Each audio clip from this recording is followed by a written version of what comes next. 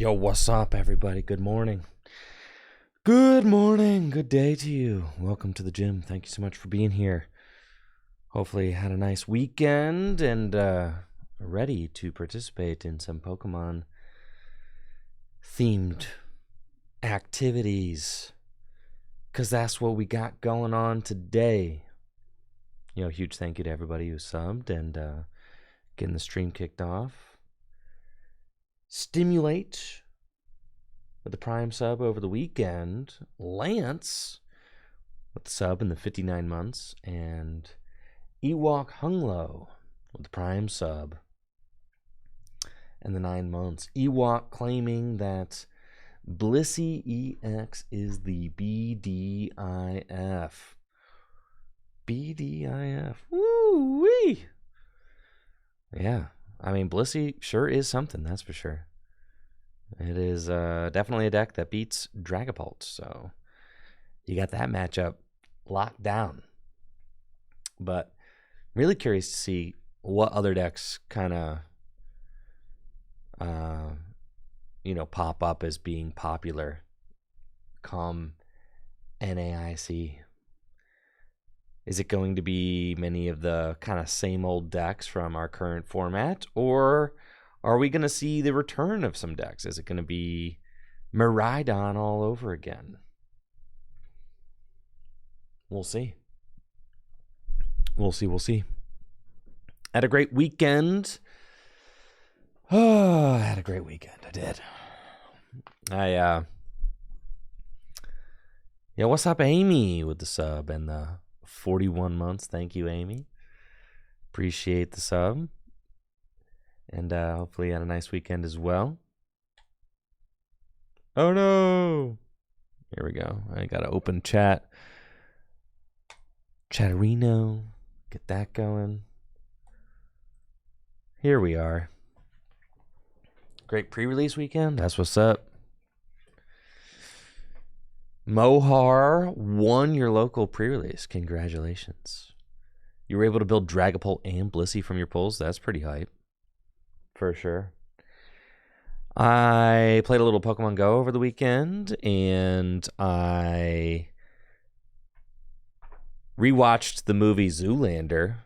I haven't seen Zoolander probably since it came out, honestly. I mean,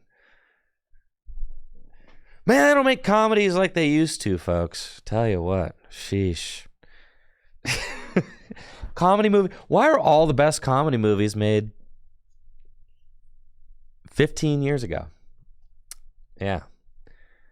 Man, Zoolander was sick.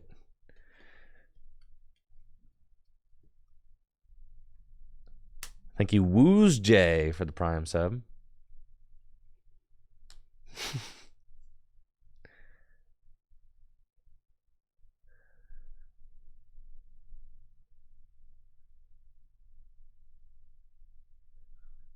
Nah, I'm saying, like, Will Ferrell's comedy movies,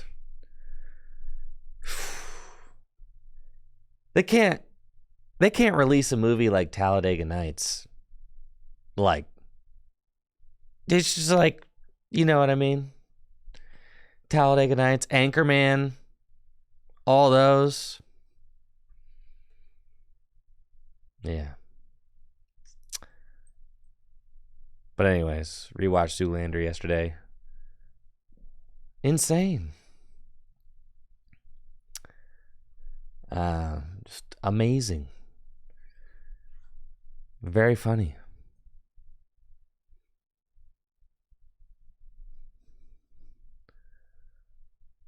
Merman.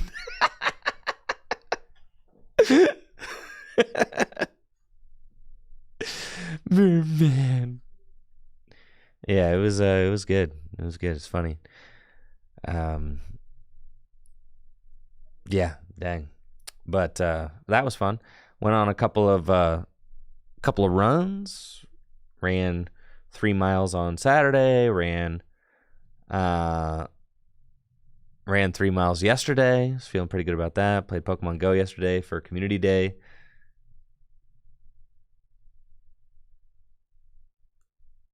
But yeah, Had a nice weekend, all in all.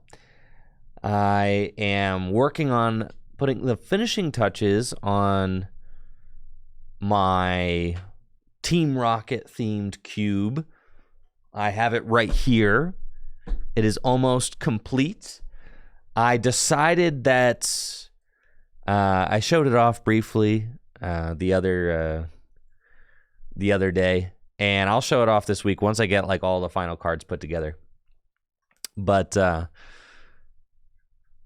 decided that I am going to include one of each of the Rocket's Pokemon in the cube. So it's a Team Rocket Dark Pokemon themed cube from the Wizards of the Coast era. And there's a lot of cool Pokemon in there from the Team Rocket set, but there are also some dark Pokemon in it from the Neo Destiny set, as Neo Destiny also had some guys. Oh, this is a cool card. I don't know that I've ever really looked at that. That's funny. I have the Sneasel. He's kind of ugly. I don't think I'm going to put these two in. And also I don't think I'm going to put him in because he seems like a little bit too high roll for a limited format. I mean, he could just completely win or lose the game just for one energy is kind of ridiculous. But I am going to include one of Rocket's Zapdos, one of Rocket's Mewtwo, one of Rocket's Snorlax, one of Rocket's Scyther, one of Rocket's Moltres, and one of Rocket's Hitmonchan in the cube that I'm building. So I think they're going to be really fun. They're kind of like hero Pokemon, for the cube. They're big basics, but they're not too overpowered. I was originally concerned that maybe Rocket Zapdos would be a little bit overpowered for the cube, but after kind of working through it, I don't think that it is. And there are quite a few fighting Pokemon that I have in the cube that resist lightning, so I think it'll end up being fine. And also, lightning isn't like the most overpowered type in the cube, so for lightning to have access to Rocket Zapdos, I think is okay. But yeah, it's a rocket themed cube, and I got all these guys in there now. One of each of these, and then I'm kind of following Jason Klasinski's model of what he did for his base fossil cube. And Jason Klasinski's base fossil cube I have built. It was a lot of fun to play, but the design philosophy he used for his base fossil cube is that you have 4 of every. Does this go to TCG Player? You have 4 of every. There we go. Cool. 4 of every common, 3 of every uncommon, and 2 of every rare. So I'm using that design philosophy for this rocket cube that I'm building as well. The cube is just all cards from the Wizards of the Coast era, and it should be a lot of fun to play. The base fossil cube that Jason built only has trainers from base through fossil, so it is a little bit limited in the amount of trainers and different kinds of trainers that exist, but it is just purely nostalgic, right? Because you just got all these cards from base through fossil, and you get to play with all of them, no matter how bad they are, like Pokeball, right? Flip a coin of heads, get a Pokemon from your deck, and stuff like that. The Team Rocket cube that I'm working on is a little bit more lenient with the trainers. I mean, the trainers that I'm using are all limited to the Wizards of the Coast era, but there are trainers that exist from all over the Wizards of the Coast era, not just the Team Rocket trainers, right? Because if you just tried to build a cube only using the trainers from the Team Rocket set, you wouldn't be doing too much, actually, because those trainers are not very good. So yeah, the cube that I'm building does have all of those. I did pick up some cool new guys. Let's see. I can kind of show you guys all the Pokemon that I have in my cube. Go here, and then you can go to is dark, right? Like dark Pokemon. Is that on here? Or is that over like here? No, it's not there. It'd be here. I guess I can look up.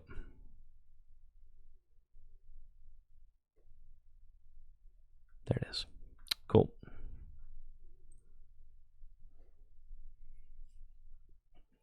These are like my favorite Pokemon.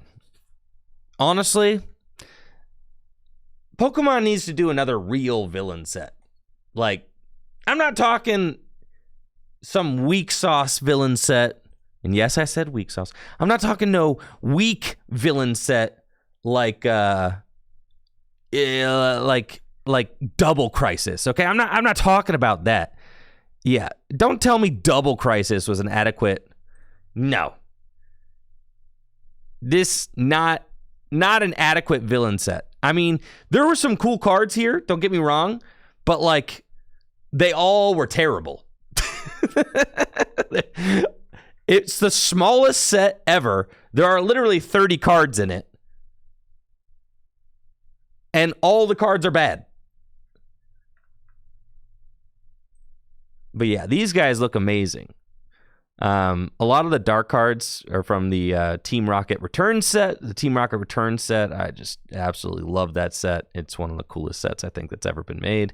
I mean, look at just the design style of these cards is just so hype. It's really, really neat. And the fact that they're all like dual type with darkness and their regular type as well is just super cool. But then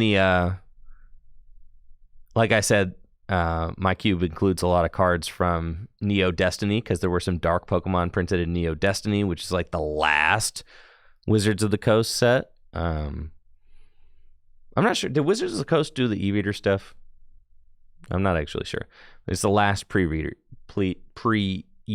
set. Wizards of the Coast did do. I think the Wizards of the Coast that was their final set was like Skyridge, Aquapolis, and Expedition, right? When I say Wizards of the Coast era, I usually don't include the e-reader sets, but they are technically e-reader sets as well. The Rocket Cube that I'm making is not going to include cards from the e-reader set, except for this guy. I do have Dark Venusaur in the cube because I think it's super fun to have Dark Blastoise, Dark Charizard, and Dark Venusaur all in the cube. I think that's super cool.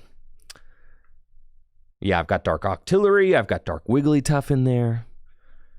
I've got Dark Haunter and Dark Gengar, Dark Quilava and Dark Typhlosion, Dark Exeggutor, Dark Slowking and Dark Slowbro. I'm really excited about Dark Tyranitar. I got a Dark Tyranitar line in there.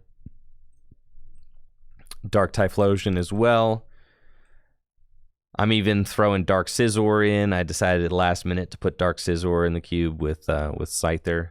Scyther's just like a really solid basic Pokemon, and then being able to evolve into Dark Scizor is pretty neat.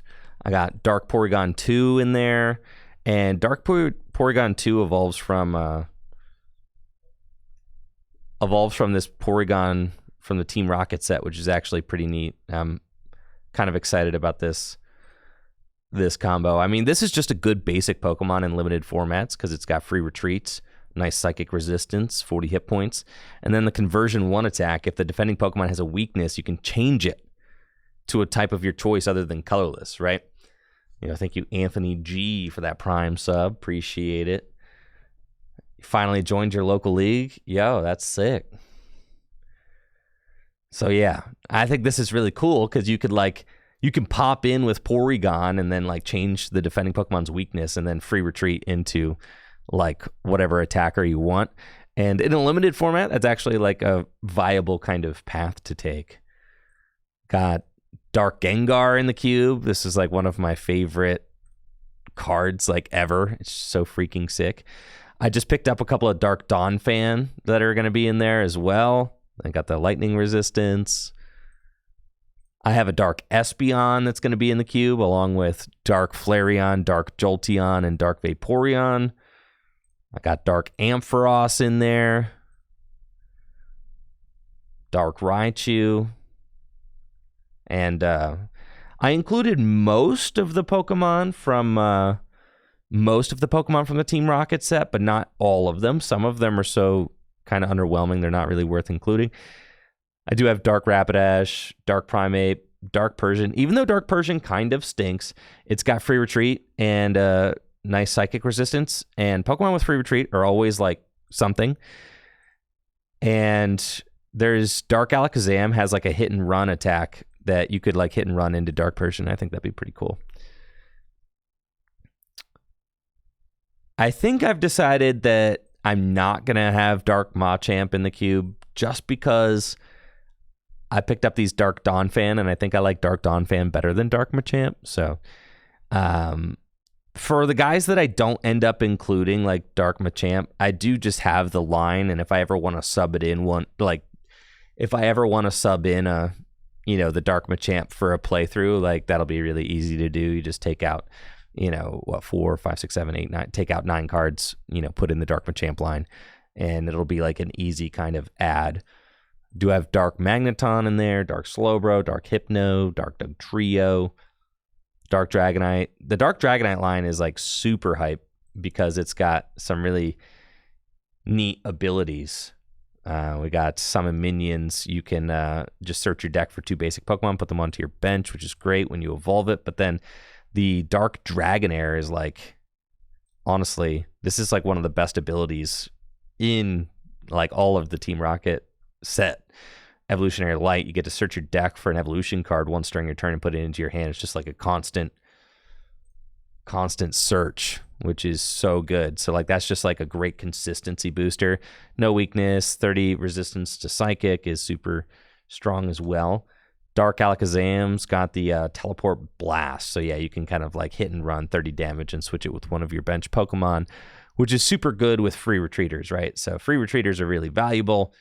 They allow you to do those kinds of things. Dark Golduck is like strangely powerful with does 50 for 3, which is like kind of crazy. But yeah, I'm really excited to, I got Dark Crobat in there too. Love that card. Really excited to give the cube a spin. I'm going to, got Dark Charizard, Dark Blastoise in the cube too. Not playing Dark Arbok. Dark Arbok, yep, this card is just so bad. And thank you, King Jester. Or thank you, Amik. Sorry, I combined the names. But thank you, King Jester, for being here. I appreciate that. Thank you, Amik, for the sub and the 26 months. I appreciate you. Yes, I've got Dark Charizard in the cube. He's cool. Can't wait to actually attack with this guy. I don't think I've ever tried to attack with the Dark Charizard ever, which I think is just going to be a very fun experience. And Dark Blastoise. Dark Weezing, I think I decided not to play Weezing.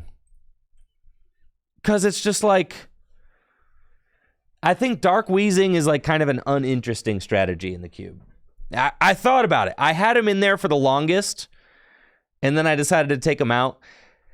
Because he's just like all right, whoever's in the Dark Weezing deck is just going to draft all the Coughings and all the Weezings and just try to go like one Hikeo while blowing their stuff up. It's like, the games are only 4 prize games, right? So it's like, yo, what's up, Jack?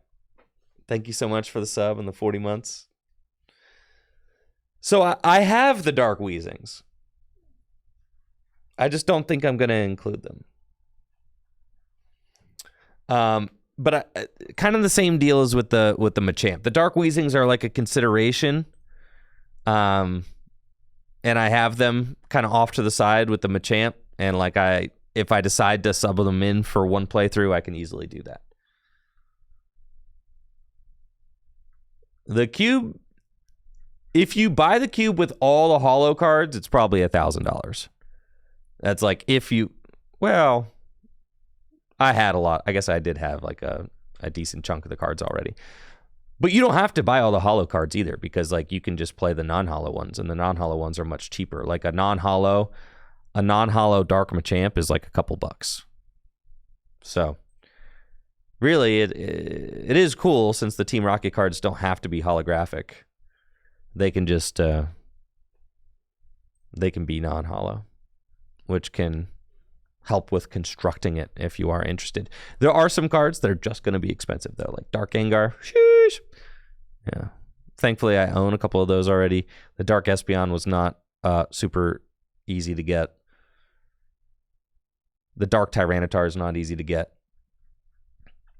But yeah, I freaking love these cards. I'm really excited to like actually have kind of a playable collection of them to just be able to give a spin. Yeah, I was really into cube building during the before the pandemic, right? And then, you know, with like the whole COVID-19 thing. Yeah, my cube building kind of took a backseat. I'm not super into like, you know, playing simulated cubes online. That just wasn't really my jam. To me, the whole fun of drafting is to like get together with a group of people and to actually draft the physical cards. I think that's like, to me, that's so much of the fun of it. So like, I didn't feel like that fun was replicated, you know, doing cube experiences online. So I kind of took a break from cube building and invented Gym Leader Challenge during the pandemic. And then, that's a lot of fun. But now that, you know, now that I've got people to cube draft with again and all that, I'm back to building cubes. It's a lot of fun. Someone asked how many packs is the cube. It's you draft 3 packs of 15 cards. It's a 360 card cube. The NAIC hub was updated with side events, and it's confirmed we'll have 4 Gym Leader Challenge side events in New Orleans. Yo, let's freaking go, dude. Let's freaking go. That's sick. Love that. Do I think Pokemon will ever bring back draft formats? The thing about draft formats in the Pokemon TCG is that they pretty much have to be curated. Well, okay. I guess so. Like, think about draft in Magic the Gathering, right? Like, think about drafting in Magic the Gathering. Like, every set of Magic the Gathering is created with the intention of not only the cards being played in Standard, but also each set is created with the knowledge that that is going to be a draftable set, right? So every single Magic the Gathering set is a curated pool of cards to draft from. That's what makes Magic fun in my mind. I think that that's super cool. It's like every single set is its own little format. That's so cool. I love that about Magic. In fact, I only know how to play Magic enough to draft because that's, in my mind, the coolest thing about the game is that every single set is its own little draft format. Have I ever been to New Orleans? No, I have not. Pokemon is not a game that lends itself to drafting easily because of the way that the evolution lines work. You know, in Magic, you can just draft whatever red cards you want, and you could play them all together very easily. But in Pokemon, if I draft a Typhlosion and a Charmander, those 2 cards don't necessarily go together. And if you draft a Typhlosion, you need to also have a Quilava and a Cyndaquil in order to get it into play. Those evolution rules inherently hold Pokemon back from being a very draftable game. So in order to make a successful draftable Pokemon experience, you have to highly curate the pool of cards. And even then, even when you do like highly curate the pool of cards, Pokemon drafting, in my opinion, is still not as good as Magic drafting because of the evolution rules, right? There's just no fixing it. It just is what it is. It can be fun, but it just is what it is. People have tried to fix, you know, the Pokemon drafting issue by creating sub rules like, oh, well, you only have to draft the evolution, and then after you draft the evolution, we give you the full line afterwards. I don't like that. That just feels kind of cheap to me. There's another one, mutant drafting, where like mutant drafting is like, oh, I can evolve any fire basic into any fire stage 1 into any fire stage 2. I really dislike mutant drafts. I feel like it just ruins the Pokemon TCG and really cheapens the experience. I hate that when you're doing mutant drafting, like if your opponent's got a Charmander in play, you cannot play around what that Charmander might turn into because you have no idea. Whereas like when you're playing traditional evolution rules, you know that the Charmander can become a Charmeleon, can become a Charizard. So you have some knowledge over what they can do. But the chaotic nature of the mutant drafting just makes it so it doesn't feel like Pokemon cards anymore. And that to me is like not fun because I like playing Pokemon cards. I don't like whatever, just the randomness of just evolving, a Charmander into a Quilava, into a Delphox or something. It's just, I think, ridiculous. So I do think that traditional evolution cubes can be very successful, and they are. I mean, Puka's got a really fun Chaos Cube, which is a pure singleton cube that he's designed, and that's like a really fun drafting experience. I've had a lot of fun with some retro cubes that I've built using traditional evolution. I had a cube built that I call the Noah's Ark cube because every evolution line is 222. And I'm kind of working on new iterations of the Noah's Ark cube design philosophy where instead of it being a singleton cube, which is like kind of a singleton Pokemon cube, that's kind of like Puka's Chaos Cube, and they call it the Chaos Cube because when you only have one Fennekin, one Braixen, and one Delphox in the cube, the fact that you have to put together 3 singleton cards in order to get a stage 2 into play is like pretty chaotic, okay? When like there's the Fennekin going around the table and you're like, I need to find the Fennekin or else my whole deck doesn't work. Like that that's kind of a chaotic drafting experience for sure. It is part of the fun, but it is also kind of crazy because there's only one of every single card. So I'm working on some cube designs that are 2 of every card. And I think that those are a lot of fun. I've played some of my 2 of every card cubes. And I think that they kind of have the best of both worlds where like you can realistically still find your evolution line, even if you get like a 2-1-1 or you get a 1-1-2, you could still find those evolution pieces and things like that. And it kind of feels like Gym Leader Challenge format in that like you've got a lot of singleton stuff because maybe you were only able to draft 1, but it's not as punishing as like the purely singleton nature of singleton Pokemon cubes. So that's something that I'm kind of working on right now.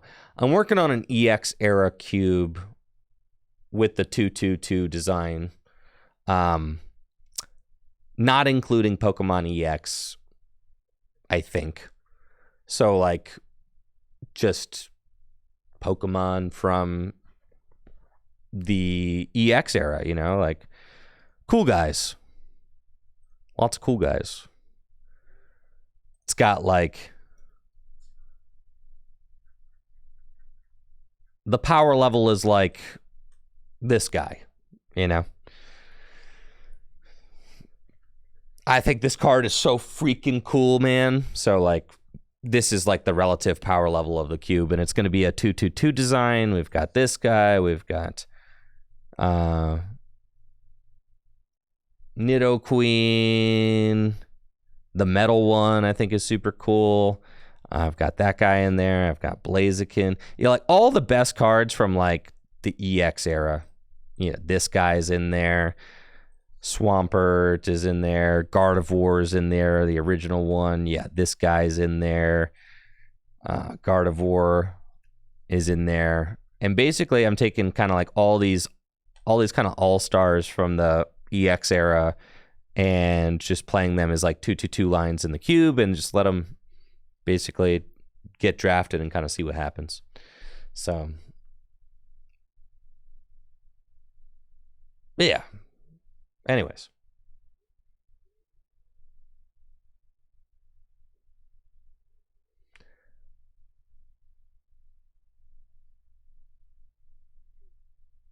Matthew, you made a singleton cube, but giving the evolutions out, and I think that's a fine solution.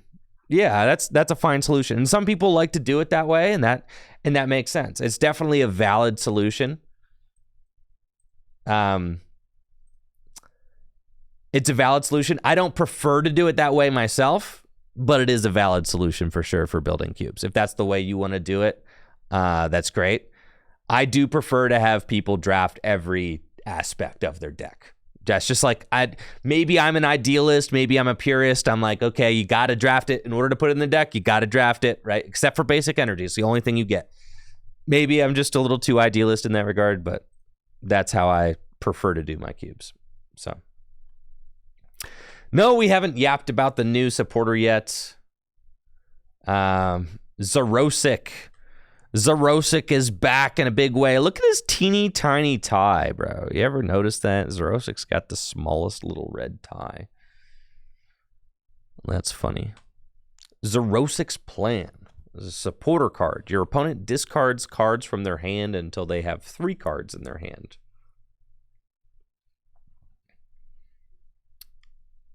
Snoopy says, how long does a cube take to play start to finish? It depends. I would usually say a few hours. I prefer 360 card cubes where you draft 3 packs of 15 cards. The drafting experience will usually take like 30 minutes, right? But then the deck building will usually take another 30 minutes, and then the playing will take a couple hours. That's like I'd say pretty typical. But cubes can take way longer if there's like drinking involved, if there's people who are like taking too much time reading the cards, and if there's like, you know, people are like, oh, hold on, I got to go get a snack. And then it's like you're clogging up the line. There's a whole bunch of things that can happen that can make a cube take way longer than that. Okay, so I do want you to be... there are things like, oh, yeah, Johnny went to the bathroom, so now everybody's waiting for Johnny to pass his pack, but Johnny's in there, you know, and hasn't come out in 5 minutes. And...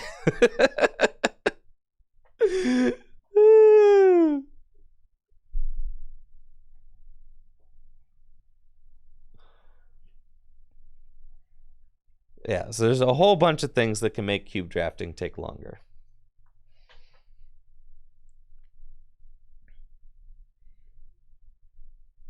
Jay says, when you're done with the cube, do you force everyone to disassemble their decks? I've never had to force anybody to disassemble their decks. Everybody that I've ever cubed with very nicely removes the basic energy from their cube, puts it back where it belongs, and then puts the rest of their cards in the cube pile. Yes, I never had to force anybody to do anything. That's just called being respectful. So, yeah, no, I've never had to force anybody to do that. Everybody just knows to do that because they are, I don't know, smart, respectful people. Respectful people. Yes. But, yeah, no, it's never a problem. And then usually if my cube needs shuffled beforehand, everybody helps shuffle it. Yeah. Zarosic's plan. Yes. Cool. So your opponent discards cards until they have 3 cards left. If your opponent's got a really big hand, this could be terrible. Think of decks like Lost Box decks and things like that, right? Like they could amass... Say you never played an Iono against a Lost Box deck, right? You never played Iono. And then they're just, no, Icky, I'm not going to riffle shuffle the Rocket Cube. Yeah, no, I know where to draw the line. Okay, I want this thing to last my lifetime. I'm chilling, bro. We're not gonna riffle shuffle the Rocket Cube. I decided I wanted the holo cards in it. Okay, and I want them to stay nice. Yeah. The missing piece is Lieutenant Surge's strategy.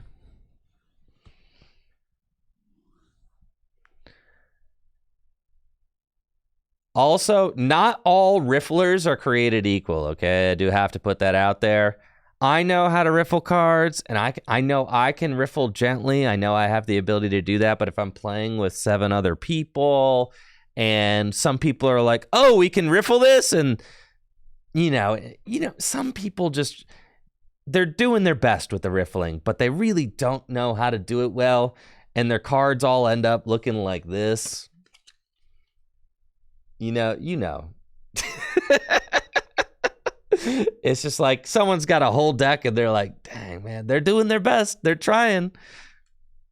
So, yeah. You gotta, for a collection of cards that's going to be publicly played with my friends, yeah, we're going to do the non-riffling rule for everybody.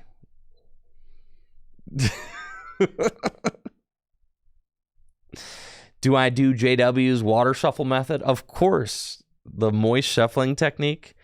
Yes, I always make sure to use moist shuffling when handling my most precious cards. Yes. I know. They keep printing. So anyways, this kind of got me off on my huge tangent because they need to bring real villains back to the Pokemon TCG. Do you know how sick and tired I am of like this Team Yell stuff? Dude, like nobody cares. You are not a real villain, not even close, bro. This stuff is pathetic. It's pathetic.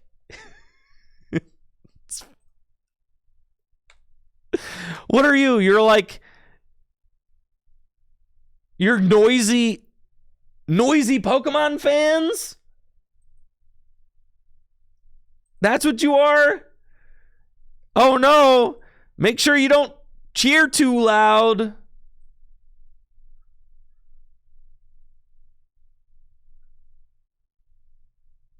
And then even this Team Star stuff is also just super weak.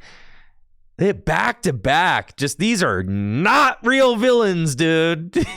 No. Yeah, these are not villains. Not even close. It's ridiculous. Yeah, what is this?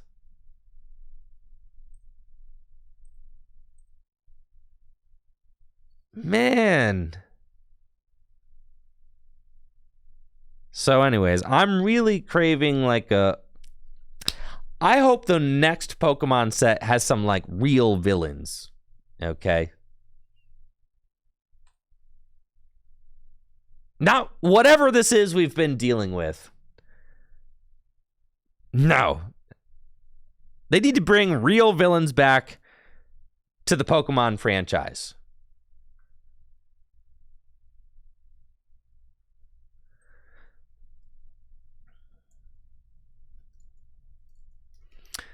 Let's see. Do they have...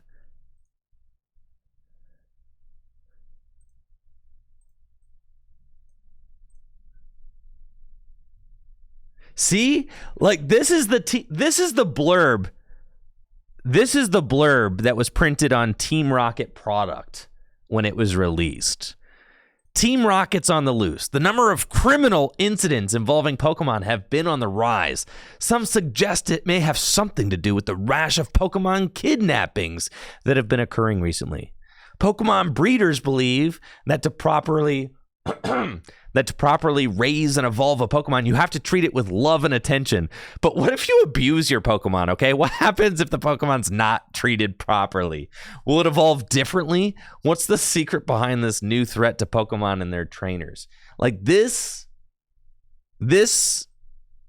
is actually printed on the booster boxes, dude. Like this is these Pokemon are messed up. They are messed up, bro. Yes. And Team Rocket is actually messed up. Which actually makes it makes the like the dichotomy, it makes the conflict between Team Rocket and like the heroes of the Pokemon world, it makes that conflict actually interesting, right?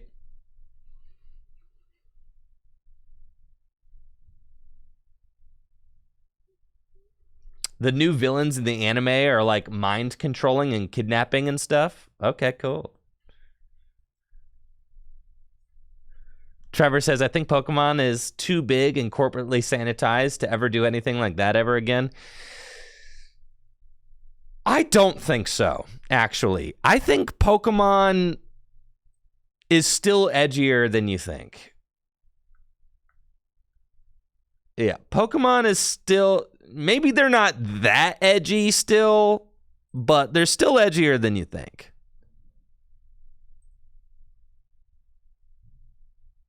The villains in the Horizon series are sick.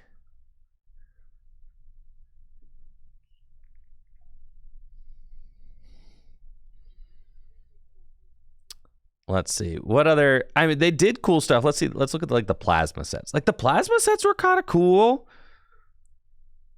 Right? That's black and white. Black and white. You know, it was only 13 years ago.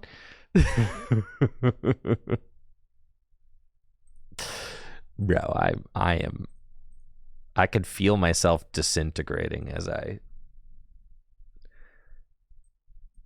Now, my beef with the Team Plasma sets is that the artwork was super whack. I mean, like, if you're going to have a Team Plasma set, why not make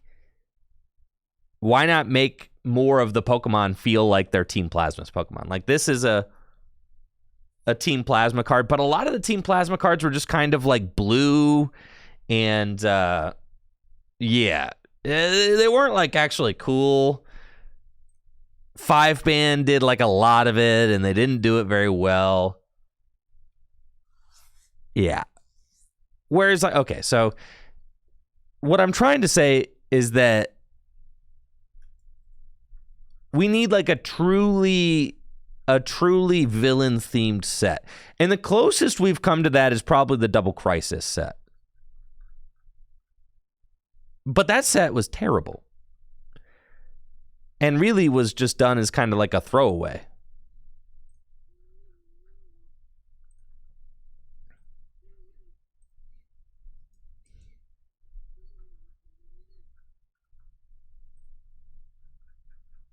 Okay.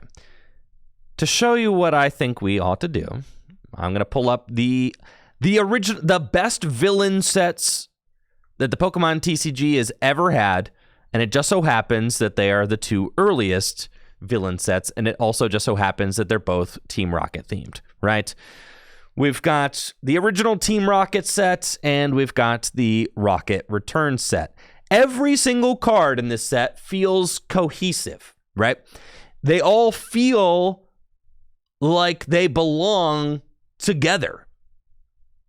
Do they not? And they're not all illustrated by the same people either, right?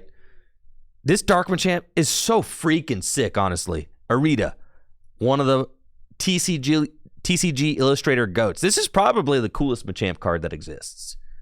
Just straight up. I mean,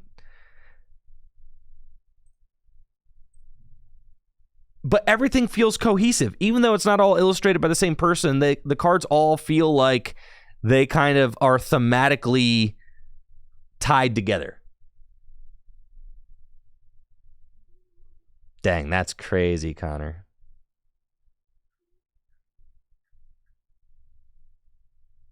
God, even like that Dark Jolteon did, man. That Dark Flareon, It's like the Flareon doesn't even have to tell you that it's evil. You could just see, just even, you just know.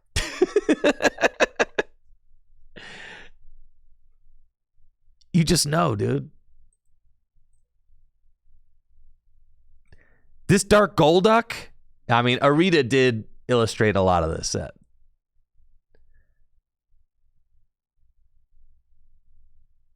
Quentin says you feel like the artworks are better now. I'm going to have to vehemently disagree. You guys know there's a mistake on this Machoke I found. There's a GLC championship tournament at 10 a.m. on Saturday at NAIC with crazy prizes. Yeah, that's hype.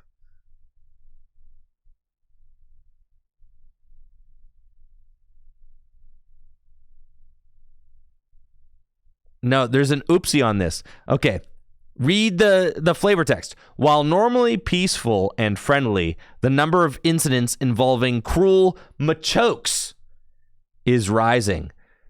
There's no such thing as Machokes. You never pluralize Pokemon. That's one of the rules, right? You never pluralize Pokemon. You never put an S at the end. You say there are multiple Charizard, not there are two Charizards. You say there are two Charizard there, not there are two Charizards there. Pokemon never have the S at the end. They're never pluralized with an S. In Spanish you can? Okay. What I'm saying is like, all I know is according to the English rules of the Pokemon franchise, you never pluralize with an S. The old Lego rule, yes. So yeah, Machokes, bro. You never put an S there. It's just the way it is. But there are other things like that. Like what's something else that's like that? There are two thing.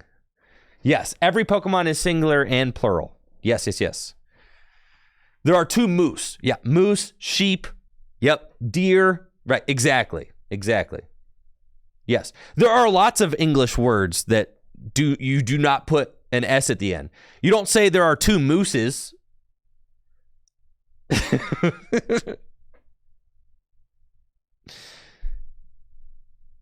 You never say there are two mooses. You never say there are two sheeps. You say there are two sheep. Plural of moose is meese. No, it does not help. Right. The word Pokemon itself is both singular and plural. You don't say, I have two Pokemons. Right? You don't say, I've caught two Pokemons. No, you say, I've caught two Pokemon. Right. If you want to show somebody that you have no idea what you're talking about, then you tell them that you have two Pokemons. Pokemans. How many Pokemans you got, Johnny? I've got 4 Pokemans. Yes. So, the Machokes, bro. The Machokes. Machokes is canon.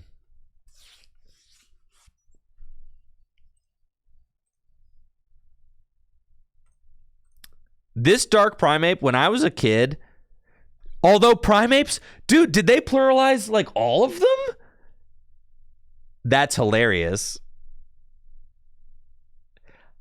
I wonder if they pluralized everything in this set.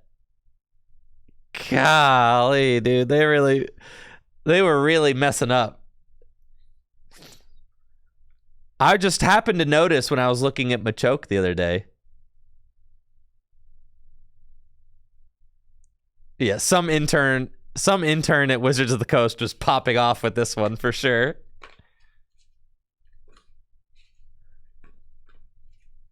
They probably did it for the whole set. That's crazy.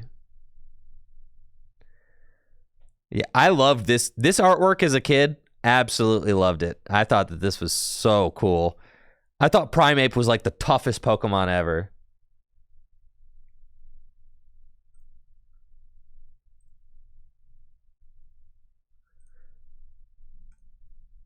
I had this war turtle as a child and decided I was gonna base my entire personality off of it.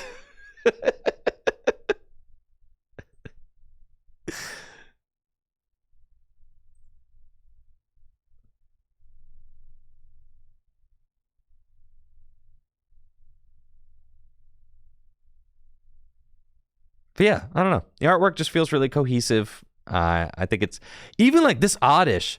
This Oddish isn't evil, but man, it feels like it goes in the Team Rocket set. Because it's lonely. Look at this frog also. Oddishes! Oddishes!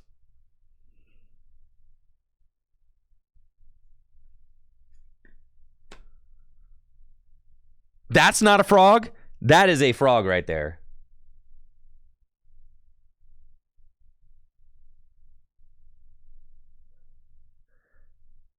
That is a whole frog, yes.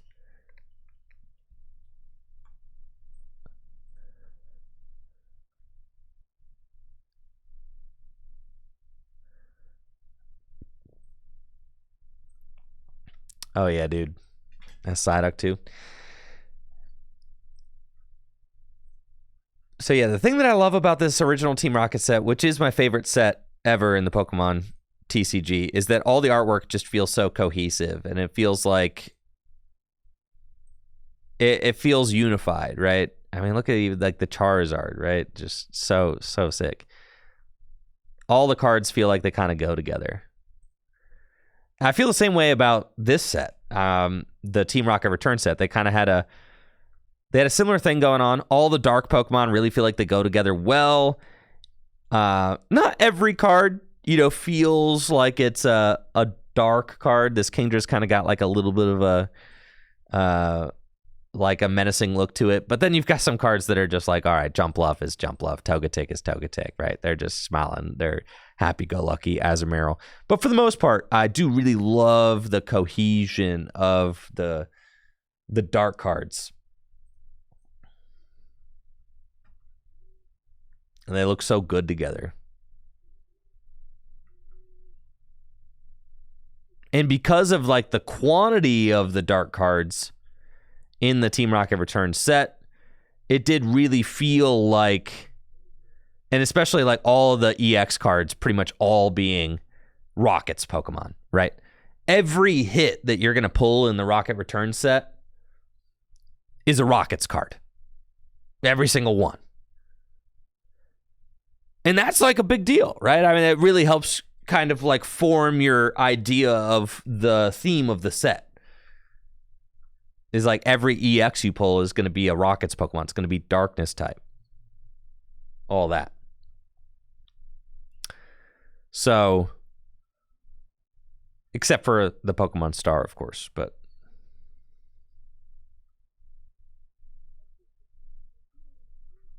it really goes a long way towards giving you like a personality of the set. Giving the set, look at this Rattata.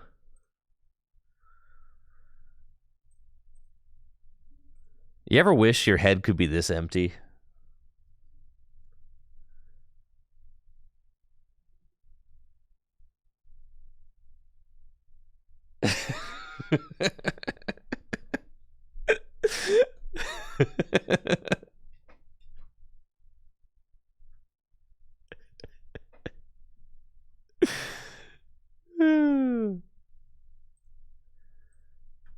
And then, like I said, see, but that's the thing. Okay. And then we've got the Team Plasma set. But these cards don't feel nearly as unified around the theme. Some of the hits do. I mean, I'm getting a little bit of the vibe there. I'm getting a little bit of the vibe here, but like the artwork's not nearly as inspired for the Team Plasma sets. I mean, like, look at this thing, right? It just feels cheap. I mean, these feel cheap compared to like this. This CGI, cheap. This illustrative, high quality, right? Zapdos, one of my favorite Pokemon ever. We got like a weird CGI kind of, I'm just not in love with it. Whereas like I'd rather get, the Rocket Zapdos is just such a superior card.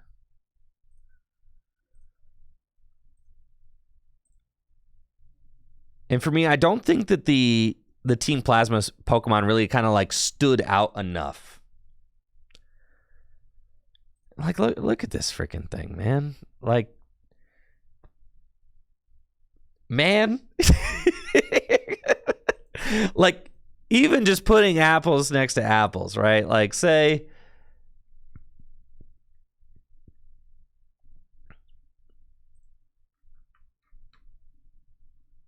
compare, like, Dark Wheezing to this Garbodor.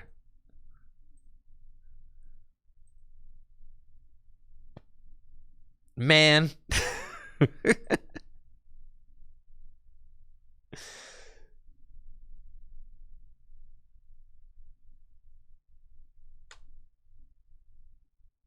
Yeah, they just look like goobers, man.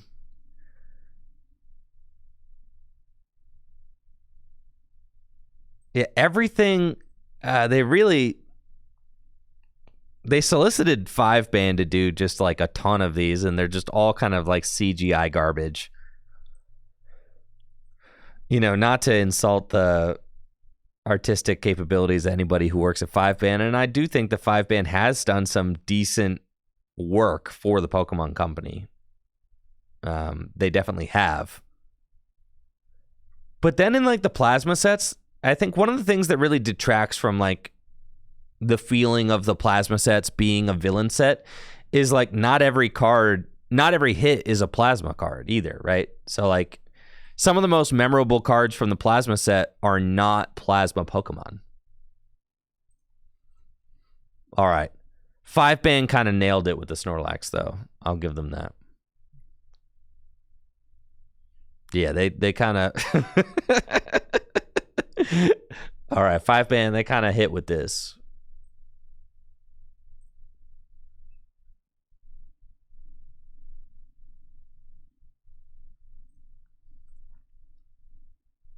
This Lugia goes hard. I mean, what more do you want? It's cool. This? Pitiful. Come on, man.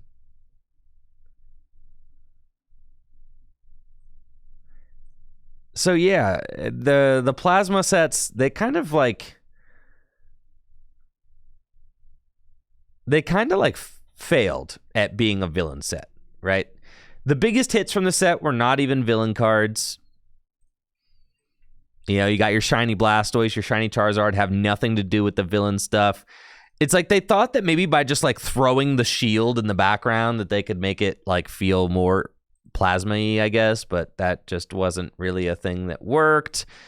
This Articuno looks weirdly lifeless with the plasma shield in the background, like just not really doing it. Yeah. So the plasma set's kind of failed as a villain set. And then, like I said, the most recent villain set that we've had, well, we had Plasma. There were some villain cards sprinkled throughout the XY sets. You had like Headringer and Flare Tools, but that stuff, like, they printed like 2 Flare Tools, and then they were like, yeah, we're done with that. They just didn't even really try. Thank you, 9Sketch9, for the 40 months. Appreciate you. It did feel like they kind of actually tried with the Double Crisis set, but it's like they could only be bothered to try for 30 cards, and then they had to make sure that none of the cards were even remotely playable. Like, the artwork on some of these is actually pretty cool. Like, thematically, you've got the aqua and the magma the trainers actually being featured on the cards is pretty cool. I like that. You know, having like the logo of the villains on the center of the card, actually having the trainers with the Pokemon, I feel like is kind of like a really cool thing as well, because it's like, all right, how do we make these cards actually different from the Team Rocket's cards, which are all kind of like, you know, Pokemon in an illustrative quality with like slightly evil eyes. Okay, listen, I'm a sucker for that. I think that's really cool. It's like, all right, so we're gonna actually put the villains side by side with the Pokemon, and that's hype. I mean, look at this. This is dope, right? You've got the trainer back here. You've got the, you know, the Spheals in the foreground. You've got the trainer's little headshot here in the corner. Like, this is really neat. This is way more successful than the plasma cards. The plasma cards were highly unsuccessful, I'd say, at being a villain set. They pretty much failed terribly. But these guys actually succeeded in doing it.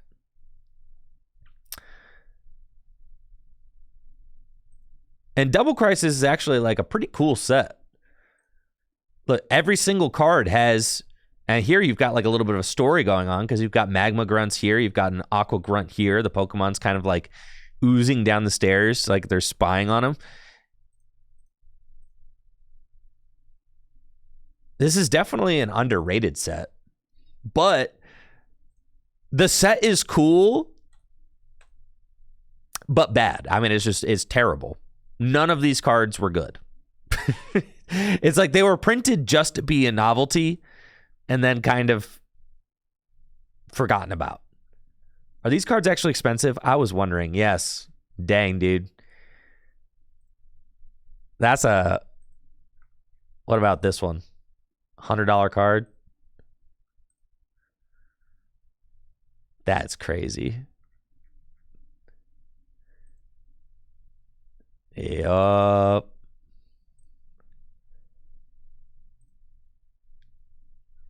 That's crazy.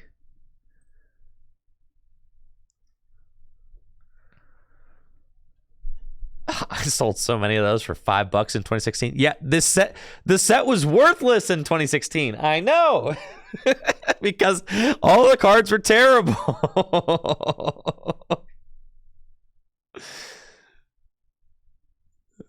Oh man. God, like, look how cool that is.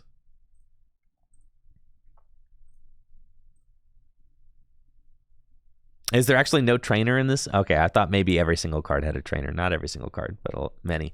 I mean, look how hard these Lairon are going. Thank you, Quentin, for the sub in the 8 months.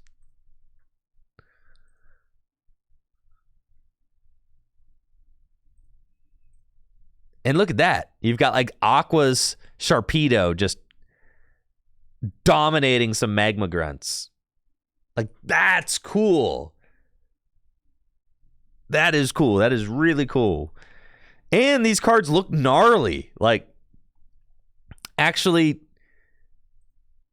it feels like Pokemon is like too scared of conflicts now. But there's conflict everywhere, man. Just look around the world, dude. Conflict is reality.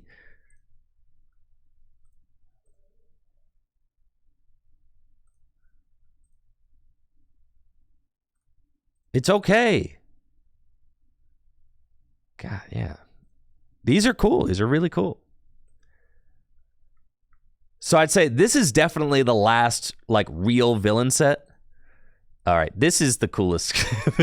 Look at them. Look at how hard they're working.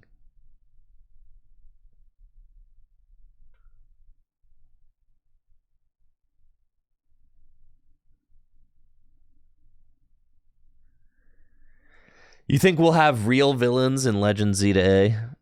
I don't know. Look at this little Easter egg up here. You've got like the magma pants and the magma jacket hang drying on like a little clothesline up there.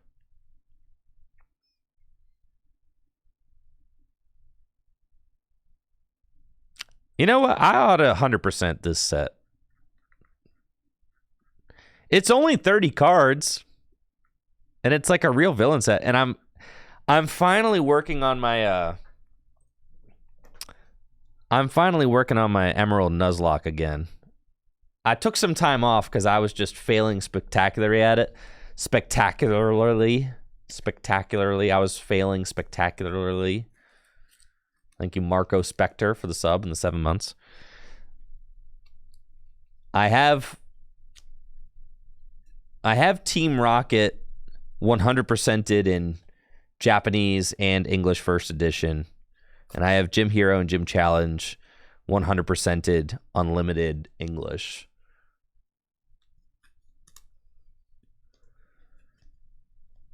The next set I want to 100% is Fire Red Leaf Green.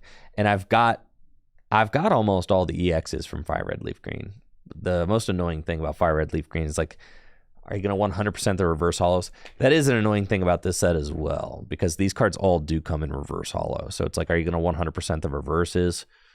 Ugh, that is annoying. I mean, like the 2 full arts, yeah, they're going to be a little pricey. That's understandable. They're cool cards, right? But like having to get every one of these in reverse, probably the deal breaker. This is probably my favorite card in the set. Camerupt. He's really cool. There's a lot of really cool Pokemon here. God, this Poochie is... Look, it's like the Magma Grunt's like sneaking up on the Aqua Grunt. Man, it's freaking cool. It's freaking sick. But it's like, you know they can do it. You know, but the Pokemon Company, they can do it. What, this set came out in 2015? That's almost a decade ago.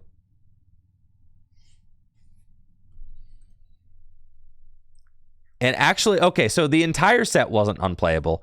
Actually, I know a certain Pokemon TCG player who played a Team Magma card to the top 8 of the first ever North American International Championships.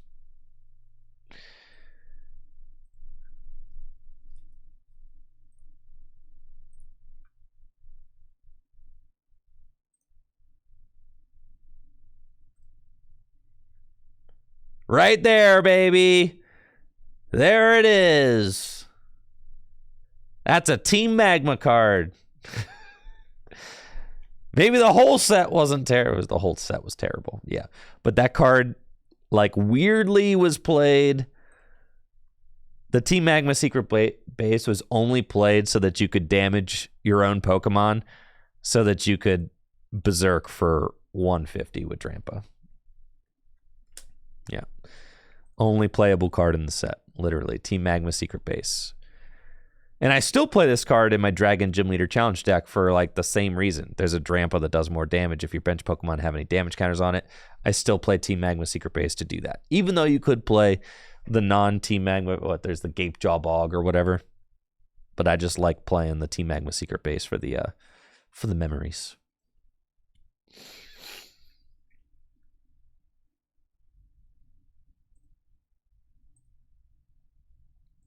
In conclusion, Pokemon needs to stop being so soft and bring back real villain sets, okay? First, before they can bring back real villain Pokemon TCG sets, they need to just bring back real Pokemon villains. That's the first step. Because as it is right now, in the last 2 generations, there hasn't even been a proper Pokemon villain. We just have, like, I don't know, confused teenagers who are bullies and loud Pokemon fans.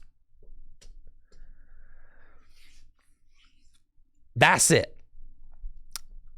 And that's not cutting it, if I'm being honest. It's like watching pro wrestling, but there's no heel. There's no bad guy. It's like everybody's just being nice to each other. What's the point of watching wrestling if everyone's just going to be nice to each other? I don't care. I'm not invested, man. It's like reading Lord of the Rings, but then Sauron is actually just a nice guy. Like, what do you mean?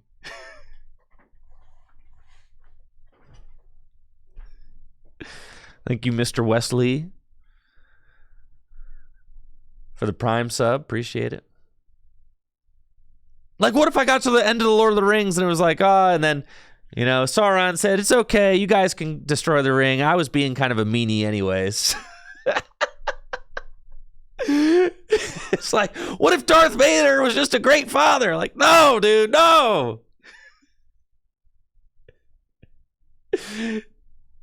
And this is why the stories suck.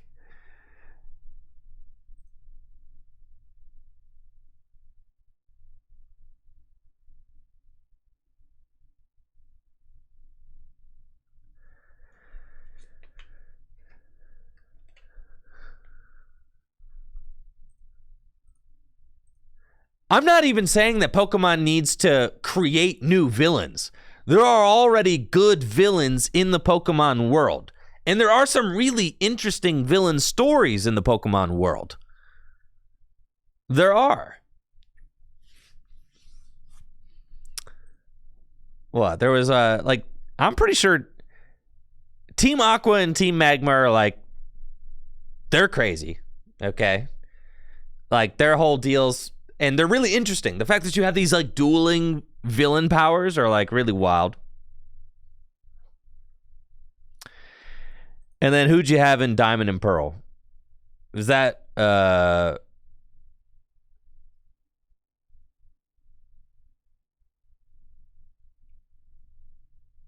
Plasma, right? Galactic. How can I forget about Galactic?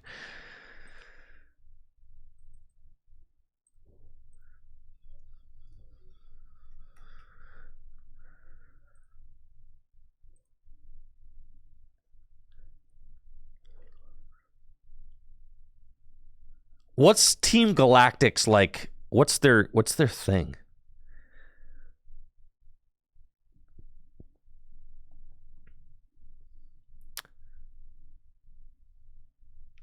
Team Galactic was just Team Rocket again. Creating a new universe where Cyrus can rule. They were weirdly into weather for some reason.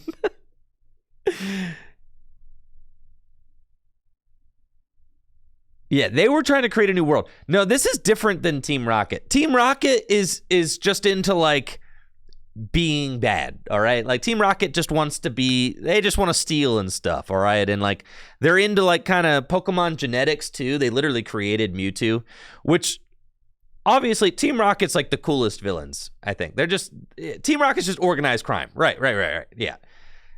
But then they're also into like science and genetics. Yeah.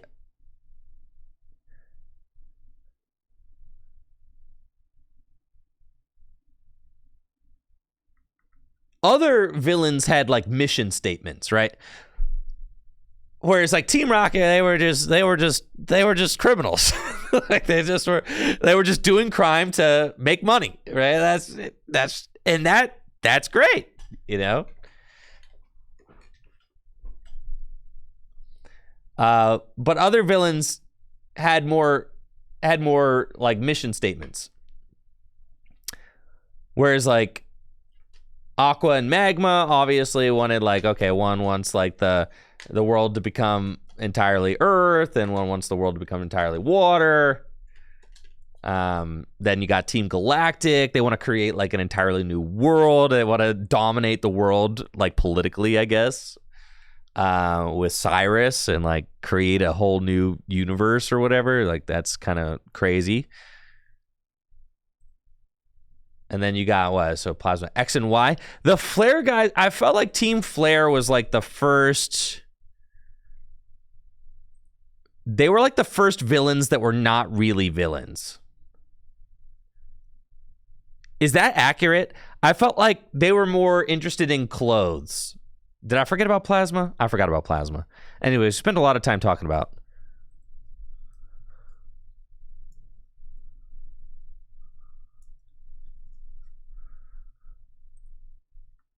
Yeah, Team Plasma. What did Team Plasma want to do? Yeah, Getsis. That's right. That's right.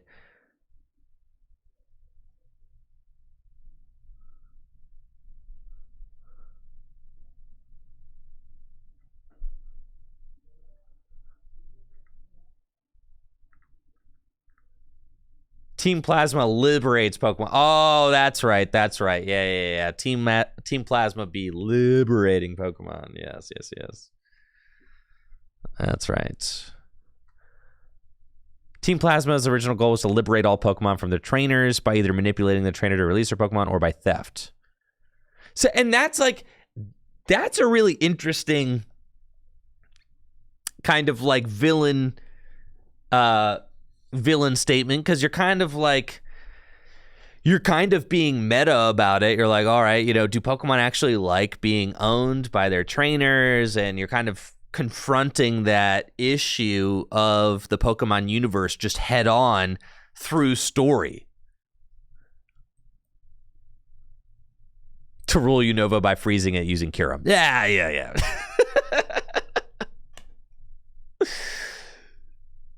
Thank you, JL405, for the Prime sub. Yeah, so Team Plasma is also interesting. Then you had Team Flare.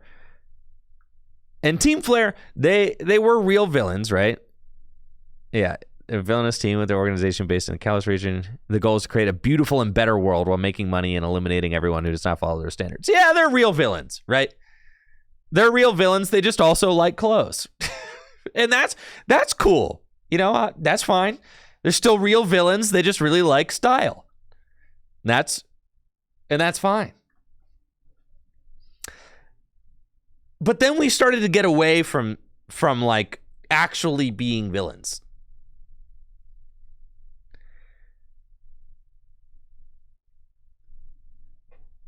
And I actually kind of liked Team Skull.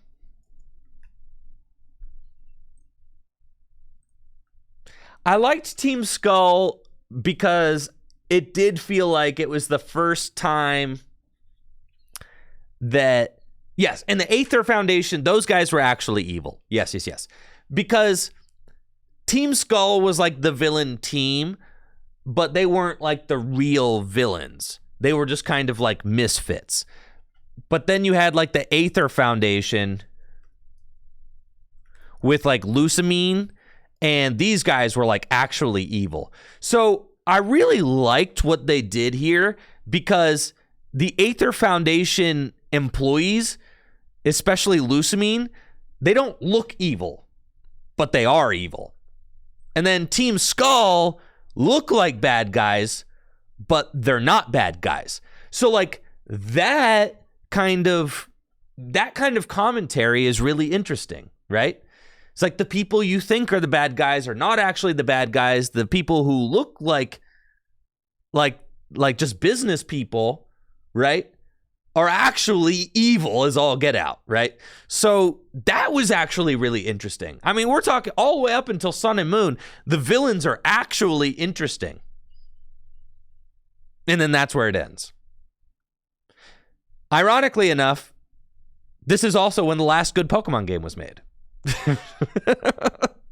Sun and Moon. That's right. Then we move on to the Switch, and everything goes to crap. Just absolute crap.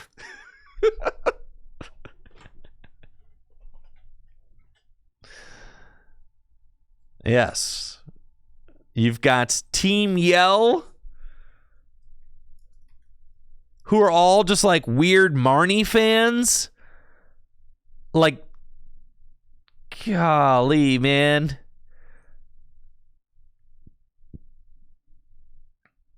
Absolutely horrendous.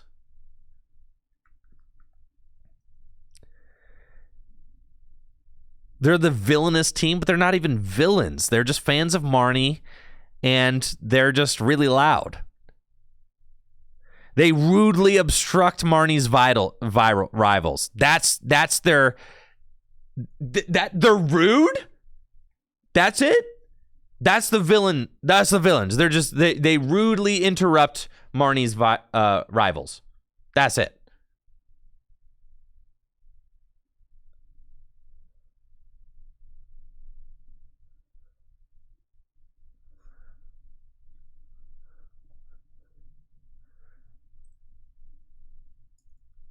And then Team Star honestly felt like kind of like a cringe rehash of like Team Skull and Team Yell. Also, like, very much not villains. There are no villains in this. There are actually just no villains in this game. There are no villains in the Scarlet and Violet games. Literally none. It's like, so the Pokemon franchise has really cool villains. The latest two kind of villainous teams are not actually villains. They are just misfits, which is fine, but they already did the misfit thing in Sun and Moon. So, like, there was no reason to keep doing the misfit thing, because it's like, all right, the first misfits, Team Skull, those were cool, and you actually had real villains with the Aether Foundation. So, like, great. You had a misfit team that was commentary on, like, we look like bad guys, but we're not. And then you have the guys that don't look like bad guys are, right? And that's kind of greater commentary on, like, the world at large and all of that. But then this is just ultimately uninteresting and uninspired, right? It's crap. Yeah, it's just crap. So they don't even have to invent new teams. Imagine if there was a Team Skull set. Like, how freaking cool would that be? Like a Team Skull set, or like an Aether Foundation set, or like a Team Flare set, a Team Plasma set where the Pokemon actually looked good and were not CGI'd.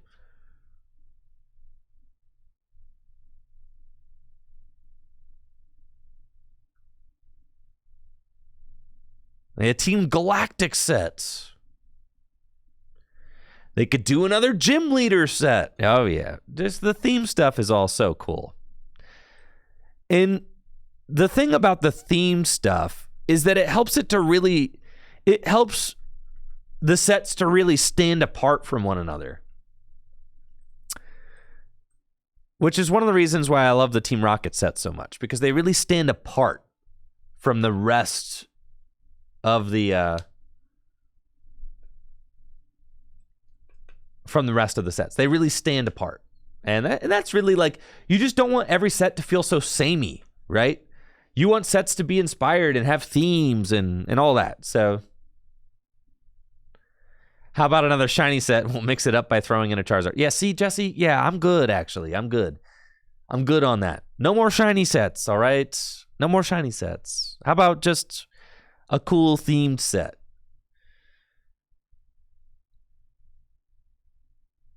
Well, exactly. That's why you even like Dragon Majesty so much. It had a little theme going on, even if it was just a mini set. Exactly. And apparently there is a new Dragon theme set coming out. So, like, that's fun. But let's do more than just that, right? Let's do more than just another Dragon set. Like, let's keep it going. I'm all for another Dragon set. I think that's hype. But, like, let's keep going with the themes, you know? More themes. Like, look at a game like Magic the Gathering, dude. Every single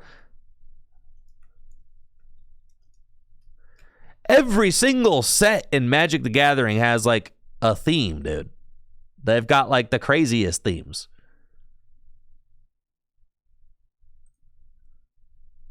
Outlaws of the Thunder Junction. Murders at Karlov Manor. The Lost Caverns of Ixalan. This set even looks like it's like Disney, man. The Wilds of Eldraine. Yeah. That's something I think Magic does really well. I mean, it can lead to the game feeling disjointed at times, and that, like, every set has, like, a kind of crazy different theme that has nothing to do with the last theme. So, like, that's Magic's... on one hand, themes are Magic's biggest asset. Is, you know, they can do a Lord of the Rings set and make people like me even interested. But then, like, the downfall is that, you know, each set kind of feels disconnected from the last, and there is no true identity. There is no true Magic the Gathering identity that people actually care about, right? And if there are some Magic the Gathering people, in my chat who want to be like, oh, well, actually, no. Like, people don't actually care. People, popular culture, people do not care about the Magic the Gathering original characters. They just really don't, okay? There's like the one lady who people like, and there's like, that's it, okay? And not even everybody even knows who the lady's name is. And frankly, I forget what her name is because I can't even pull it to the forefront of my mind right now, okay? I forget. There's a lady, right? The lady, everybody wants the lady. I forget what her name is. Nisa, no, that's not it. Who's like the most popular one, right? There's the most popular lady. Liliana. Yeah, Liliana. Yeah. That's what I'm saying. I can't even name one character, man. It's Liliana, right?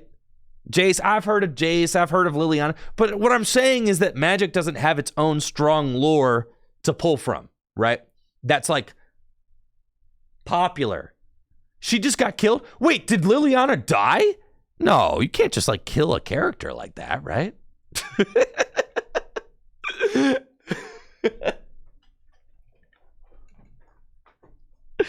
You can't kill Liliana. Come on. You can't kill Liliana. But anyways, Magic has to pull from other themes because they don't have any strong, they can't just like put a Charizard on a box and sell it. They can't just put the Evolutions on a box and sell it. Pokemon has that. And Pokemon has some really cool and powerful characters from its 25-year backlog. So sometimes I just wish that Pokemon used them more, right? I just wish Pokemon used their characters more. Like, they use their Pokemon characters all the time. But I wish they used their actual human characters with the products more.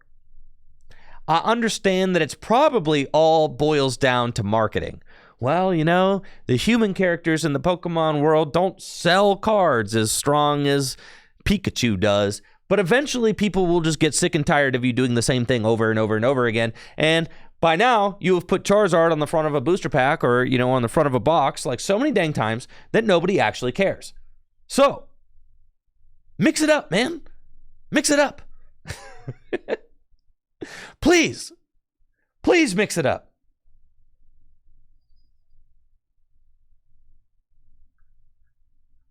And it's like, and they keep including the trainers. They exist. They've got full art cards.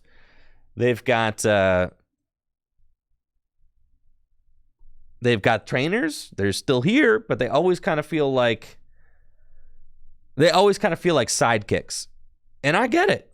The humans are the sidekicks in the Pokemon universe, right? But like, make a set that's like thematic, even like the Team Rocket set. And really that argument doesn't even hold up because the Team Rocket set is still Pokemon centered. It doesn't even have to be about the humans. Like Team Rocket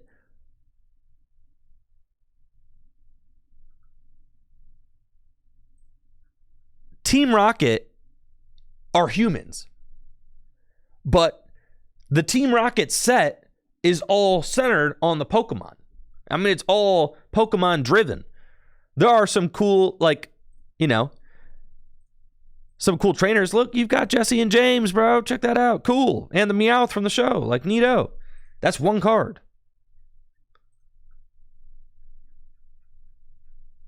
But like the set is still very Pokemon centered. It's Pokemon centric.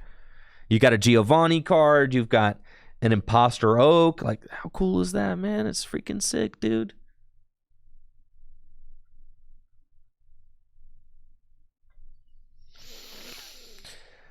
But yeah, anyways. Pokemon needs to mix it up and create cooler themes for their sets. All right. Yes.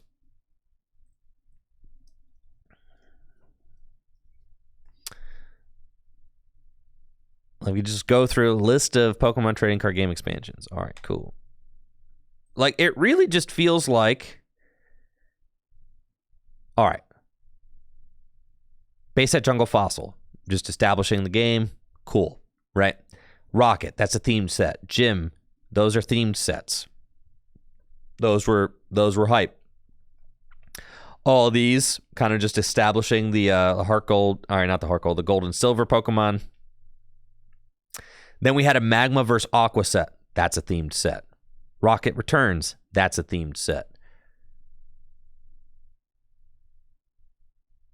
But it really just feels like they do less and less themed sets as time goes on. And now you have to like really like hunt and poke around to find them. You got Dragon Vault and Dragons Exalted were kind of like the introduction of dragons. We've already talked about how the plasma sets are all kind of failed thematic sets. They don't actually feel like plasma villain sets at all. Oh, the Holland theme was really cool. Yeah, let's not skip over that. I mean, the Holland theme was like really freaking sick. Pokemon, like, and the theme was that Pokemon are just different types, which is really cool.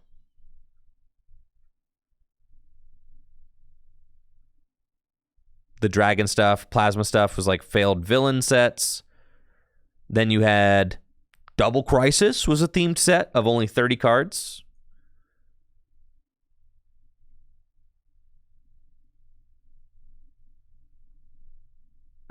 XY Evolutions was like a reprint set, but not really themed in any kind of way. And then it's like with the Sun and Moon era, it's like themes are basically gone by now. You've got Dragon Majesty. It's like a dragon mini set, but I would even argue that Dragon Majesty does not. I don't even think Dragon Majesty does the dragon theme well. That's like the kind of sad thing about it. Is like even when they are doing themes, they're not doing them well anymore. They don't feel kind of like this is the Dragon Majesty set, and it doesn't feel very dragon focused, honestly.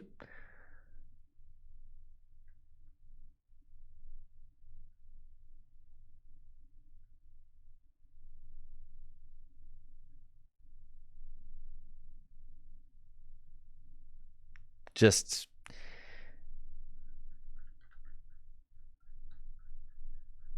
compare. All right, so that is a set called Dragon Majesty, okay? And I'm not just being a boomer about this, because let's look at Dragon Vault, all right? Just to compare.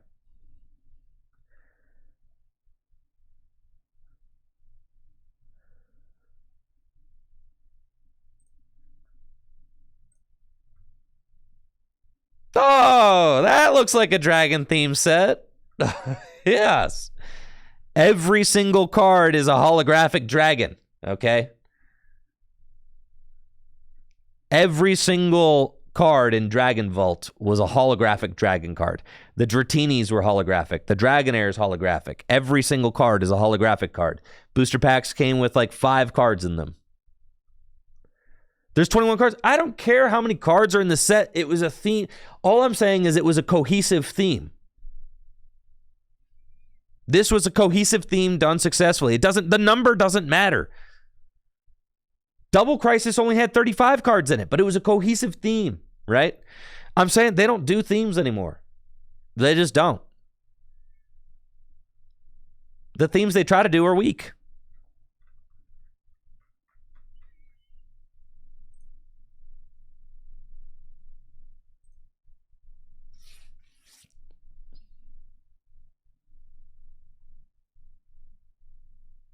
They've done like a couple, I guess, Lost Zone themed sets.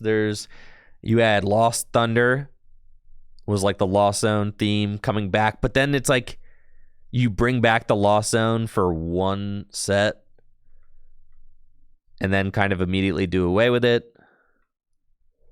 The Hidden Fates stuff is like the theme is they're shinies. Right, but then it's like they just keep doing that. Shiny theme.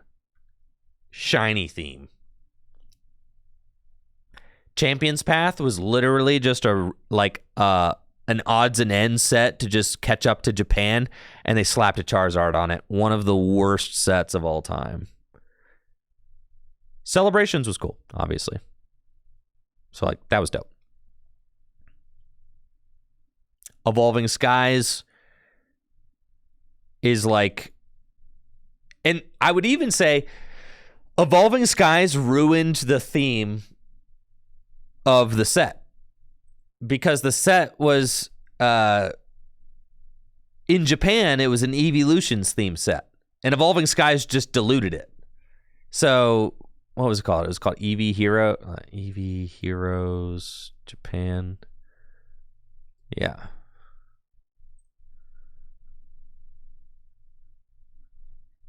Let's see.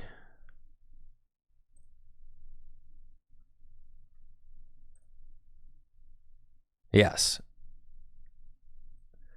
So I'd even argue that they kind of like diluted the theme of a set like Eevee Heroes is that it's an evolution set. That's the whole thing. It's evolutions. But then obviously, since they have to combo everything when they bring it internationally, they have to just be like, oh, well, what if we did Eevees with Rayquaza, right? So then we smash up. And in Japan, you had a really cool like Rayquaza themed set. And then you had like a really cool Eevee themed set. And then internationally, everything just gets diluted internationally, right? And then you have to have Evolving Skies, which smashes together the Eevee set and the Rayquaza set into one set.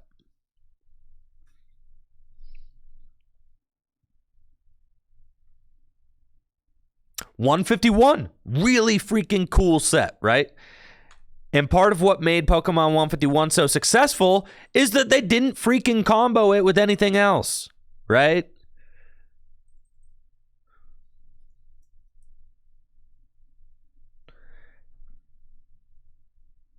What made this set so successful is that it was a standalone set.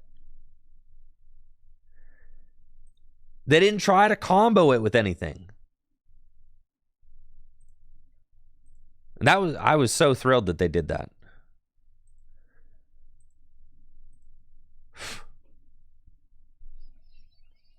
I do prefer the Japanese Pokemon 151 set to the English one, because I think the Japanese set having the Master Ball reverse hollows and the Pokeball reverse hollows is just like super unique and cool.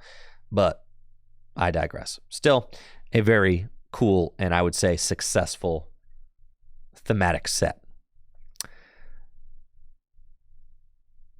So yes, I guess we do still have some themes, but I really wish we had more like villain themes. And if you scroll back, the last time we had a true villain theme was definitely Double Crisis, which has been a while at this point. Double Crisis was released in 2015. This is the last villain set we've had.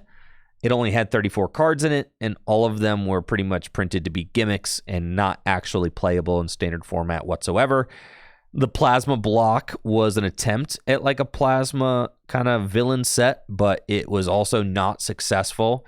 The cards were definitely standard playable, but the theming of the cards across the three sets really fell apart, especially having to do with like the amount of CGI or like, yeah, just digitally rendered cards by 5-Ban was just, it all felt kind of rushed and slapped together.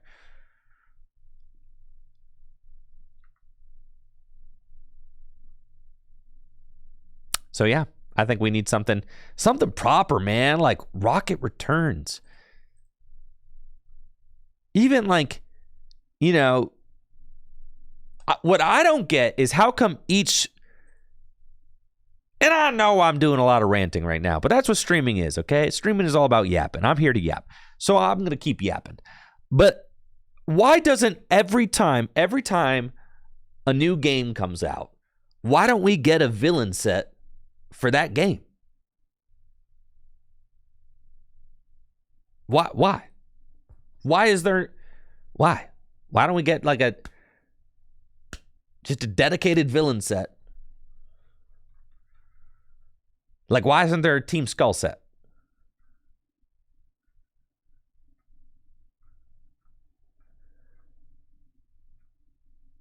Now, don't give me a Team Yell set. I don't need that. Nobody needs a Team Yell set, and nobody needs a Team Star set.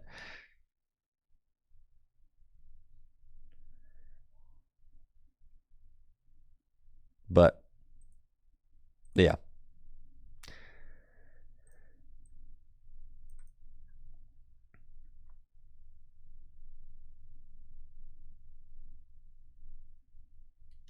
I know. Pokemon Go has constant rocket raids and balloons every day. Rocket even every...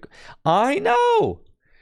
Pokemon Go utilizes the Pokemon villains better than the Pokemon TCG does.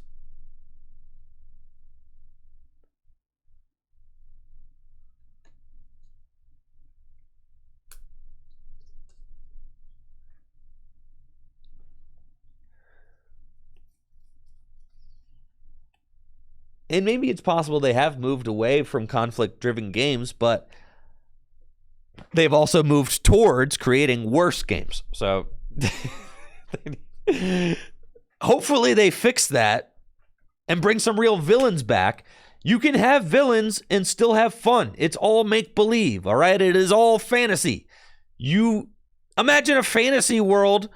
Like, Lord of the Rings would be nothing without villains, dude. You have to have, like, just because something's make-believe doesn't mean it has to be all hunky-dory and good guys all the time, all right? You got to also have orcs. You got to have bad guys, all right? You just have to.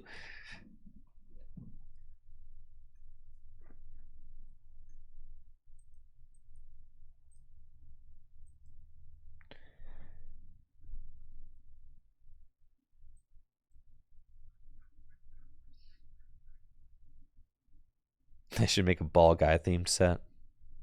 I know. Imagine Zelda without Ganondorf. Right.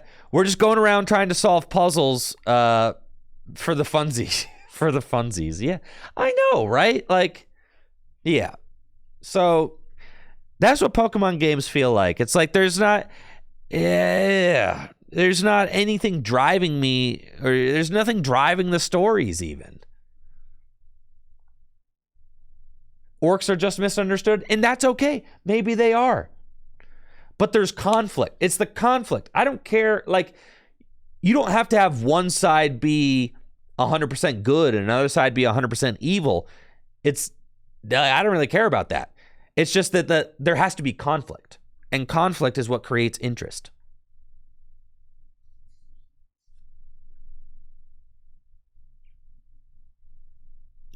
All right, we got a Malamar. Conspiracy Tentacles. Switching one of your opponent's bench Pokemon to the active spot. This attack does 120 damage to the new active Pokemon. If you didn't play Xeroxic's hand or Xeroxic's plan from your hand during this turn, this attack does nothing. Cool. Some more bulk there. But this card's kind of interesting.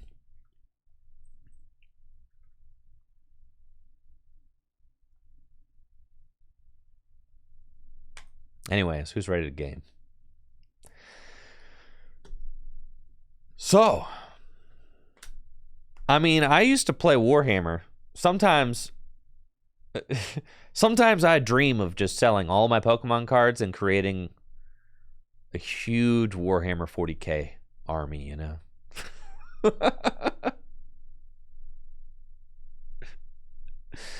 Sometimes I fantasize about just being alone and in my basement and painting a massive wall. Would that even cover the cost? You betcha. I've got too many Pokemon cards, dude. way too many Pokemon cards.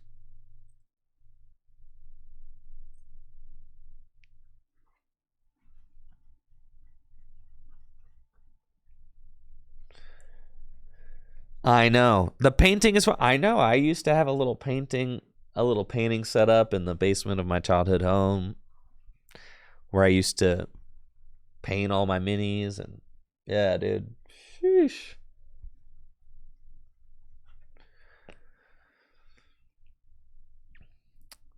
But yes, I had an army of space orcs.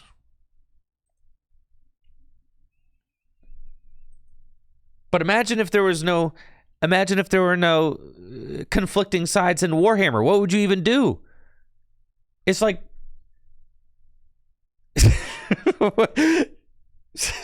The game's called Warhammer. You have to be at war, man. It'd be Friend Hammer, and that's far less interesting.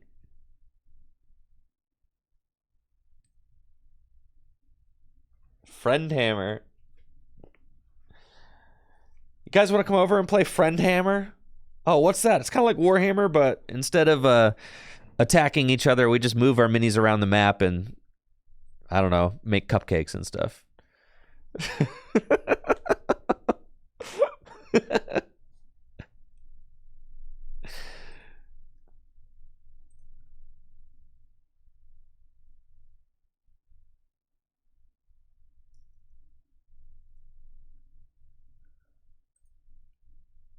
All right, I'm playing against Dialga with Chien Pao.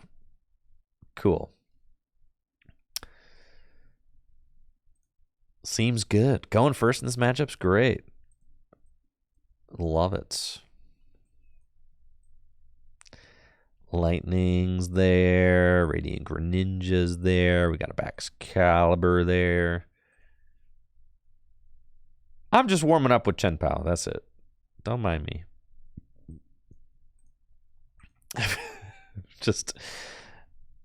I'm just warming up with Chien Pao.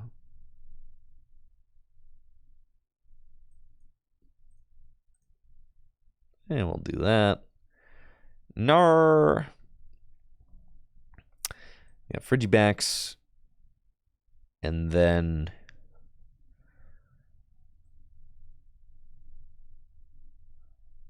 Ultra Ball away, Iron Hands, and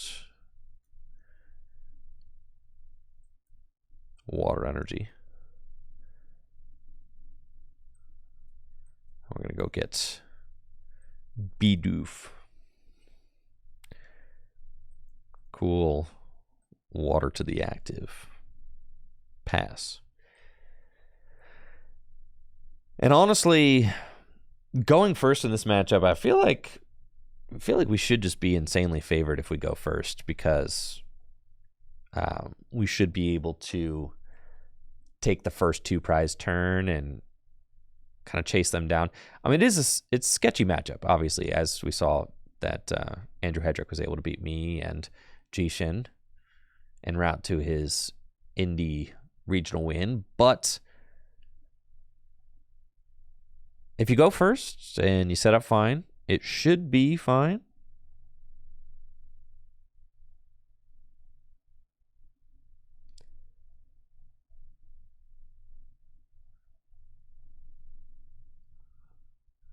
They play Manaphy, but the Manaphy doesn't even matter because I'm just going to one-hit KO this Dialga next turn.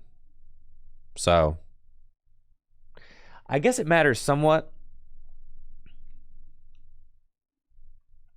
because it does prevent me from knocking out both their Beldum.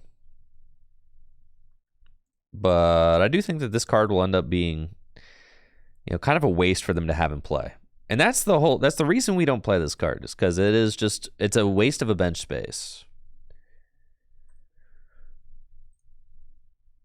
Turbo waste of a bench space.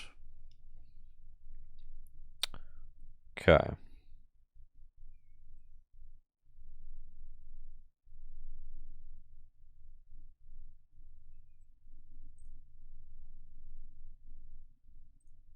Beautiful. Shivery Chill. Do I still have the canceling clone in here? No, I took it out for the fourth rare candy, I think. Okay, cool. I was trying out the canceling clone. It does feel greedy.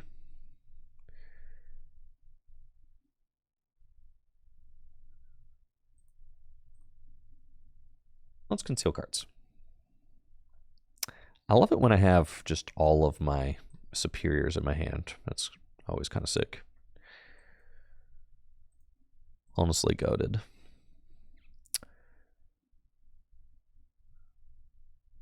Okay, so here's what we're going to do.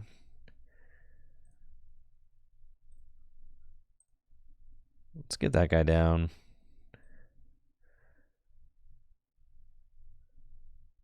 Haven't attached yet. I have concealed cards. Okay. Let's throw one of these to go get 3? Yes.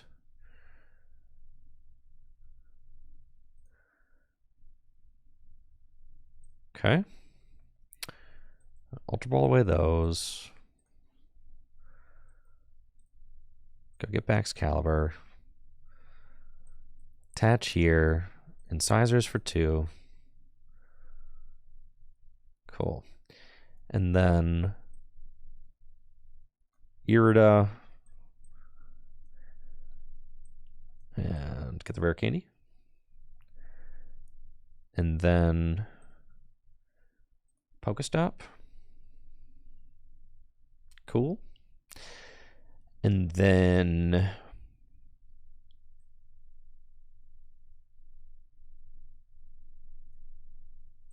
Superior Way those.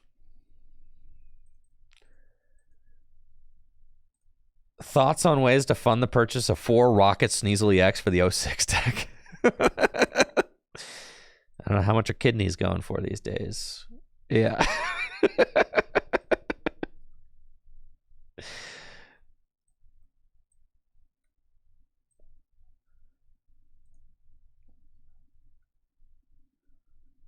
Hellblade.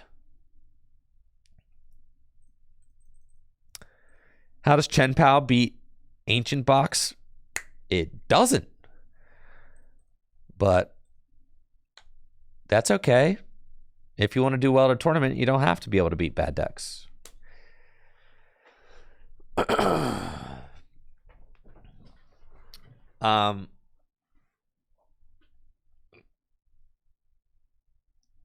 If you're trying to build an 06 deck, do you have any other cards lying around that you would like to sell? You can always buy list cards to fullgripgames.com. That's something I love to do. Is sell my extra cards to fullgripgames.com. Help me forward other cards that I want.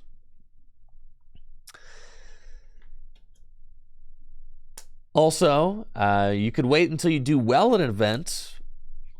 You know, so like I just got $3,000 from top 8ing Indy, and it's like, cool, I can, you know, it's kind of like bonus money. I can invest some of it responsibly, and then some of it I can treat myself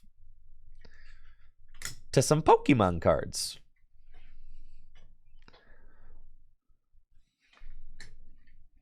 It's another way to do it.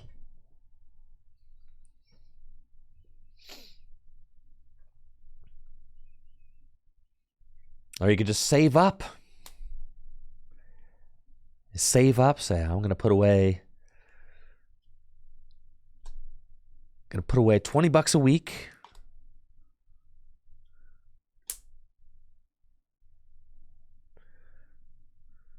Awkward Color, Pokemon pays out tournament winnings like usually in about 4 to 6 weeks, and they do it just direct deposit. They like set you up with an account through their like payment system.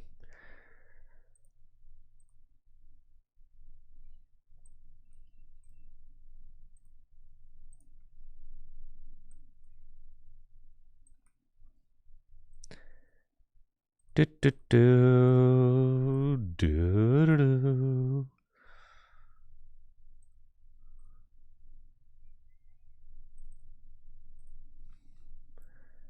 Do you get the packs right away? Yes, they give you the booster packs right away, yes.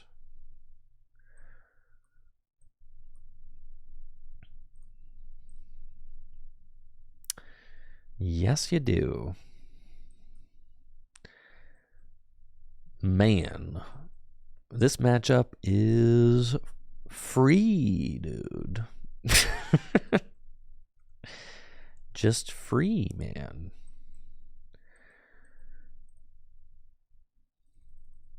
Look at that. Wow, I wish this is how the top 8 of the Indianapolis Regional Championships went. That would have been great.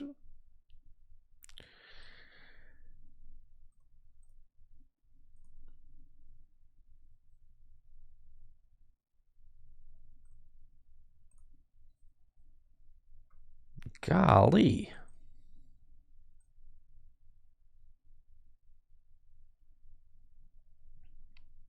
So tomorrow we've got Craig coming through the studio for some tabletop gym leader challenge. It'll be a lot of fun.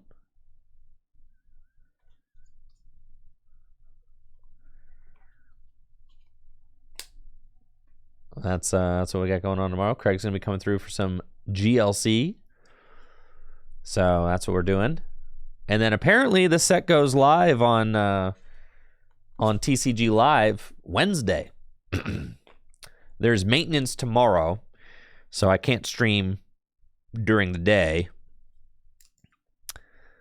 And then I'll be streaming with Craig probably starting around 3:30, 4.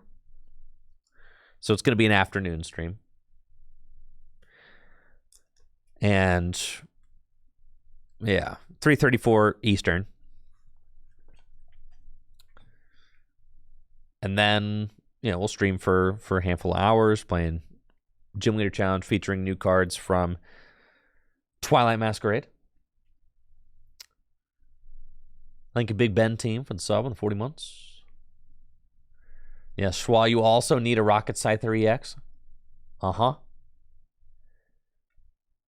Here's another. All right, you want another a pro tip?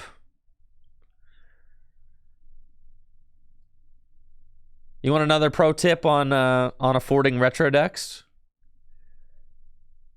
All right, now keep in mind, I am not a financial advisor, okay?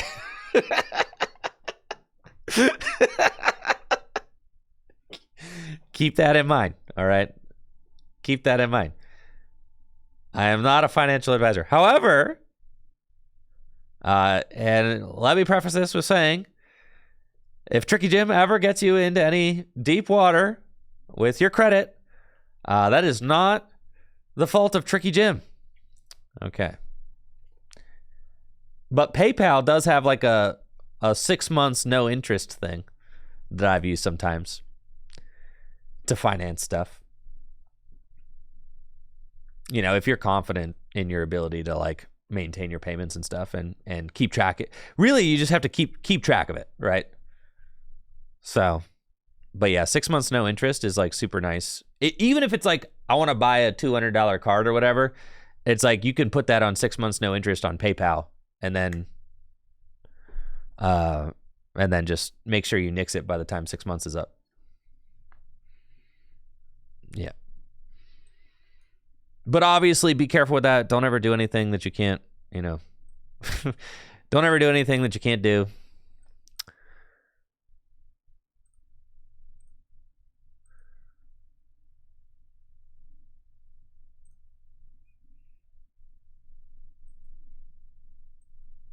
But I use PayPal 6 months no interest all the time. Oh, I goofed this up. I'm not paying attention. All right. I think I'm still fine. Yeah. All right. I needed to do I needed to bundle first. It's all good though.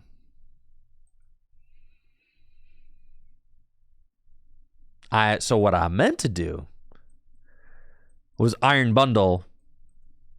Oh, I haven't seen my Lightning Energy yet either. That is tough.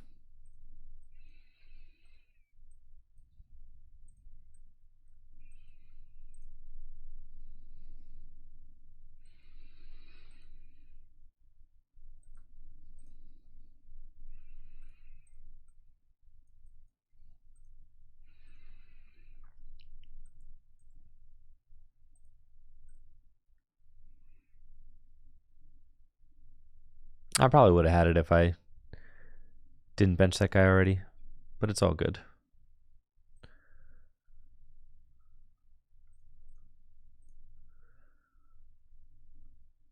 Yeah, there's the lightning. Just attach that there. It really just kind of delays the win by a turn. So we'll just Moonlight Shuriken the Zamazenta, and then like you can't Right, like you can't bench anything that's got enough HP to withstand this, so we should just win.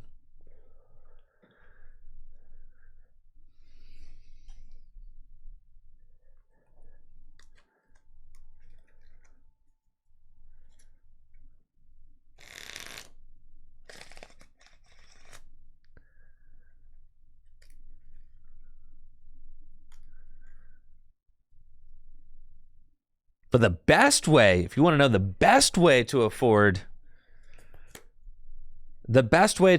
retro cards in the Pokemon TCG is to use a time machine. Yeah. That's actually the best way. The best way was actually to buy them 10 years ago. That's the best way. The best way to afford these cards is to have bought them 10 years ago. Yes, that is the... So if you want the best hacks for affording retro decks in the Pokemon TCG is to go back at least before COVID. Yes. You're going to have to dial your time machine back at least that far. Yeah.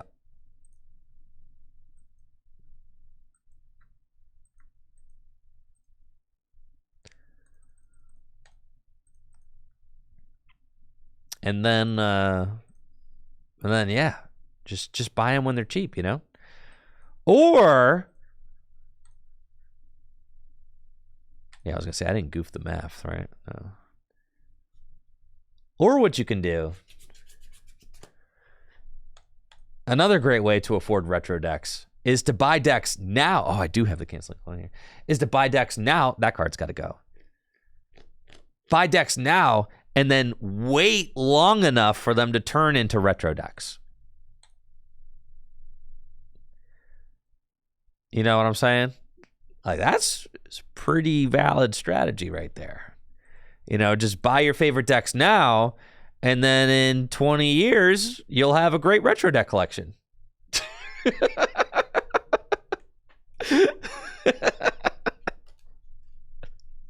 See what I'm saying? Yeah. In fact, you can even wait until like right after decks rotate out of standard and then buy them, right? And when nobody wants them. And then in 20 years, they'll be retro decks. How about that?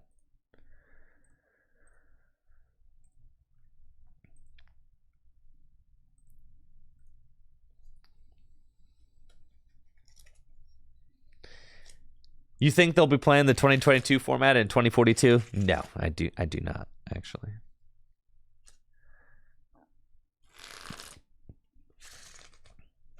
You're holding your Mew VMAX?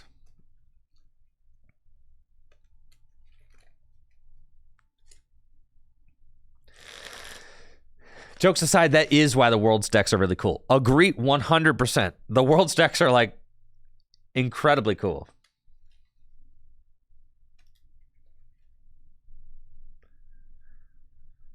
Which sets that have come out recently do I think will be worth something down the road?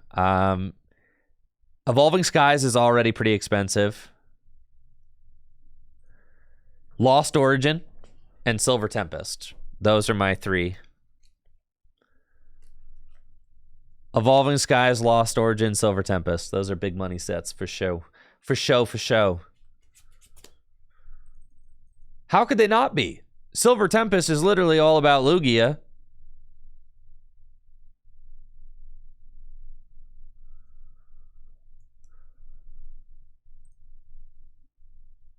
Silver Tempest is like the Lugia set. Lost Origins, the Giratina set. And Evolving Skies is the Rayquaza and Evolution set. So, Paldean Fates, I think all of those sets are kind of traps, honestly. Like the shiny sets, they feel kind of played out at this point.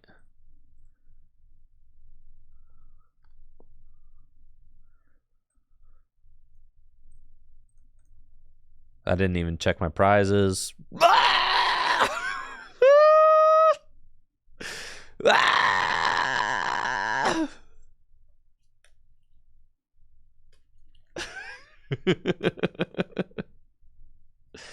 Whoa! Tell me why. Why must I press Pokestop and discard 3 of my supporters? Tell me why. You don't even need those things, dude. For real, for real.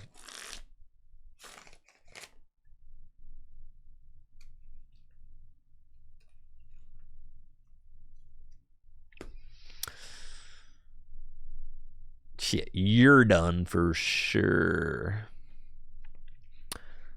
Okay. We got 1 water in the discard pile. You know what that means.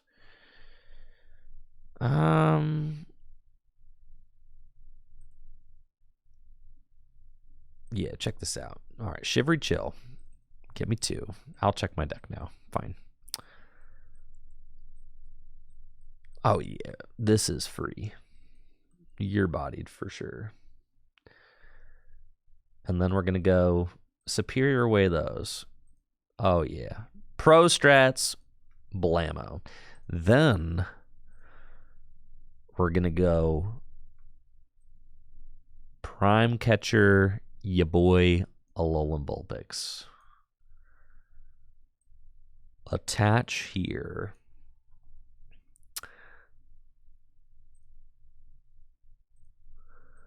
Super Rod back in just 1.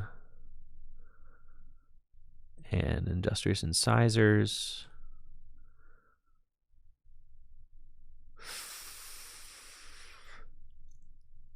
Not gonna lie, make me a little nervous, deck. Make me a little bit nervous here. Okay, Shivery Chill. Yes, we wanted to Shivery Chill again after we drew. Nest Ball. It's gotta be the Friggy.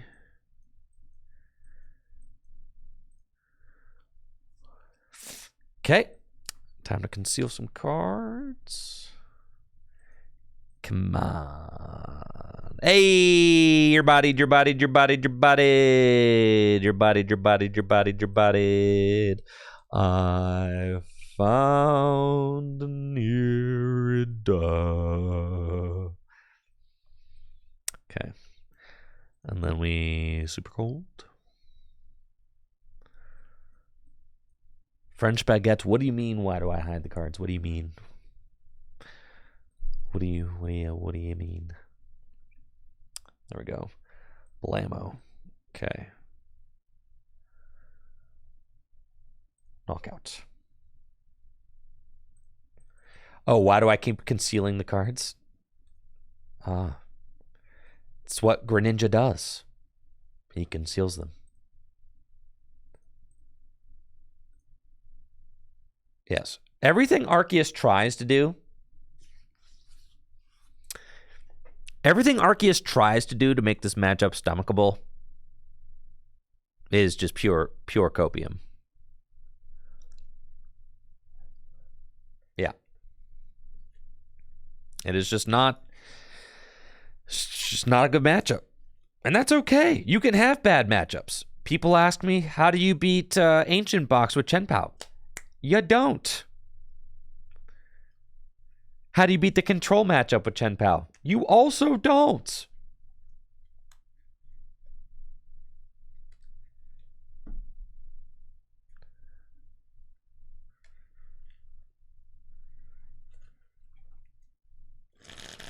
Yes. You can't win them all, folks.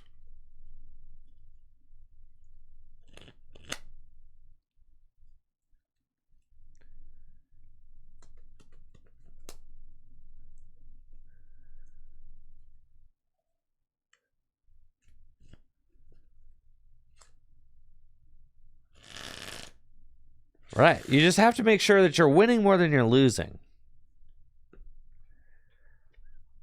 That's all. As long as you're doing that, chilling. Another Vulpix? When are you going to learn your lesson, old man?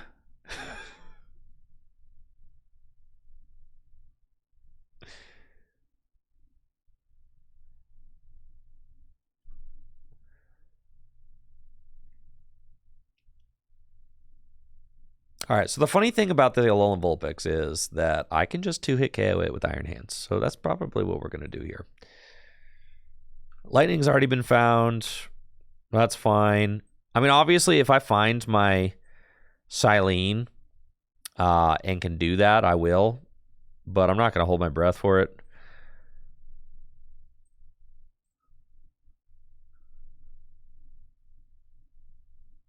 Ain't nothing but a heartache.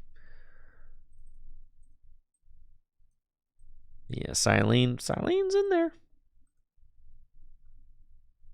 Medical energy? Medical energy.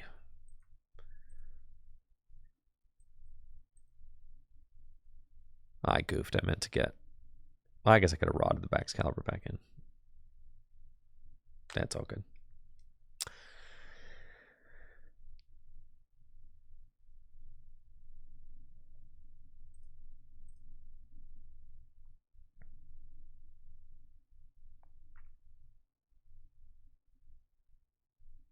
So we're not going to find the Silene this turn. That's for show.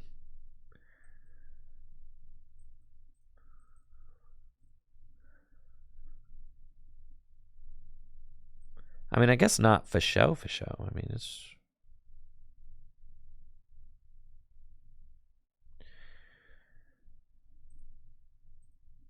possible to still find the Silene, I guess.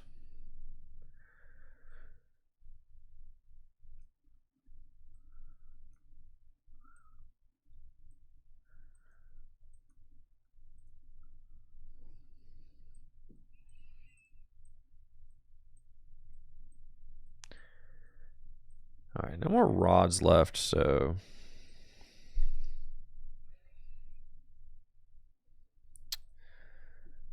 Incisors. Got Cypher Maniac. Okay, let's do... Yeah, it's fine. Don't even need him for real.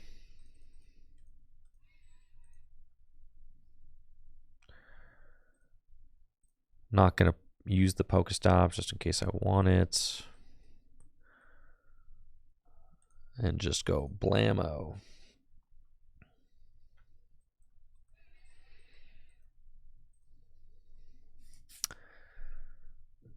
Cool. Arceus down. Did you think I wasn't... Why are you crying? Don't cry.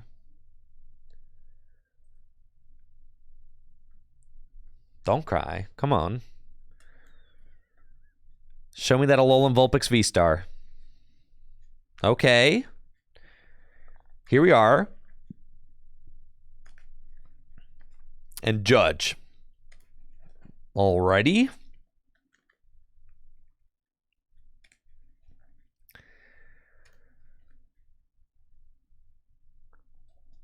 Yeah, I can literally attack them with the bundler, can't I? That or I just go for 2-hit KO with hands. So both of those are fine.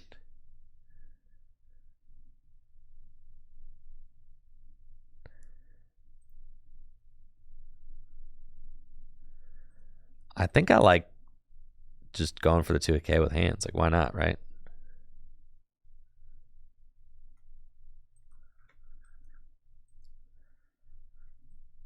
No, I don't even have the bundler around right now, guys.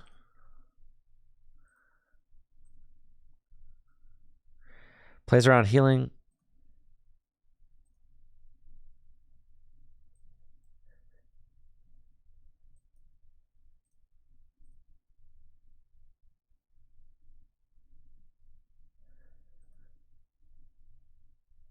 Concealed cards. Man. They're making me work for this superior, huh? There are 2 in there.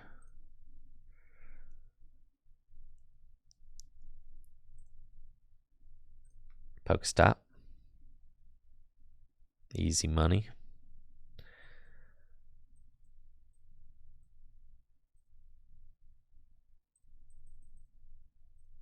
Okay. All right, Mr. Hands. Let's go.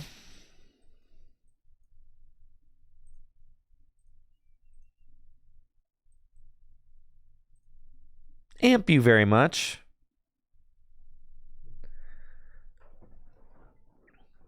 Well, let's see what they do about that.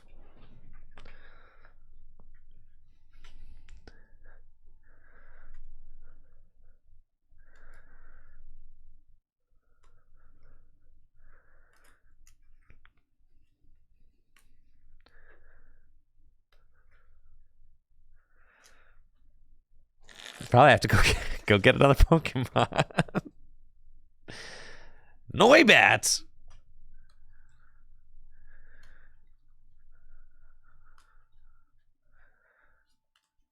And Greninja.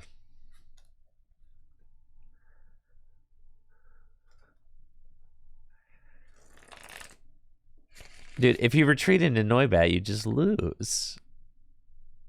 I knock out both those guys.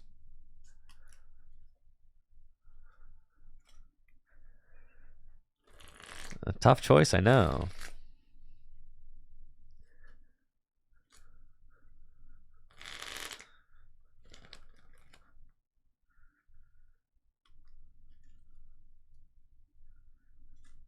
Salvatore? No, I am not getting Salvatore. No, no, no.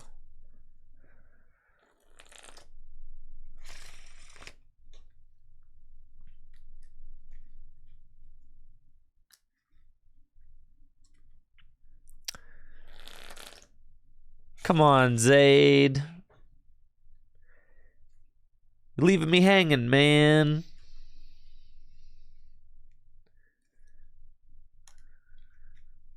Okay, here's Noibat. And then...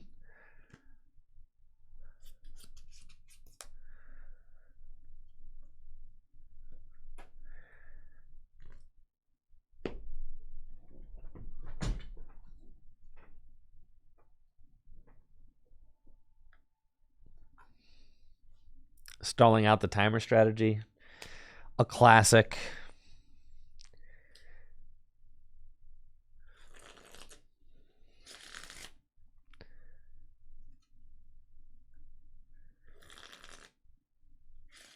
What decks do you guys think you want to see on Wednesday? When like the Secco's live on TCG Live. What deck are we like most excited to see? I don't think I'm getting a tabletop video done on Dragapult. I mean, I know I'm not. I'm not going to get a tabletop video on Dragapult out before Wednesday. So I guess I could get a video out on Dragapult using TCG Live. I mean, funny enough, I do kind of already have a Dragapult video out.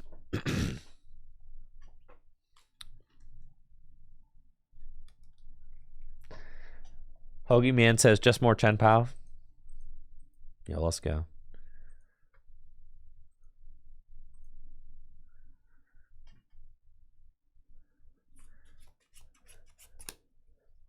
Raging Bulk, Ogre Pawn. Pig Chef is working on a Blissey video right now. Yeah. So I got the Blissey video coming up.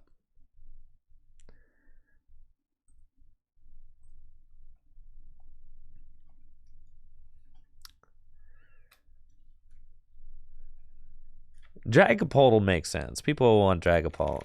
I saw somebody on Twitter said that they think that somebody's going to break Palafin for NAIC. Someone on Twitter said Palafin going to top 8 at NAIC.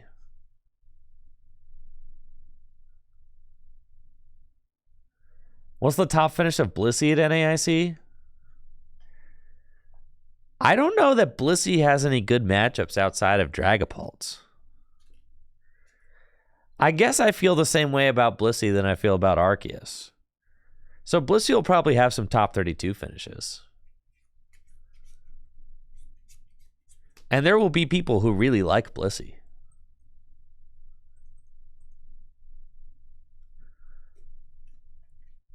Okay. Here's how we lose for sure. This is a bad matchup. Okay. This is a bad matchup. All right, we got Radiant Greninja. That's a good start. I like to see that. What about my Lightning Energy? Vessel, Lightning, good. Okay.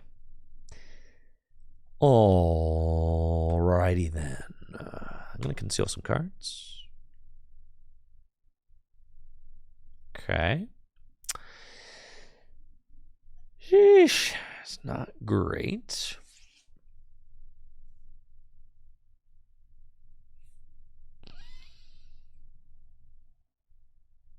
No, it's not, is it?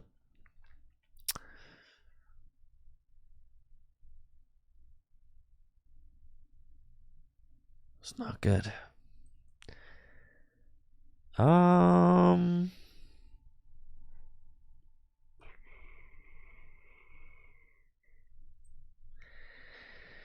Quite bad, actually. It's got to be those.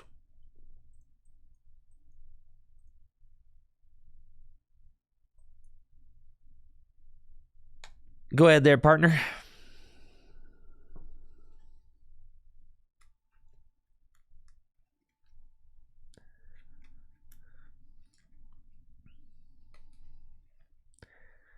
All right, I need you to, like, play no supporters.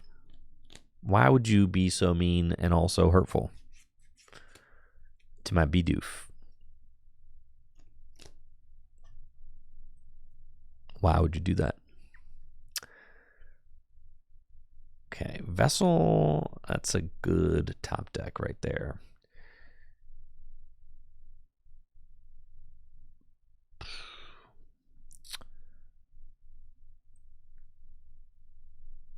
Let's go.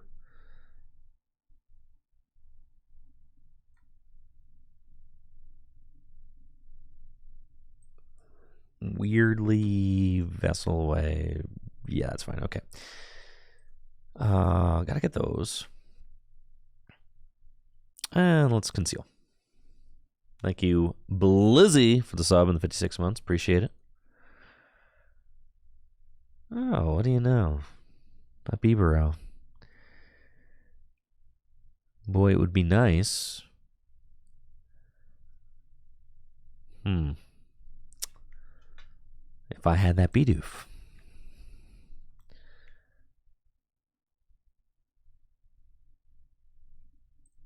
I'll pass.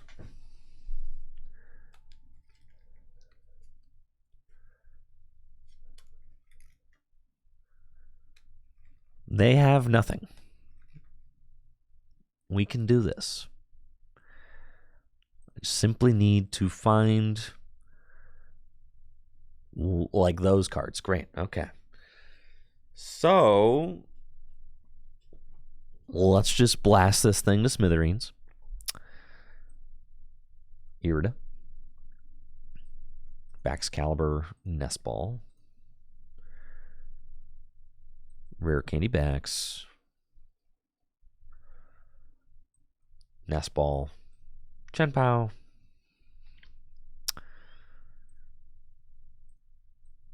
Retreat. Shivery Chill. And 4 energy in the discard pile. Let's go Superior away those.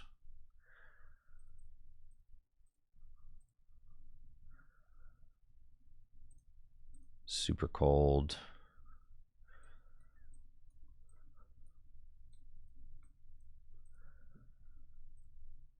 And Hailblade for knockouts. See, the Ancient Box matchup is easy, actually. This is how you beat it. Right here. Textbook.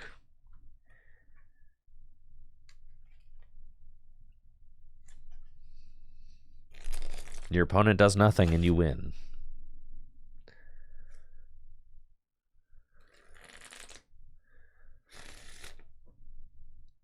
Hope for them to dead draw. Well, there's this kind of line of thinking is that you're just playing the better deck, right? Ancient Box, not a very consistent deck. You shouldn't worry about the matchup too much because it's not strong or consistent enough to consistently make its way to the top tables at a tournament. And that's because the deck doesn't operate consistently enough for it to do so. So you just beat them on the basis that you have a better deck than they do. There you go.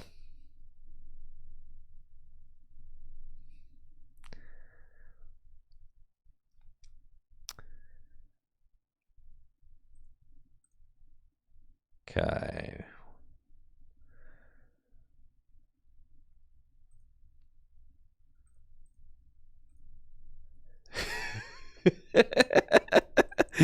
JD summoned.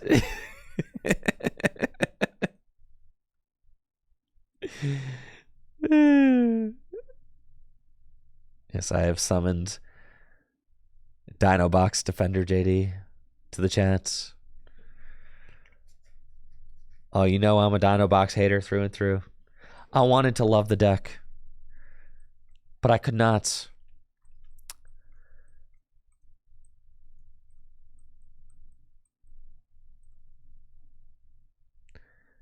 Okay, do that. Pokestop. Cool. Buddy.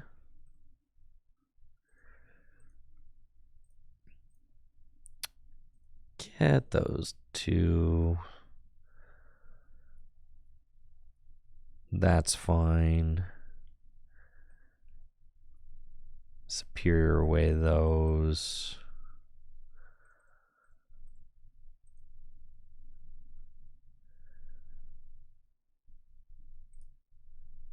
Super cold.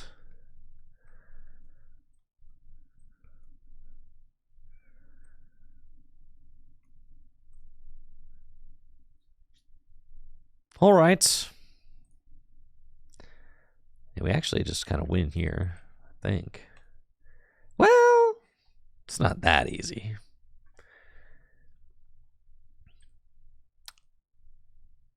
But we're in a pretty good spot now. Cause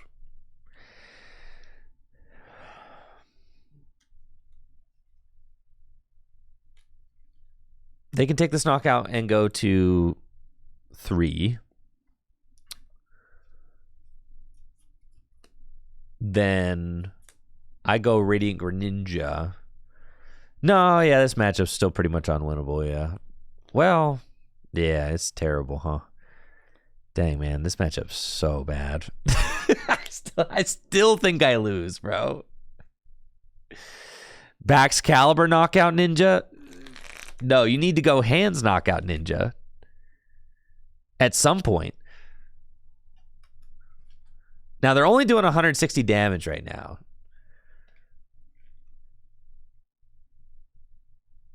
So I think I got to go Hands Knockout Ninja now.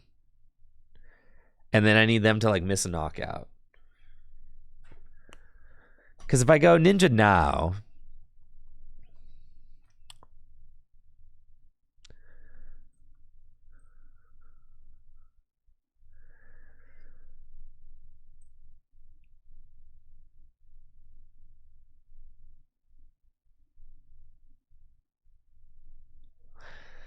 Because I have to take... Oh, man.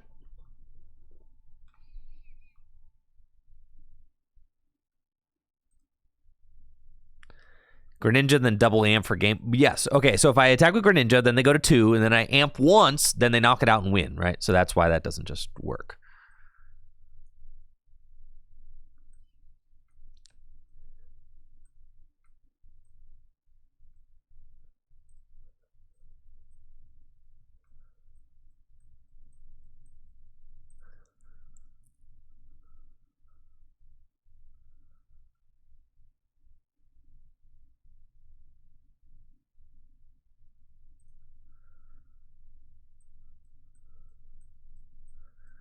I might not actually be able to do this play right now.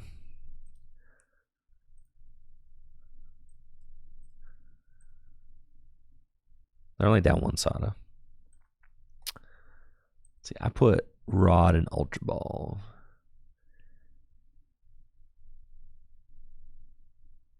Yeah, so I'll use the stop now.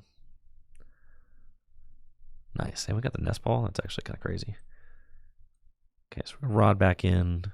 This guy, and... Right, because you could try to gust up the other Roaring Moon and stick it, but they're only down 1 Sada, so...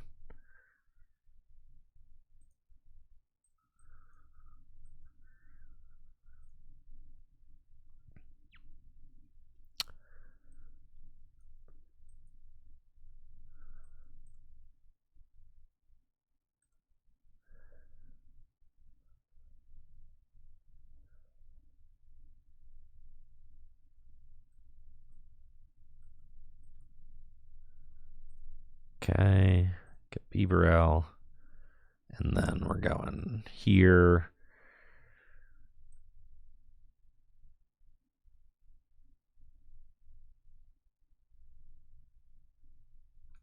Prime Catcher that. Super Cold. I think a little Will for the sub in the 66 months. The reason this matchup doesn't work is because Iron Hands doesn't knock out any of their guys except Greninja. And none of your single prizers. Oh, I missed. I missed the Superior, man. This is bad news, man. This is real bad news, man.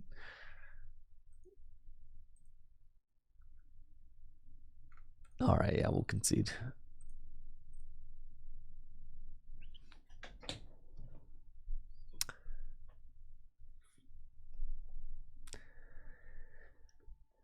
Yeah, actually, in hindsight, I think I was trying to do too much. You just try to one-hit KO the active with Chien Pao and just say, like, you're not going to hit 220 next turn, right? Yeah. Because they were only hitting 160. But they should be at that. But that's kind of what you have to do, right? Because either way, I'm attacking with the hands and being like, you're not going to hit 230 next turn. And if they do hit 230, then they just win it regardless.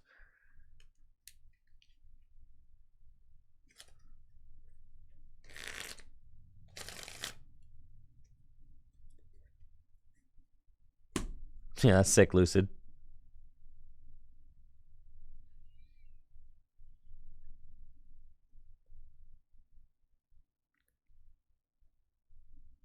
Yeah, you have to go like Pow Pow Ninja. The thing is that Pow Pow and then Ninja and Hands, that's only, you've still only taken 5 prizes, like, or you've taken 4 prizes if you do that. It's just, it's not like, you kind of have to like, you have to take a bunch of knockouts with Chien Pao and hope they never get to 220. That's really, I think, the only way.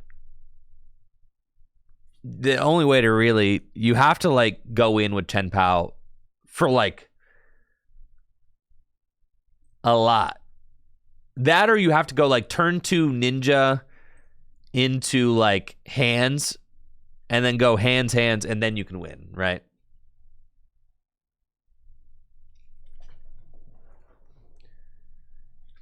That's the other way. So you either have to like Pow 4 times without them ever one-hit KOing it and then Hands the Ninja for game, or you have to go like very fast Radiant Greninja and then go hands, and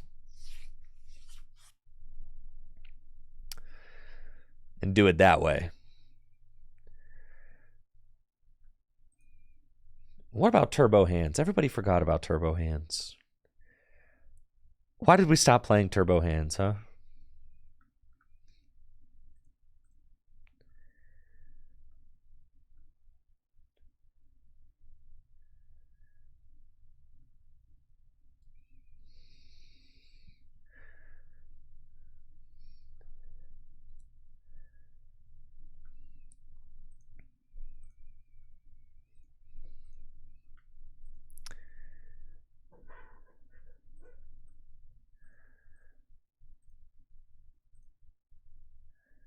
Gouging Fire.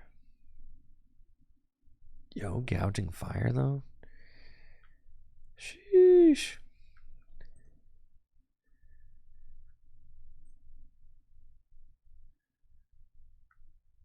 Stinky Gardevoir deck.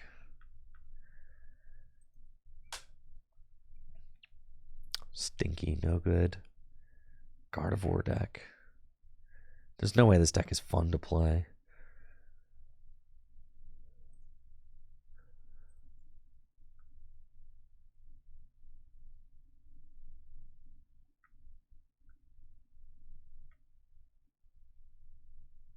Airy? We really playing Airy in the Guardy deck? Whatever.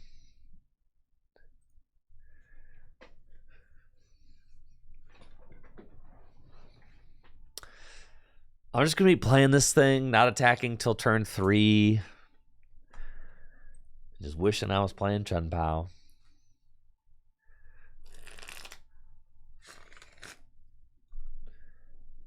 Why do I have so many decks? Because I am the deck king. King of decks. I am the deck master.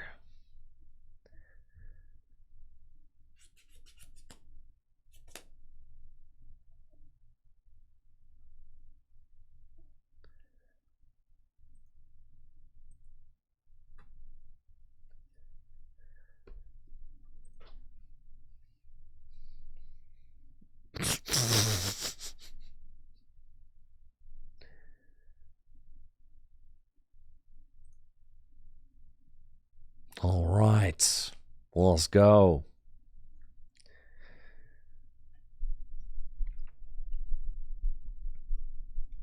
Looks like I'm playing against a Luminian V. Okay. It's actually Lugia. This matchup's free, I think.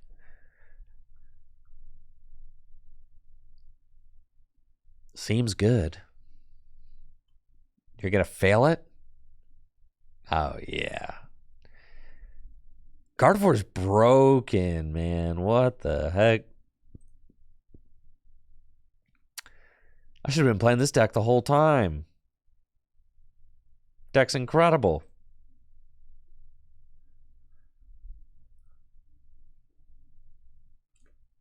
It's a does not lose deck right here. Looks like I'm up against the Tal Dimension.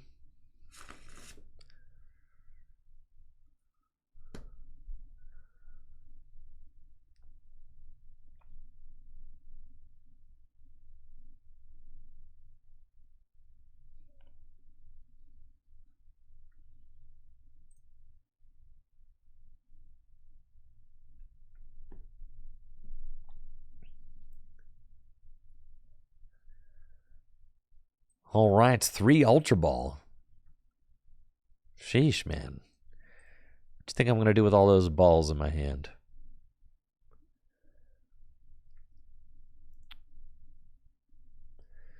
Looks like I'm up against an Arceus deck. They're going first. They've got a very nice start. I've got a more awkward hand with Iono. Okay. Let's earn the vessel. And check the deck. Got Fluttermane. I could just retreat into Fluttermane, but then, I mean, the thing is, dang, I got little fruit flies in the studio. It is disgusting. The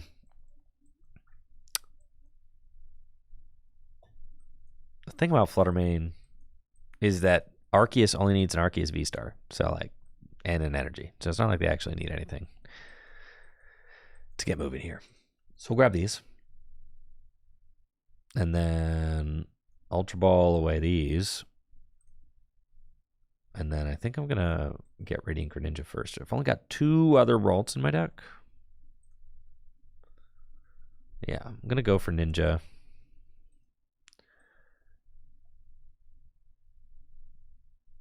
do find Arven, but now I don't have the energy, right? So it's like, so probably should have been the second Ultra Ball got discarded instead of the energy. Should have kept that other energy. That's what we should have done. For sure. Thanks, Captain Hindsight.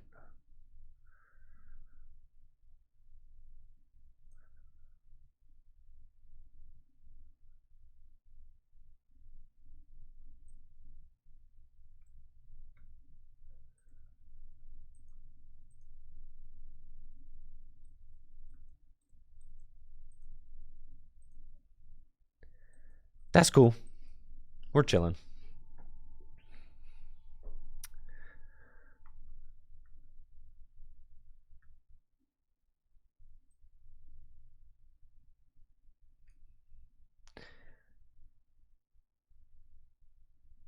Now,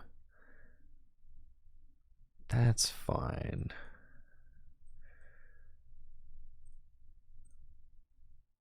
Let's retreat into Screamtail and pass.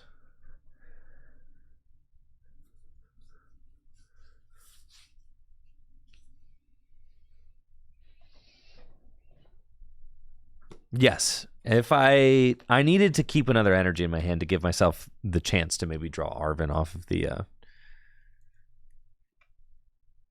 of the concealed cards, which I did.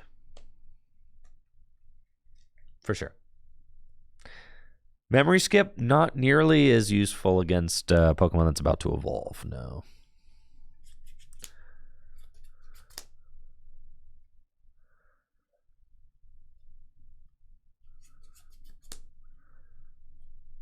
How do people play this deck, man? How do people play this deck?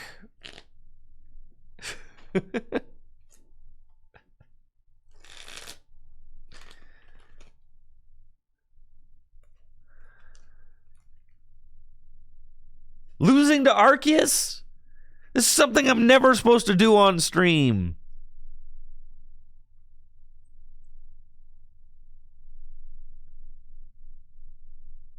I think I want to lose to the Arceus. They're going to lost to all my guys.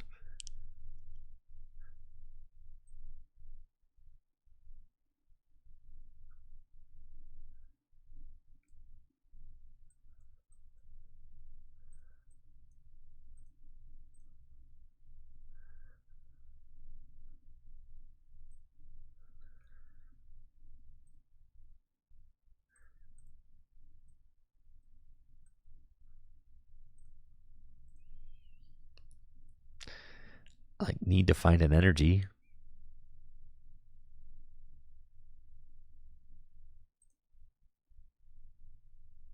I guess not. No, yeah. All right, reroll, bro. Reroll. This deck is terrible, but all right. I'm trolling here.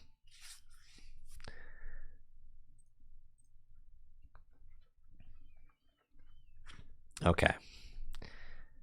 God, only the people who like love Guardy so much must still play this deck.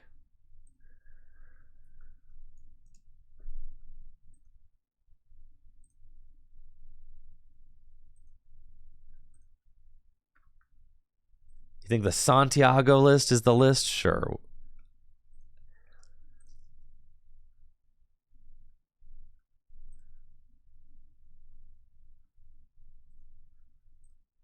Looks very similar. But I'll take your word for it.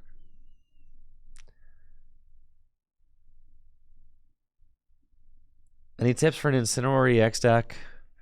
Unfortunately, Incineroar EX, you just have to like depend on your opponent playing very heavily into your strategy, and it's really tough if they don't.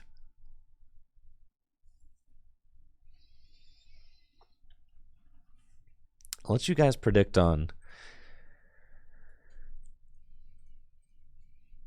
whether or not I'm going to get my stuff together and actually win with this Guardy deck.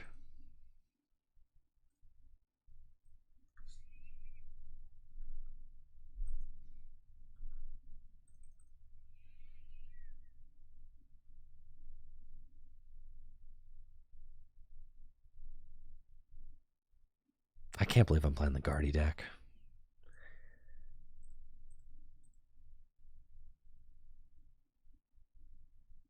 Play the new flute card with it? I mean, yeah. If you have to. If you have to play an Incineroar deck, then yes. All right, I'm up against my favorite deck with one of my least favorite decks. Let's see how this one works out. I've got a very Gardevoir-looking hand with nothing good in it. Great.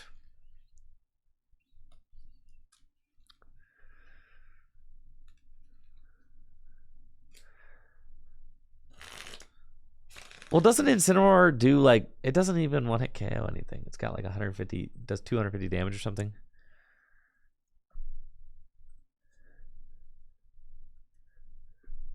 All right, Incineroar, 240, and it burns. All right, it does 260. That's not terrible. But you need your opponent to have 4 bench Pokemon. And they just simply will not do that. All right, so I guess Incineroar gets a little bit better when the Flute card comes out. So that would be my advice. You probably have to try and play it with like the Flute card that comes out in the next set that can drag Pokemon onto your opponent's bench.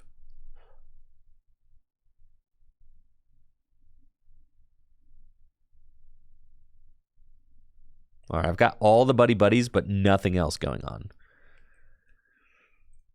So, gotta go get the boys out. But then we're doing nothing. Okay, nothing. And why are we doing nothing, folks? Because this deck stinks! All right.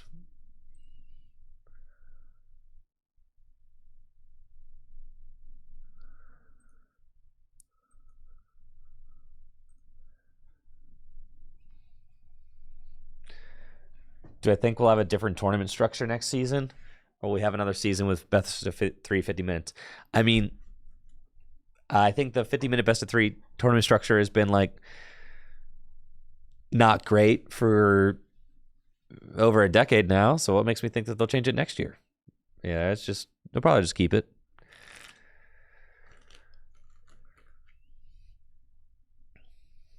Probably.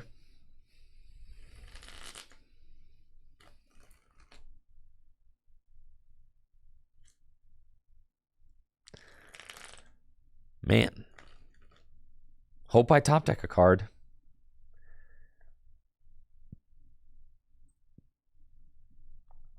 Let's take a look at this list. Ooh, I got Pokestop. I'll hit the stop.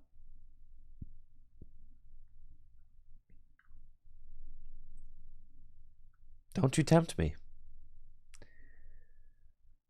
3 counter catchers, 4 Iono, 4 Arven. Only 2 Nest Ball. Yeah. So we just got to top deck a supporter. Basically. Ultra Ball is really hard to play out of this hand.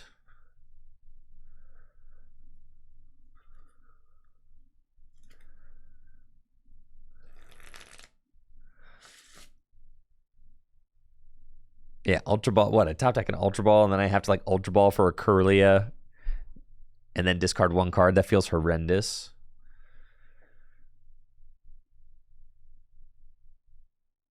Nice. We top deck a supporter. I'm goated.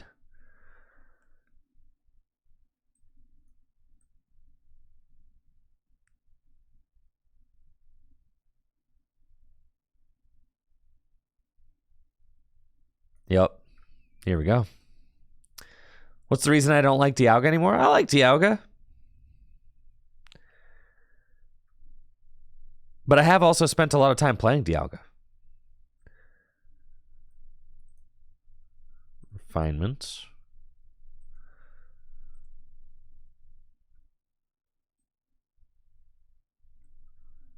Ultra Ball away these. Cringe. There's only 2 Curly. This deck is terrible. Nobody actually thinks this deck is good, right? Nobody Nobody like real talk.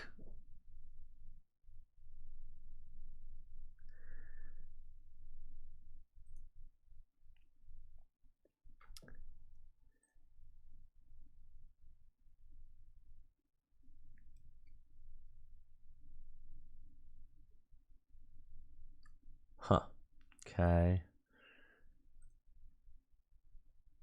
Thank you, Manderson and Sarcasm, for the subs.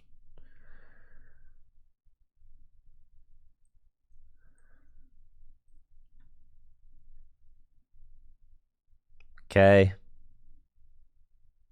Go ahead.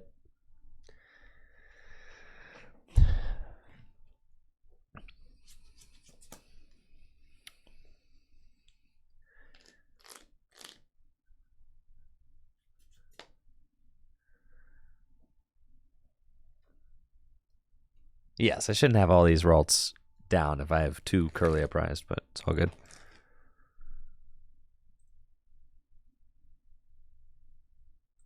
I'm just going to have to, like, airy my opponent's stuff.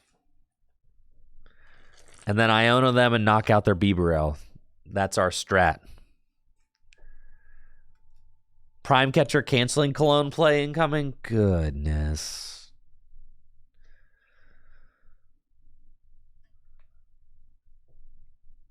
I don't know about all that.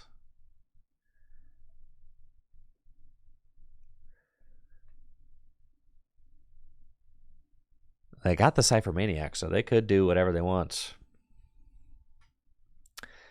I agree with the sentiment, though, that the 50-minute best of 3. Oh, gosh, I am getting destroyed. This deck is fraudulent. This deck is extremely fraudulent. Oh, my gosh, what an unserious deck.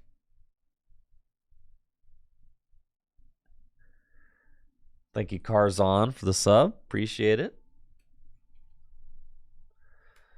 Nah, I can win this. Come on now. I just got to find one of them super rods. We play 3.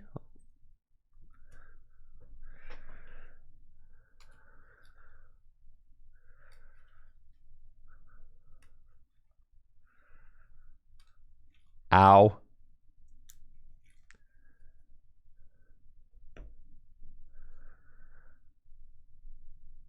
This is terrible. Just terrible.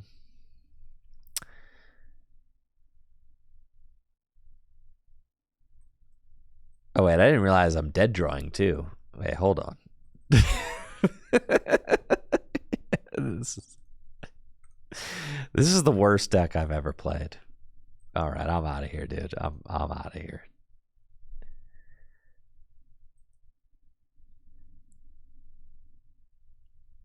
Just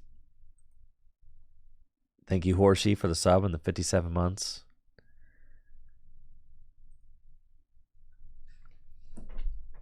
Arceus is better than this.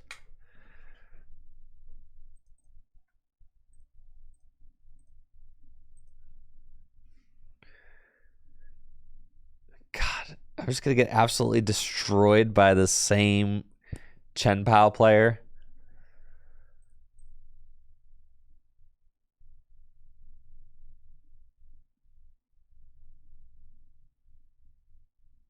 I played Guardian at a cup last Saturday. Didn't attack at all in 2 out of 5 best of 3s. The fact that cups are best of 3 is, I would never attend a best of 3 cup. That sounds like an absolute waste of a day. In fact, I think that, best of 3 is just makes tournaments these like really lengthy slogs that they really have no business being. They're just such grind. I mean, honestly, they're insane grinds with like tons of feel bads and people stalling and playing out of ties. You know, it's just.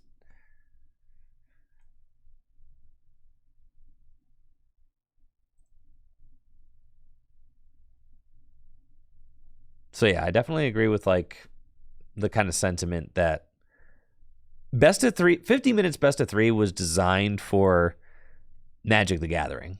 I mean, which is just a different paced game than Pokemon cards.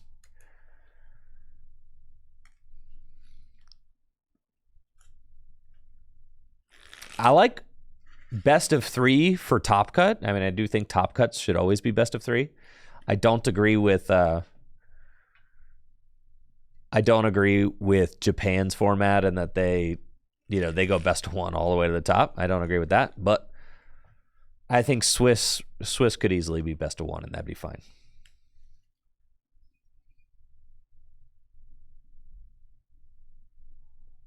Just do slightly more rounds, to make up for variance. And then the fact of the matter is, there just is variance in trading card games, so that is what it is. There's no way to fully remove variance from TCGs.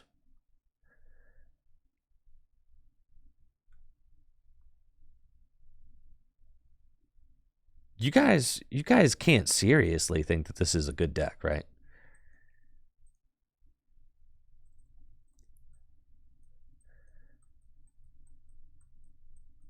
Like, you can't actually think that.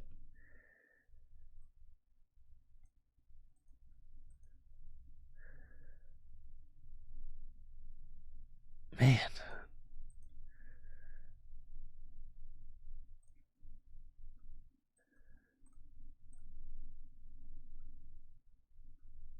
Japan's best of 3 seems fine. You get more points for a 2. Oh, I like that. Wow, it's the exact cards I need to continue playing the game. Okay. Pass. Man.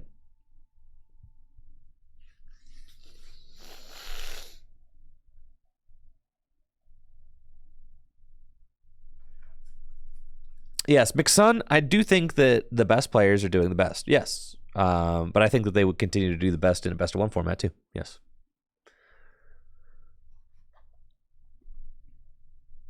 I think you would see the same thing in both ways.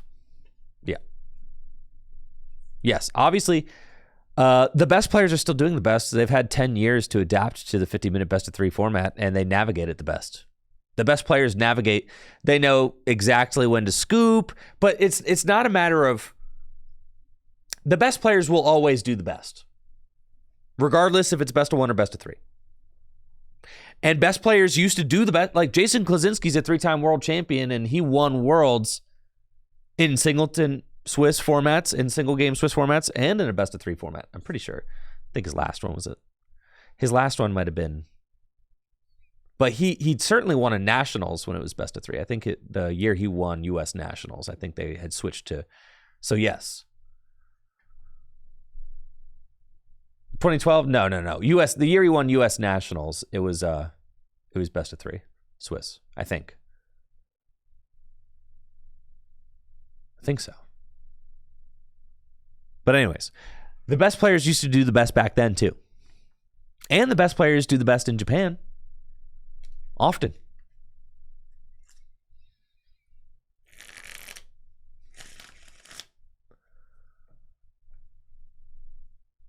In 2015, he won on time in top 4 in finals. Yes, absolutely. He used the time effectively. Yeah, I'm about to be hands because this deck is terrible. I'm trying to tell you guys, this deck is unplayable filth, bro. This Gardevoir deck is very unserious and very unplayable. Why would you play Gardevoir in a format where that can happen?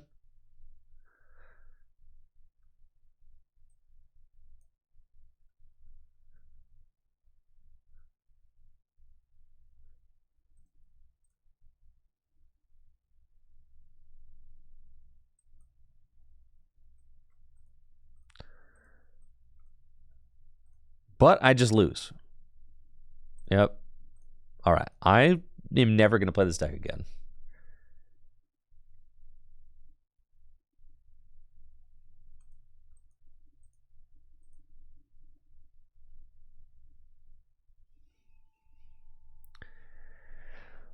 Also, I've talked about this.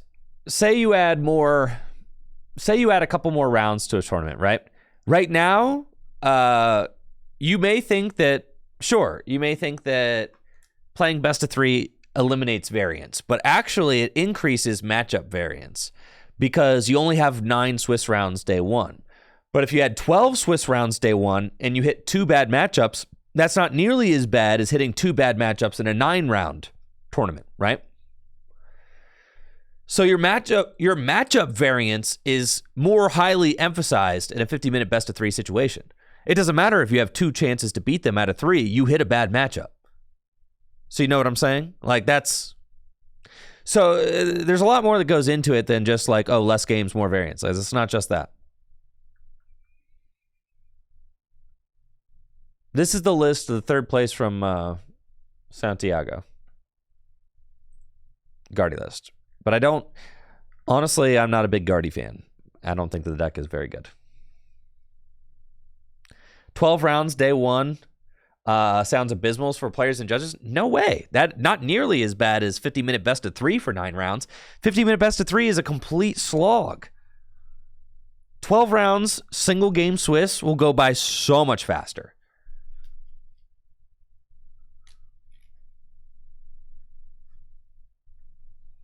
It'll breeze by in comparison. Right now, we're used to sitting at the table for over an hour. By the time everybody's done with their +3 and everything.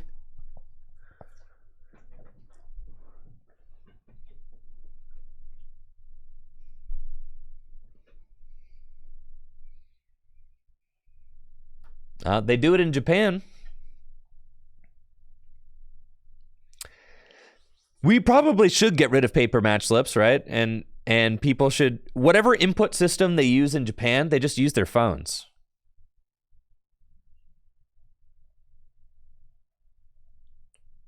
Which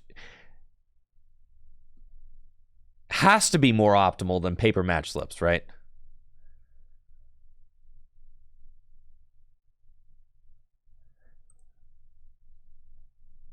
All right, you guys want to play the Kingdra deck again? That was kind of sick.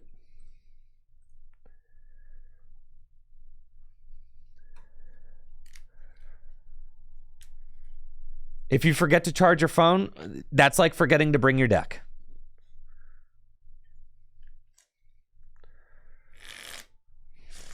Don't do that, right? Like, charge your phone. If you know ahead of time that you're going to have to use the phone for match slips, like...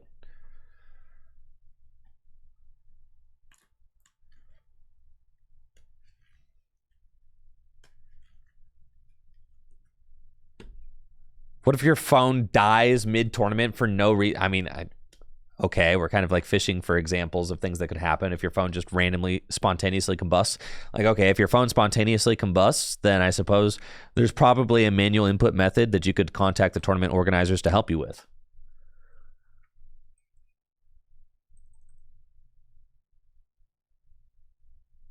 Yes, a judge should be able to help. Someone that has like a problem, a judge should probably be able to help you with it.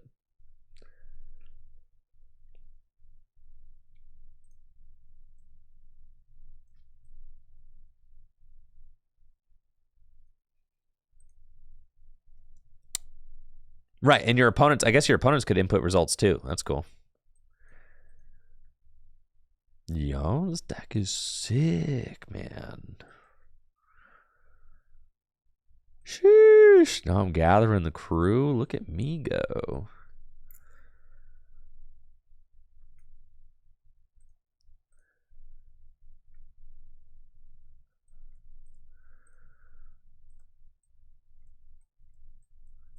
Oh, yeah, this deck's going crazy. Have you thought about Wellspring Ogre in Chien Pao? I think you're probably just best off with Radiant Greninja, right?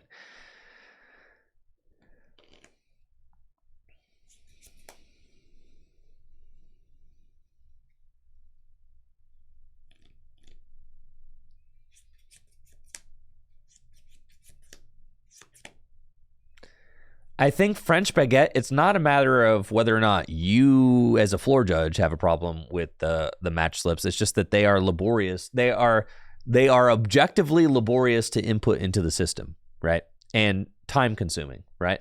So it's not about whether or not you have a problem handing them in or, you know, people having a problem handing them in. It's a matter of like there is a laborious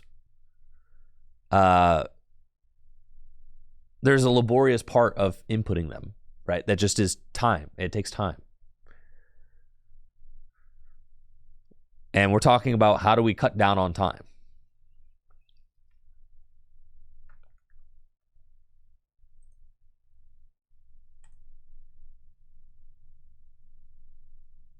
Well,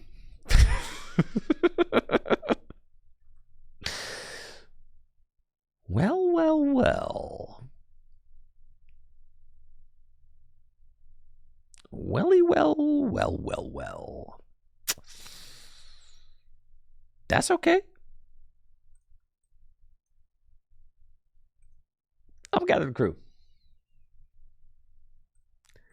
I know, we already get our matches online, so why not report them online? I know.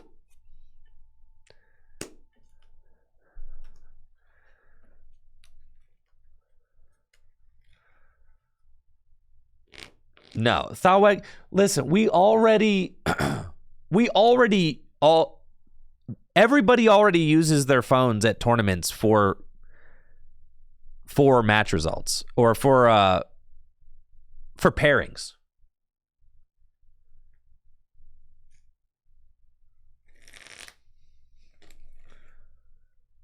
I don't know. French Baguette, I think that they do things more efficiently in Japan with the digital match submission. And I think that, do you think that the Pokemon TCG will continue using paper match slips indefinitely?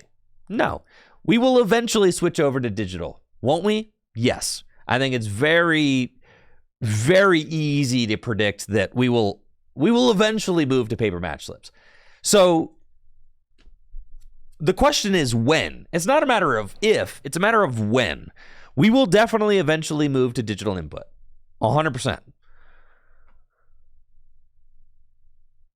I could pretty much guarantee it. We've already moved to paper pairings.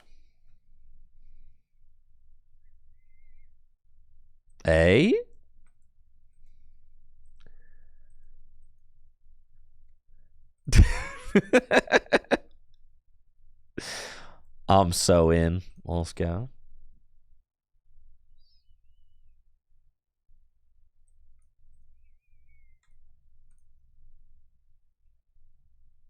Two.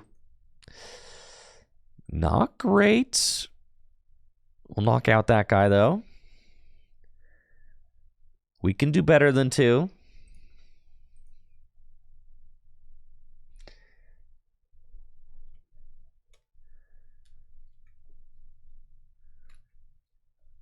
Yes, well, I think all tournaments should also have provided Wi-Fi, right?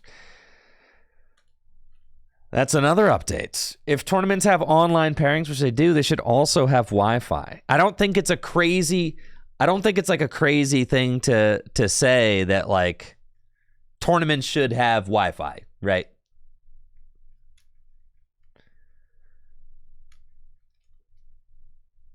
A Pokemon event that you pay $70 to attend should have Wi-Fi. That's not crazy, right? That's not crazy. A convention center that you spend $70 to attend and compete in, and that you're probably going to spend all day in, should probably have Wi-Fi. Yeah.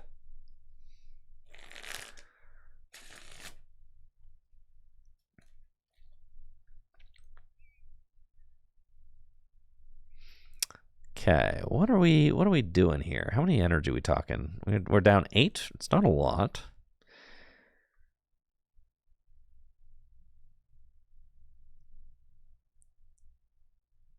I think I lose this one. No, yeah, I think I lose this one. Well, let's see.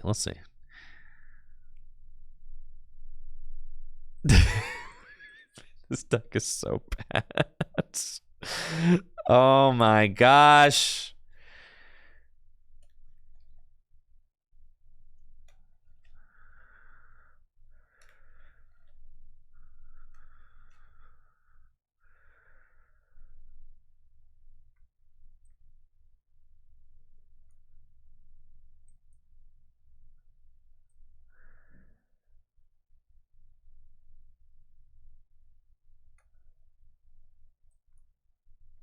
Got a Cypher Maniac.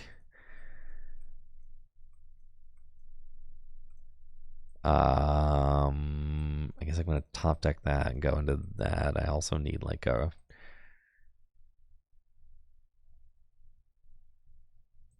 Rod. Sure. Go ahead.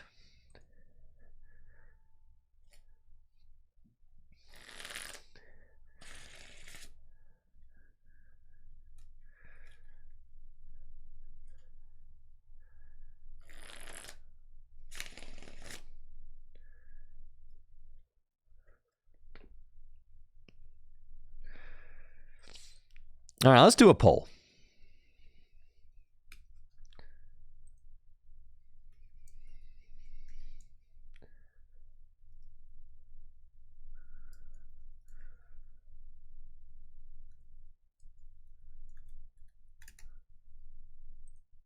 Let's see what chat thinks.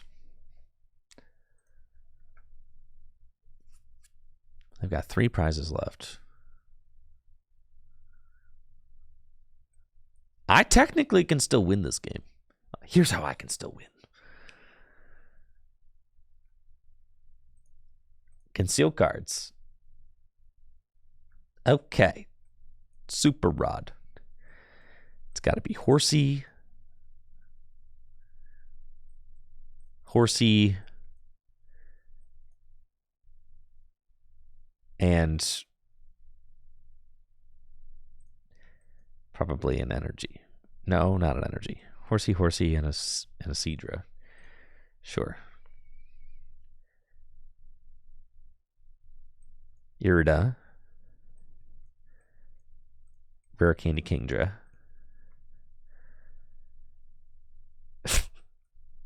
Okay. Go here. World Tide. 3. Okay. So I hit the Armor Rouge again. That's kind of hilarious. So now you can't actually move your energy around. Okay. I got another Basculin. So then...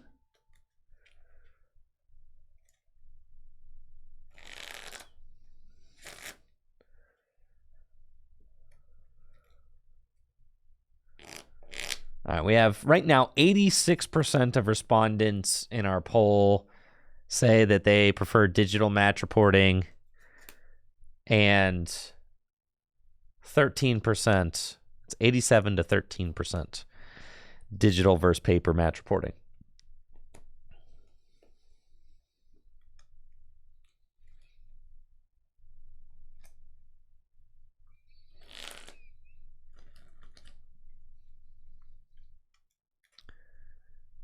Okay, they brought up the Radiant Greninja so they could knock it out.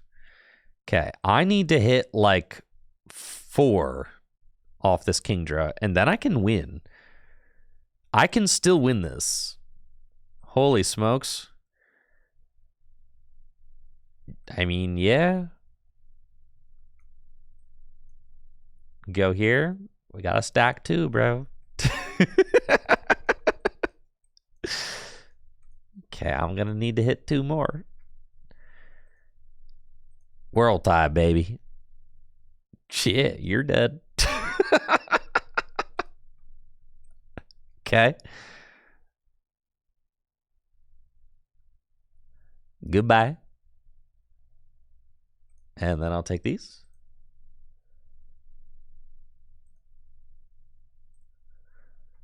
I got an Irida. Holy smokes, I'm about to win, dude. Holy smokes, I'm about to win. Come on, man. Delphox V, not the Delphox V. You gotta be joking me. You were not about to Delphox V me.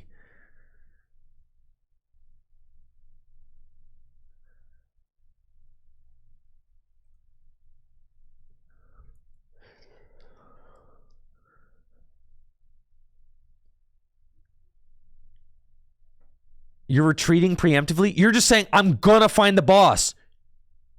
No way. They have to find boss to win. And they're just saying, I find the boss. Oh, you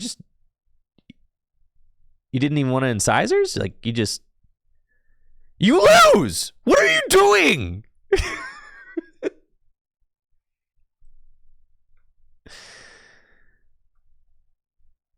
All right. Broken deck, dude. This deck is so broken, bro. I can't believe how broken it is. Oh, they already incisored? But why would you do this?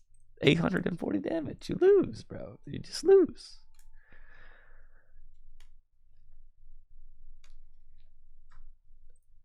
The Kingdra deck is better than Gardevoir. I'm saying. The Kingdra deck.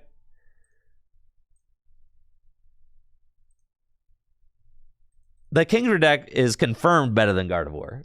The proof is in the pudding. Right there.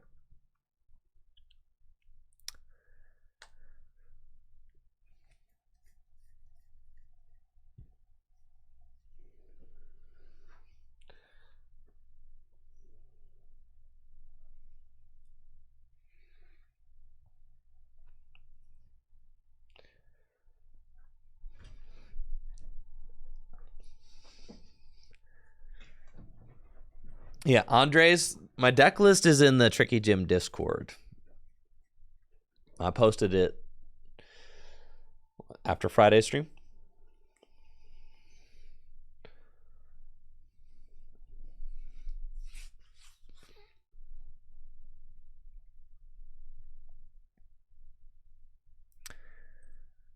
Broken Kingdra, dude. 28 energy deck.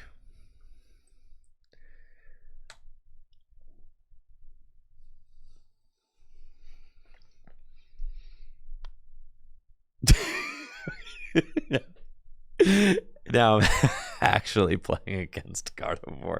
Right after I said that, okay, I actually have no idea what this is. Why is there trekking shoes in the deck? I don't know. I'll know. There's a bunch of Ralts here, though.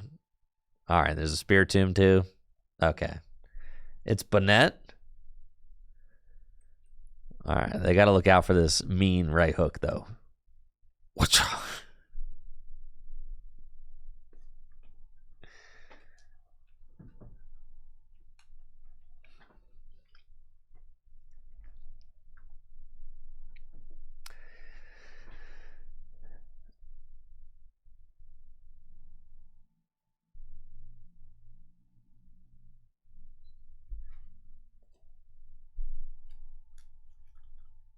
Japan does their stuff digitally, and Japan runs the largest Pokemon tournaments in the world.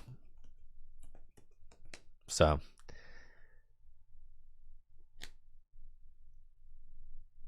I'm not saying that we should follow Japan's lead on absolutely everything, but I think that there's a lot that they do that we could learn from.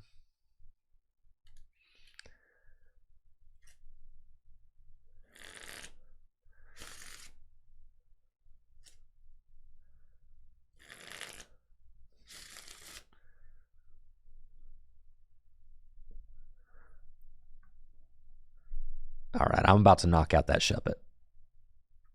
Yo, check this out.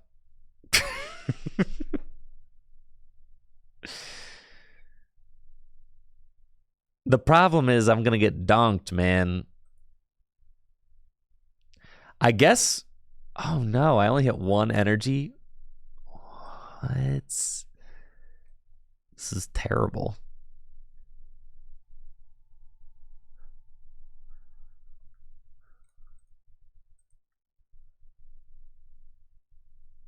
I was supposed to hit 2 there. One is all you need? No, I need 2 because all I have to do is evolve into Gardevoir and they win. I guess they've only seen 1 Psychic so far, so...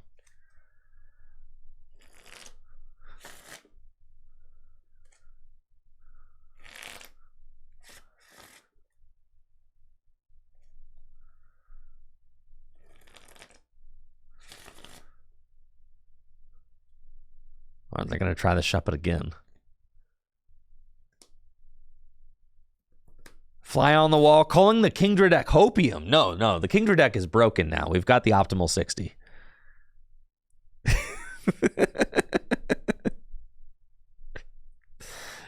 Yeah, we've got the optimal Kingdra 60. Yeah, for sure. Mew? Do you fear nothing?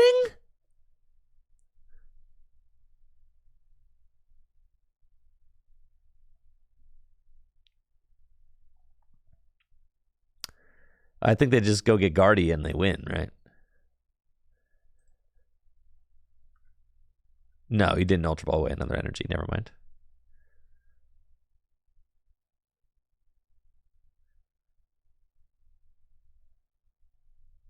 Another Mew? Another Mew? 2 Mews? Calamitous Wasteland? What do you got going on over here?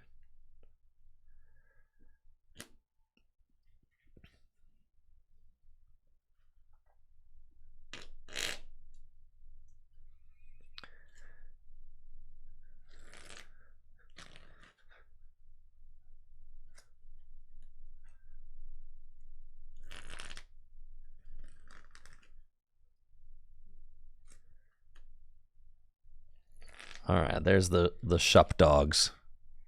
That's cool. I'm knocking out the Curlia next turn. Memory I guess I'm knocking out nothing. Which attack can I not use? Whirltide? You're mean. It's fine.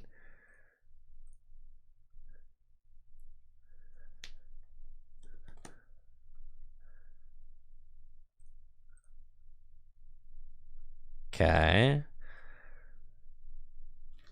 We're moving.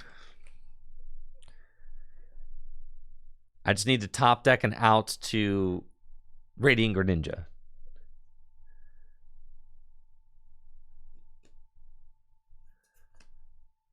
Toadscroll with Iron Leaves. Yeah, we play the Cypher Maniac so that we can either stack the deck and draw with Radiant Greninja, or we can just stack 2 waters and Whirltide for a lot. Yeah.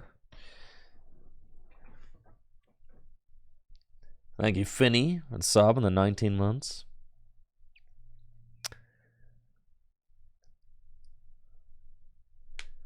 The supporter lineup's just 4 Cypher, 4 Irida. How many energy? We got 28.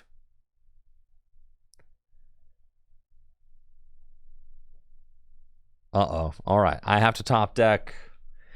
Got to top deck and out to a basic here.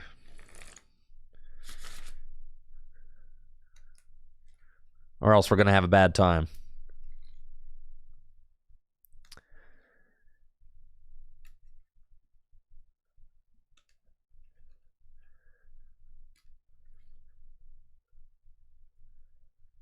Come on, top deck. You know what to do. Radiant Greninja. From the top ropes. Yeah, all right. Tough one. Top deck water incoming. Yeah. All right, it's fine. Unlucky. Simply unlucky.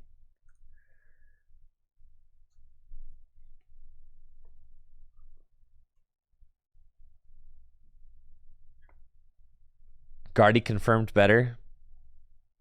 I don't know about that.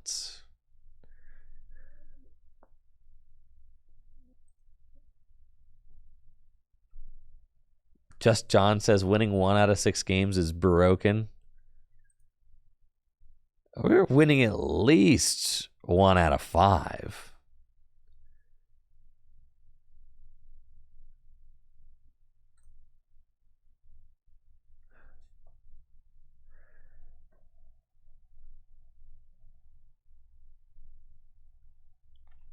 Oh, yeah, look how broken this deck is.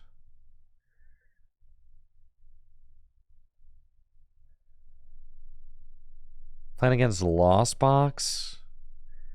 I don't think we can beat a Lost Box deck. Well, I guess if they do that, sure. Thumbs down, that's right. It's because you're playing the inconsistent Lost Box deck, and I am playing the hyper-consistent 28 Energy Kingdra deck. Oh, yeah. Look at this broken hand. I don't even want to get Basculin. I just want to get as many guys as I can. Concealed cards. Broken. 2 rare candy prize. A little tough. It's okay.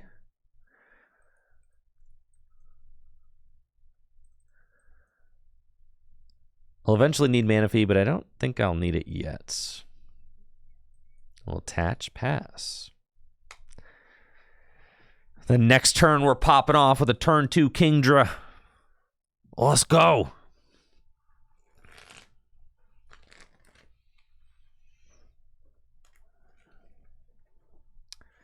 Yeah, so you know the deck is powerful because we're playing Master Ball.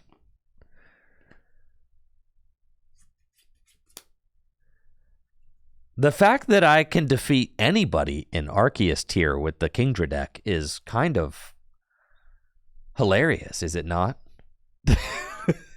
There are some people who have grinded all the way up to Arceus tier just to lose to my 28 energy Kingdra deck.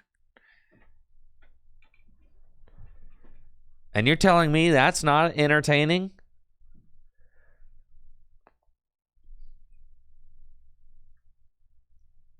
$28 energy in the Kingdra deck. You're in Arceus tier, and you still lose.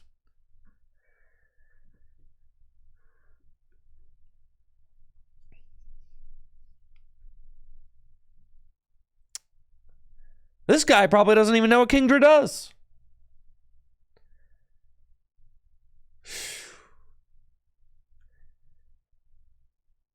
Imagine not knowing what Kingdra does.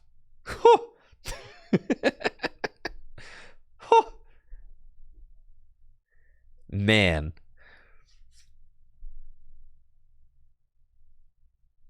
You wasting your prime catcher on a horsey? Sure, go ahead.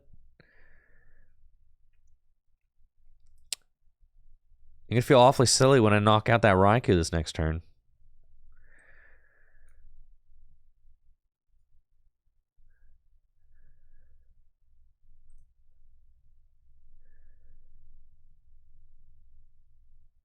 Yeah, that's fine. Conceal cards first. Got Basculin. We can Irida.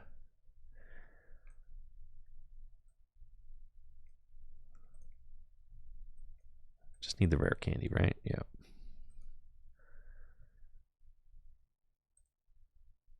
I do want to play around Sableye as much as I can.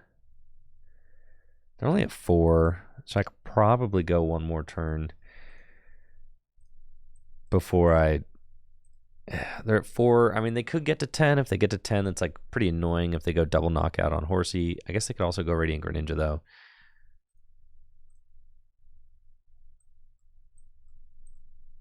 Get Mana Fee. It's fine. Rare candy here. Do that.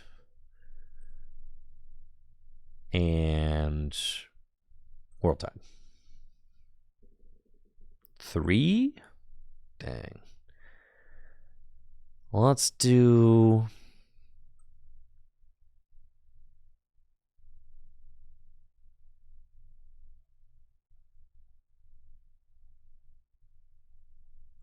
Sableye. It's fine.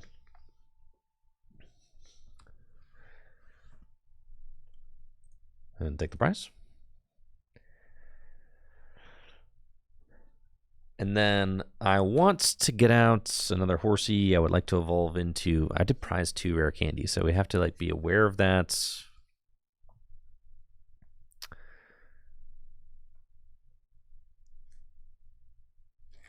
I've got Cypher Maniac as my support for next turn. So I guess I could go Cypher Maniac for just rare candy. Kingdra and then conceal into it.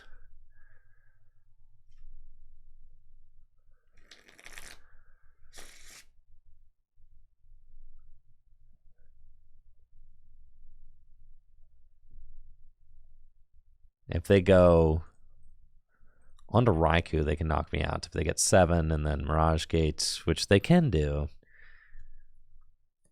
So then I have to say, all right, trying to answer this Raikou. But the problem is I just need more basics out right now. Like I need more Horsey.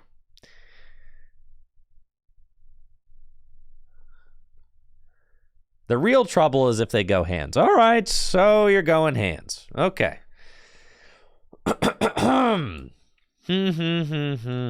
Yes. Yes. Iron hands, that's a toughie. We can still do it, though. I am just going to need to hit 4 energy this next turn. That would be quite good.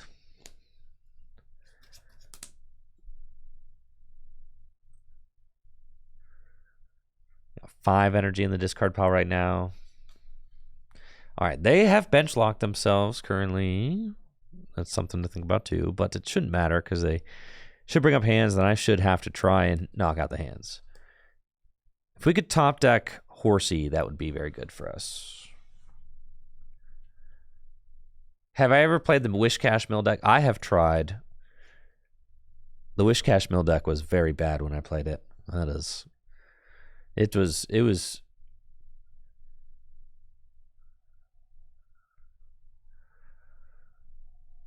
really bad. Palkia, you could play a 1/1 Palkia in here. You could. I think kind of the charm of the deck is that we're just attacking with the stupid Kingdra over and over again. You could, though. But as soon as you put a card like Palkia down, then it's like your opponent can just really expedite the pace of the game. Oh, yeah, you whiffed what you wanted, didn't you? And we did top decks. Ooh. You see?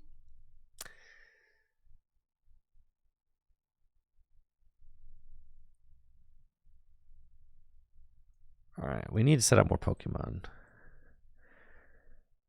I just want Horsey and Seadra.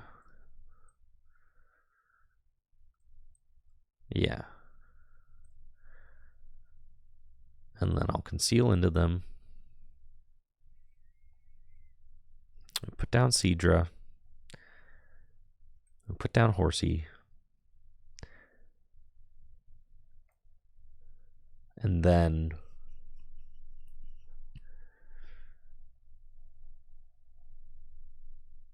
yeah, we hit 4 here every time.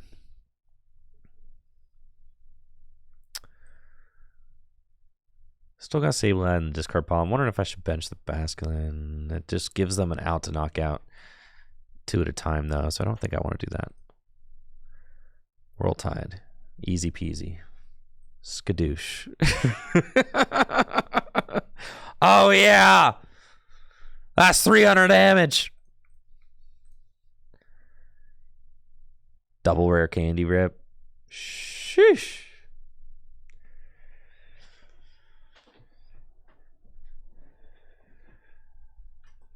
Yeah, dude. Get wrecked.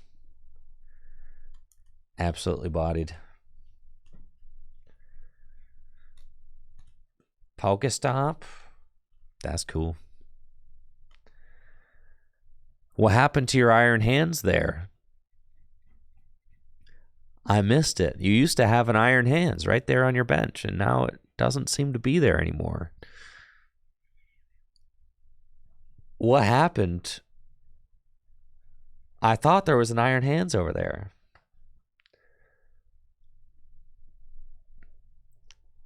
Oh, the hands is back. Oh, okay. Hands back. All right, all right, all right.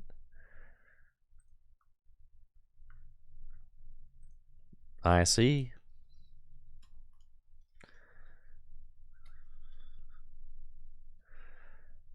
So they're going to hands my Kingdra. and they go to 3. But then I still have 2 turns to win, and they're going to need 3 turns to win. So we should be all right. As long as we deny them a 3 prize turn, which shouldn't be possible for them. So we're chilling.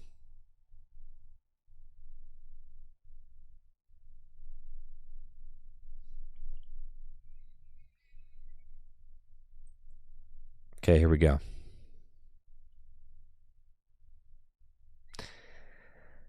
Let's go conceal some cards. Neato.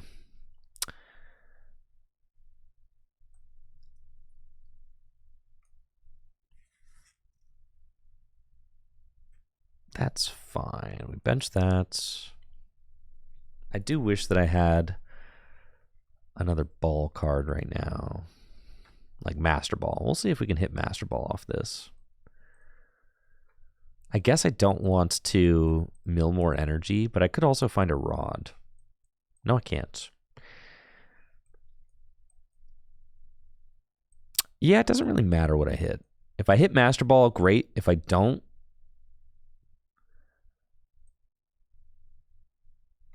I think my rod's prized.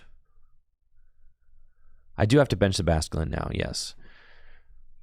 And then I should have promoted the Horsey. I should have promoted this Horsey. That was my mistake. I should have promoted Greninja, actually. That was also my mistake.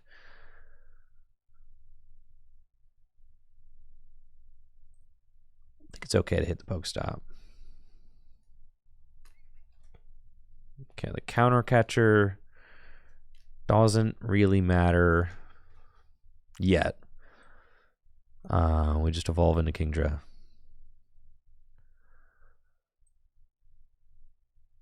Do that.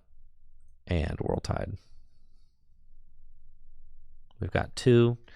So then we take out...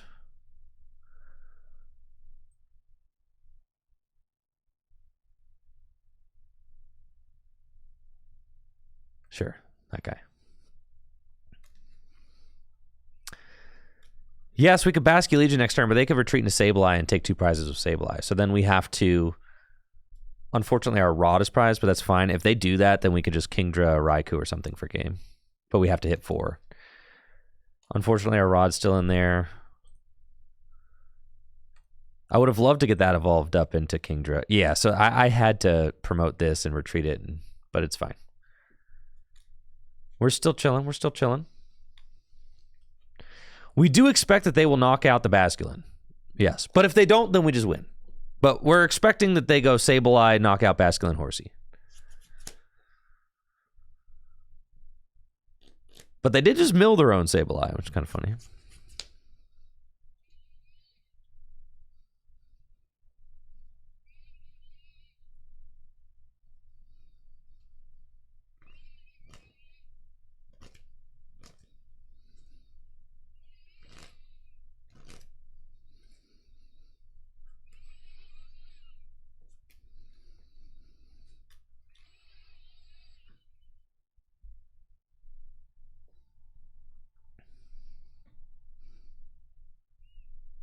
They are going to boss the Basculin. Okay.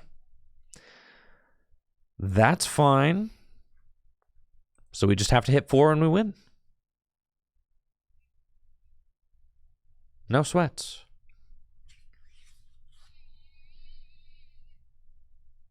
Easy money. Now, if we had ripped the Rod, that would make this a lot easier. I do still have quite a few energy left in my deck. So the odds aren't terrible.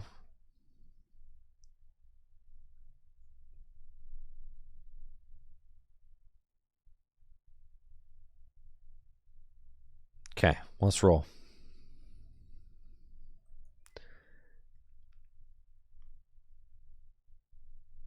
Dang, that's not the top deck we wanted to see. Cypher Maniac would have been a great one, obviously. I've got 7. All right, I need to hit 4. We do get to thin. All right, I've got 7 energy and 4 non-energy. Come on. World Tide, baby. Hit him. Oh, yeah. You're dead. Let's go.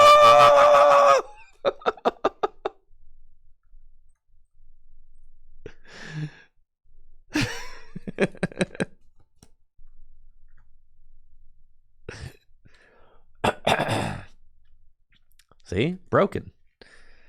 That's a broken deck. That's better than Gardevoir. Easy.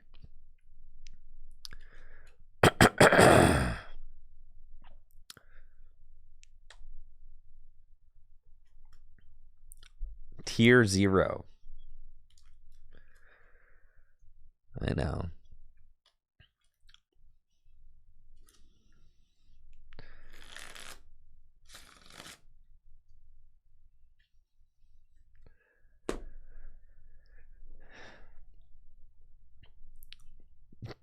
Tier 0 people should play this. No. Come on.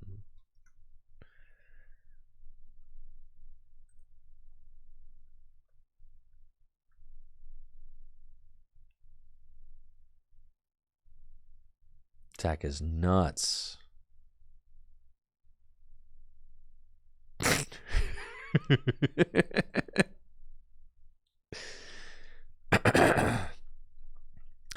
Every hand I open, I'm like, how is this deck winning any games?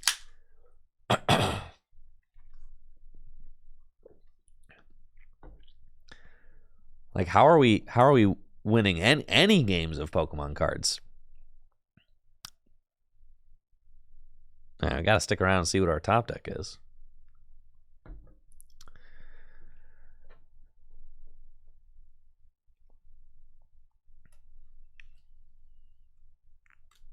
This is a free top deck Irida for sure. Top deck Irida situation. Come on, baby. Yep, that's water energy. All right. Yeah, look out for the mean right hook, though. There's no way that they evolve into Dialga V-Star. They don't have it. Their hand stinks.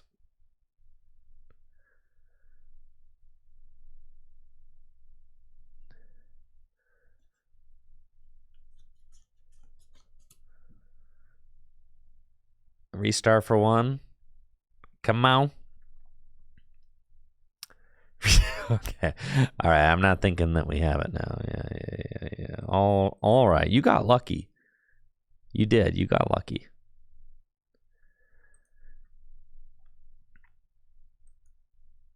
Yeah. Just it's pure luck.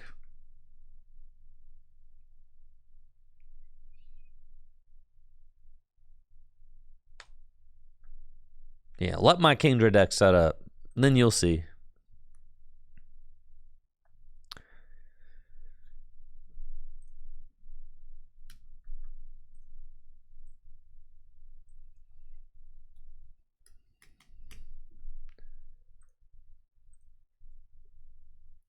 Yeah, that was just bad variance.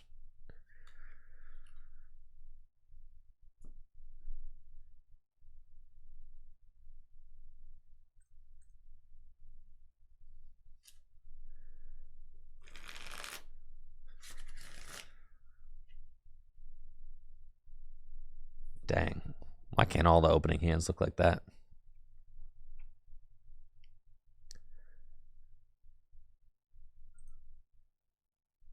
All right, we're chilling.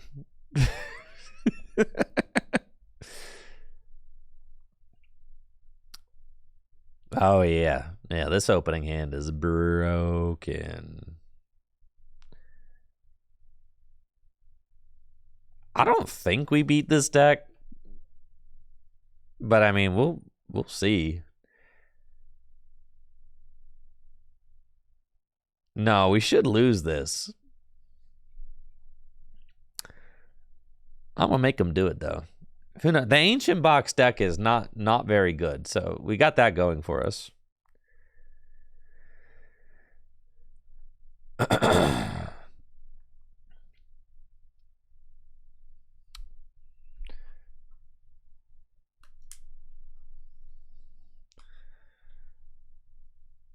The problem is they're going to take a turn 2 knockout. And they're going to start the trade. So at best, I'm 1 prize behind.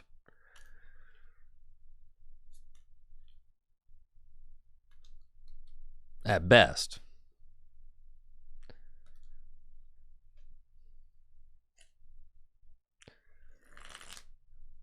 Oh, it's Moon with Dunsparce. Man, I've got a frog in my throat. Ugh. Okay, as long as Rad Ninja's in there, we're chilling. Okay. Rad Ninja is involved. Great. I've got a Hand of Champions. Let's go. And gather some crew.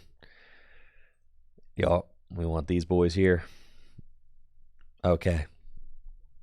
All I got to do is conceal cards into an Irida. and we're off to the races. Yeah. That's quite the crew. Ancient Box should be... Yeah, this is just an auto loss, I think. They can certainly get to enough cards in the discard pile to be knocking out Kingdra's 150 hit points. They're already doing 100. Okay, let's give it a shot.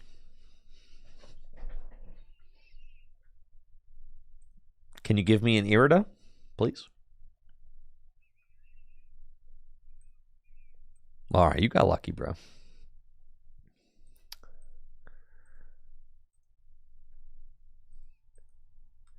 Yeah, they just got lucky. All right, one more. They can't keep getting this lucky, you know.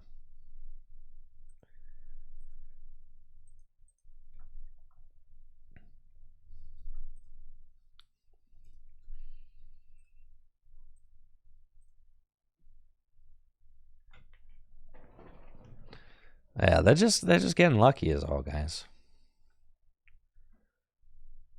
Who would I rather play, Tord or Azul? What do you mean? I would enjoy playing either one of them. I've played against both of them.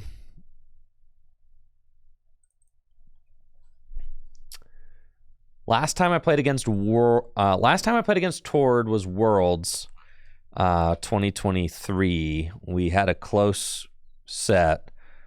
He ended up winning. We played like round 3 or something. Last time I played against Azul was Arlington Regionals 2022. Whatever, the Arlington Regionals of that season, and I beat Azul playing. I was playing Lugia, he was playing Lost Box. So I also played Azul in the top 4 of the Memphis Regional Championships in 2017. And if I win, oh boy. We go to game 3, he's playing Golisopod, Garbodor, I'm playing Buzzrock. We go to game 3, it's coming down to the wire. If I win, I play against Michael Pramwa in the finals, who I had already defeated twice that tournament. I beat Mike Pramwa in day 1 of Swiss, and I beat him in day 2 of Swiss. So I was very excited about the prospect of playing against Michael Pramwa. I don't actually want more Pokemon.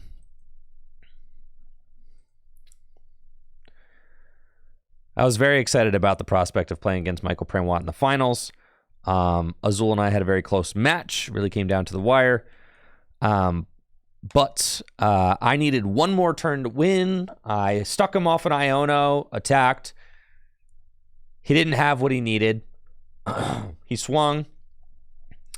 I take another knockout. If I get him to not have... If he doesn't top deck Guzma, then I win the following turn, and he top deck Guzma, so he won. And he went on to lose to Michael Pramwa in the finals. which was Michael Pramwatt's 7th regional win, I think. And I cried. No. But it was sad because I was extremely favored in the finals there. It was going to be Buzzrock versus Zork, and Mike Pramwatt did not play any techs for Buzzrock. He didn't play Mewtwo, he didn't play Mew, he played nothing. Literally just a Zoroark deck. And I could just destroy it with Buzzrock. It was not even close. Did I say Iono? I meant N, guys. I meant N. Sorry. I'm ruining your immersion. It was N, obviously. It's just when I speak of that effect now, I say Iono. But yes, I meant N.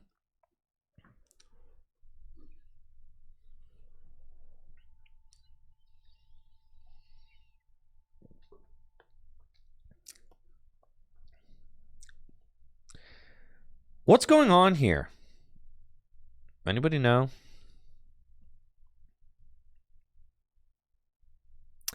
This is a control deck, right? And it's supposed to...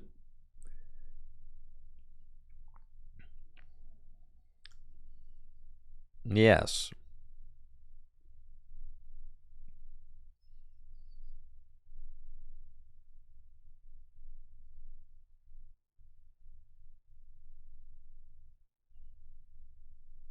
And then just try to remove all the energy. Okay, sure. I think I'm okay, though, because I can one-hit KO their guys, and I play a lot of energy. So, I think we should be okay.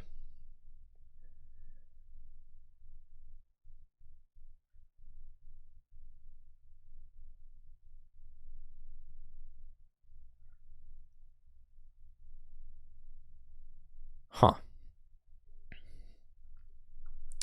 Where's the Relicanth? Oh, because they're supposed to use Relicanth to Junk Magnet. Got it. Oh, no, folks. Oh, no.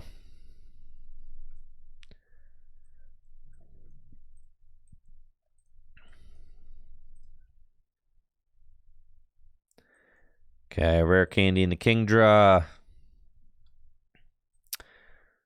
Rare Candy into Kingdra. Evolve into Seadra. Conceal some cards. Oh, yeah.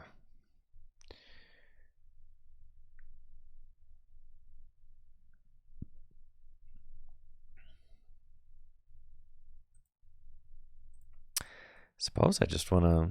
When I get out Basculin, right? I guess I prize my Basculegion.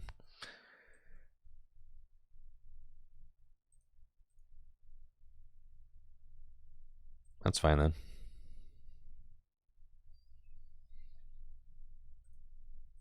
Just World Tide.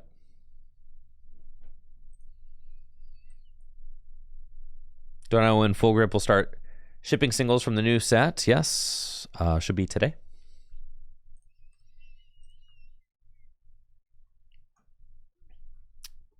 Since we held a pre-release, we are allowed to start selling singles today.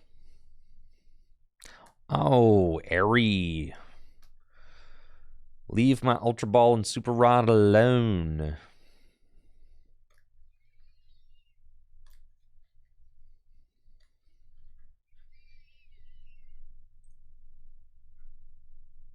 That is unfortunate.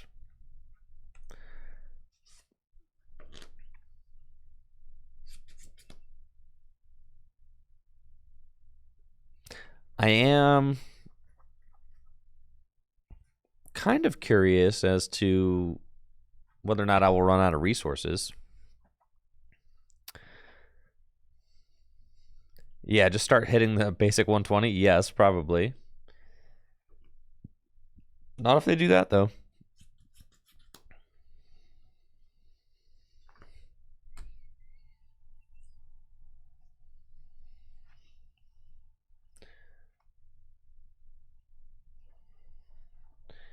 Maybe they don't even, since I'm playing like a single prize deck, I don't know, maybe they don't even want to get out. Maybe they don't want to get out Magnezone. Maybe they just want to junk hunt with Or junk magnet with magneton, right? Maybe that's just what they're trying to do. All right, this is actually highly problematic. The fact that they can hammer and bring up my Greninja.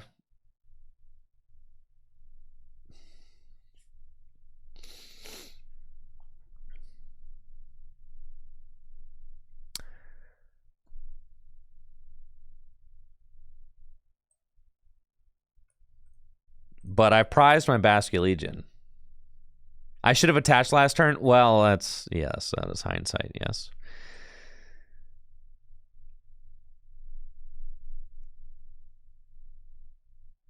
Okay, so we have to get that to stick.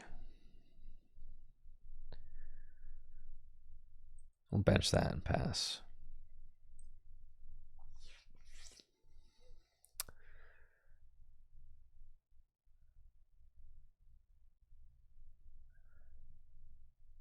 I have to move this Greninja out of the active. They're going to keep bringing it up.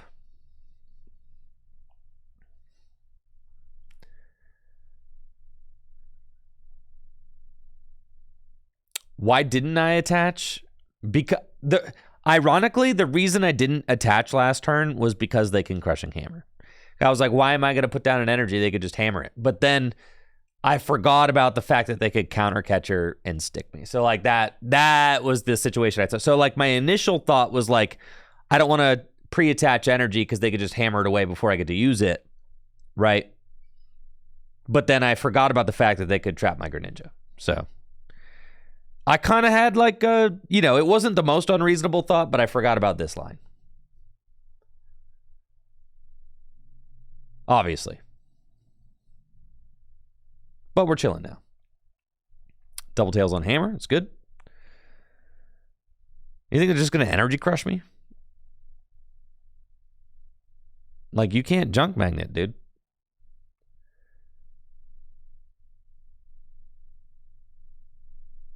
Like, why are you not... Yeah, where's your Relicanth? You got to have the Relicanth out.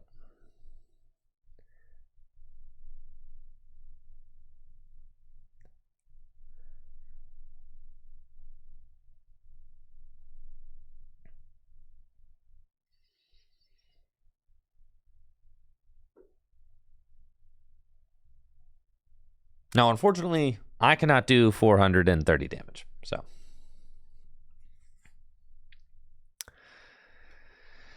So we are kind of stuck here. We're doing that. Mm-hmm.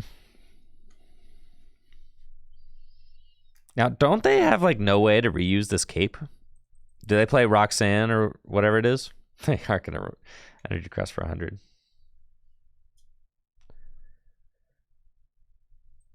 You guys want to see my Basculegion? Hi, Basculegion.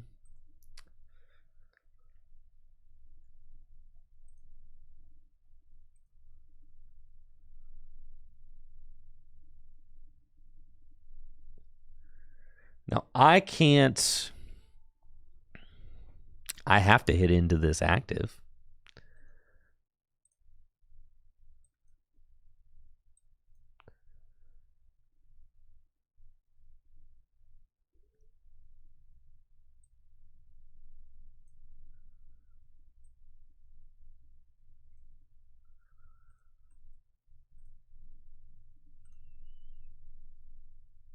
That's fine.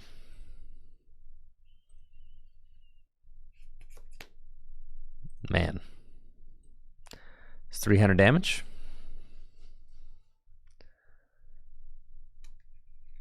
Not enough, though. So now we're just chilling here. Hoodra wants to know, why are we still playing this deck? 'Cause it's sick?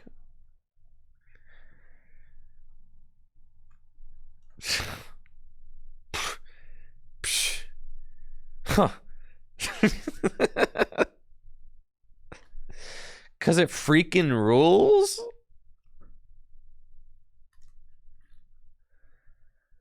Yeah.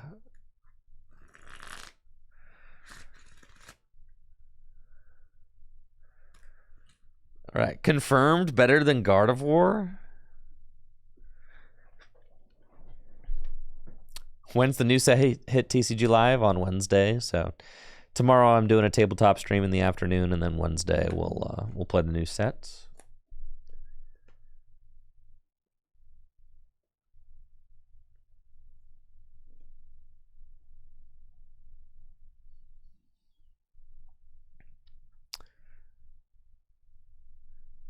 I'm doing tabletop tomorrow with Craig.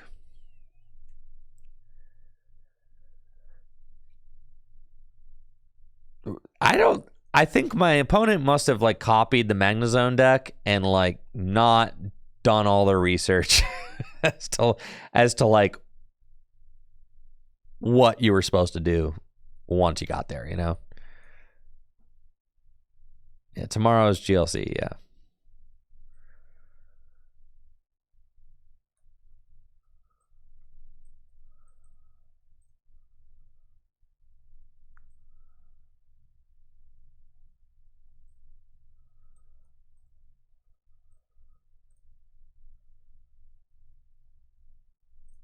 Well,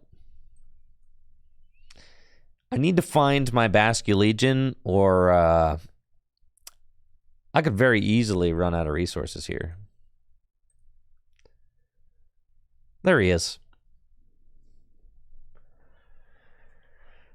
Also, they're attacking with Energy Crush, and that's like not what they're supposed to be doing.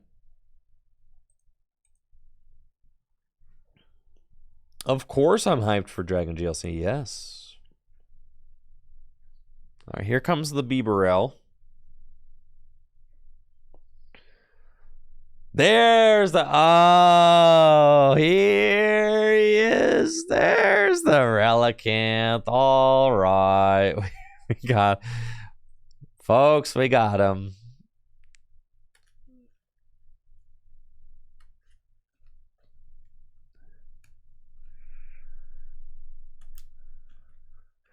I don't know why the Bieberell's in the active spot, guys.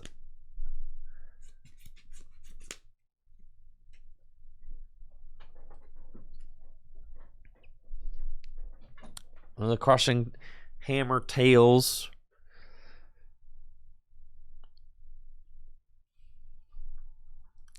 Now let's do a poll. What do you guys think about Dragapult?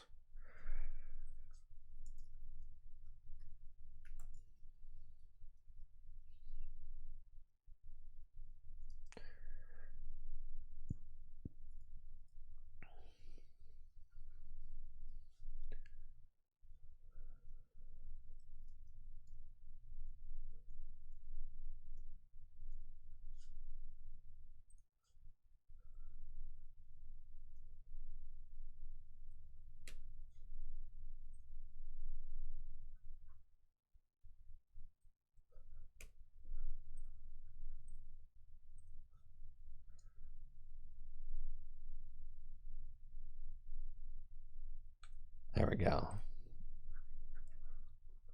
The Dragapult poll is live. I think Dragapult is either option A, the new BDF, the new BDIF, tier 0. Option B, probably tier 1. Option C, overrated, probably tier 2.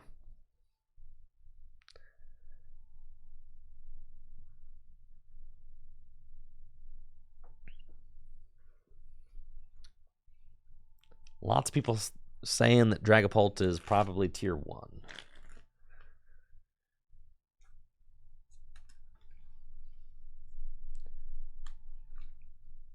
When the tournament hall's finished,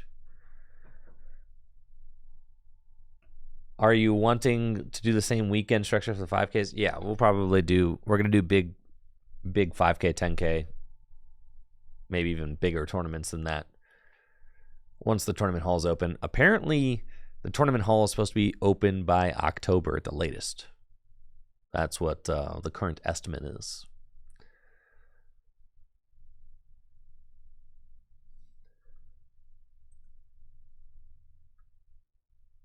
All right. Got Cypher Maniac.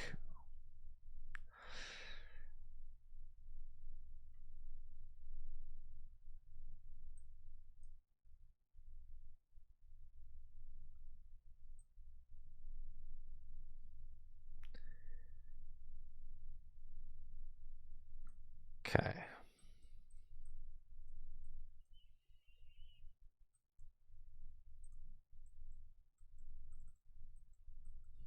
Just stack 2 and knock it out. Yeah, I think that's fine.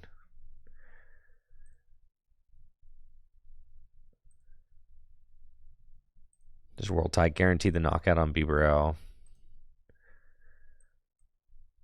And then say, I'm going to clear this Magnezone with my Basculegion for game.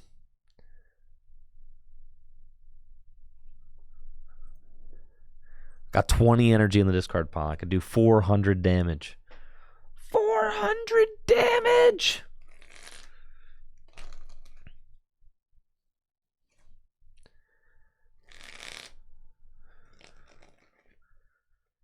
I could have just attached one, saved the Cypher. Yeah, that was probably better. But this was fun, though.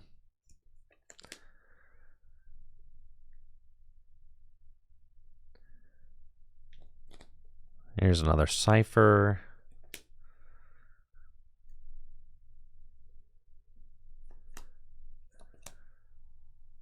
You hope Stall or Mill will never be BDIF? Why?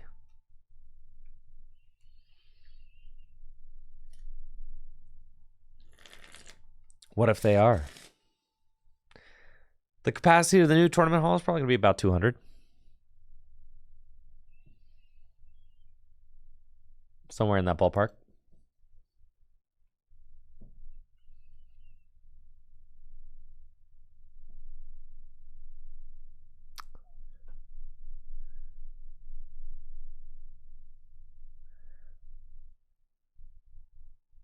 Okay, they knock out the Kingdra. That's fascinating.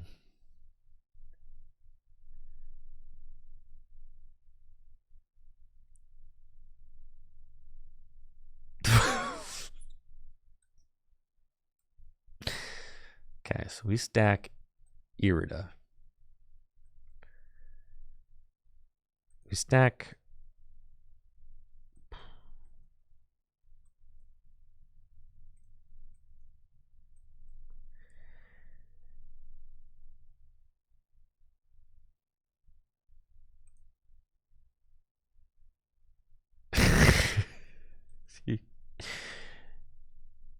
You weren't supposed to take a knockout, man.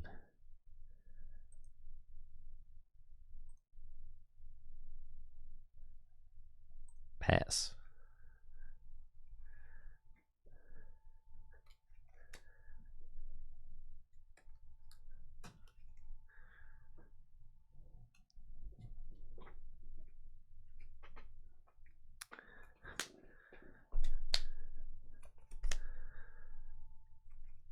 They never expect the fish.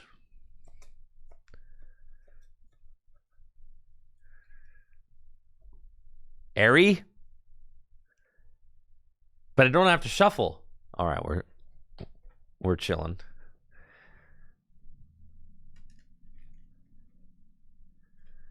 If they counter catcher and knock out my Basculin, that's why I got the Irida, so that I could go get another Basculin. All right, finally you lose. GG's.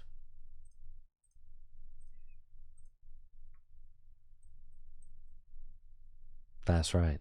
Broken deck. Oh, wow, an Irida. That's crazy.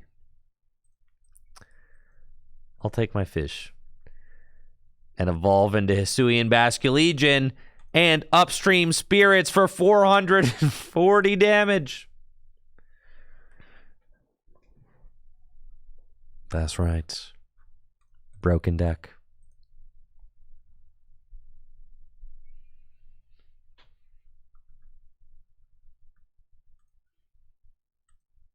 Oh, I got one more in me with the Kingdra deck.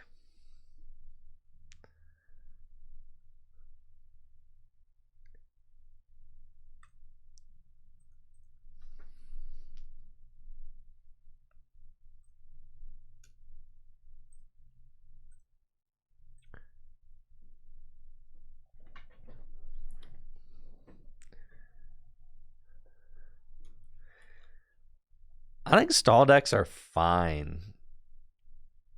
Like, And no, I don't think Stall is not BDIF right now. And just because Azul won a regional with it doesn't mean that it's BDIF. Just no more than Dialga is BDIF because it won a regional, right? Like, no.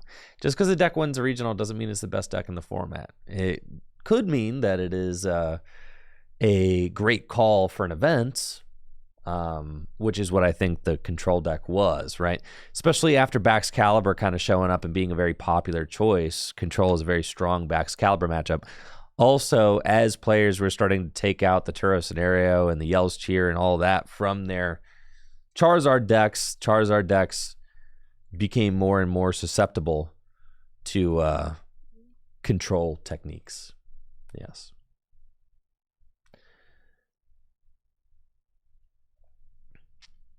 All right, Louis Gia. We need to find some more basics so that I don't lose. Come on, Greninja. Give it to me. That's right, man. That sweet, sweet concealed cards and double water energy. That's what we love to see here. That is perfect. Okay. Just going to need my opponent to do nothing. Give me one more turn. One more turn, man. One more turn. Come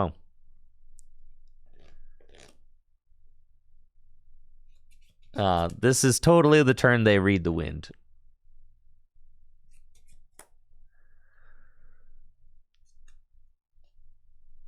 See? All right. Come on. Come on. Let's go. Man. Killing me. Hey. Let's go, baby. Let's go. We're so back. We never left. No one can stop me.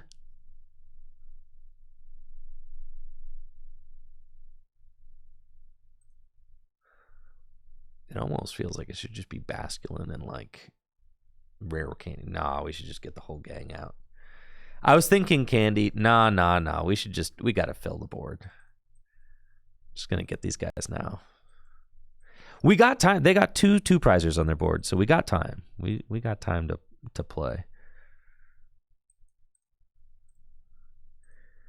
Retreat into Basculin. Attach another water to Radiant Greninja. And we'll Crew Gathering. And we'll get these guys. These guys.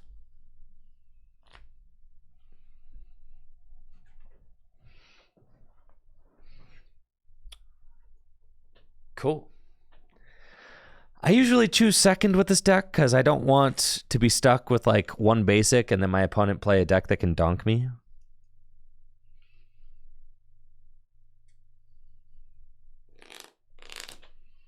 All right, they are attacking with Lewis now, so we're just going to need one more Irida off the top. Or just a rare candy. Either of those will do it. Iono? Okay. Say no more.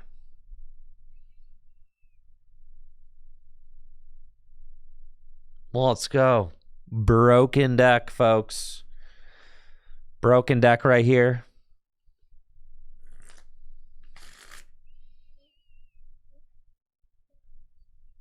Yo, what's up, Rayvac? Welcome to the stream. Thanks for being here. Okay, we're going to go for that Luminion knockout. That would be big. Come on. Don't freeze. Don't freeze. No. Come on. Come back. Connection. No.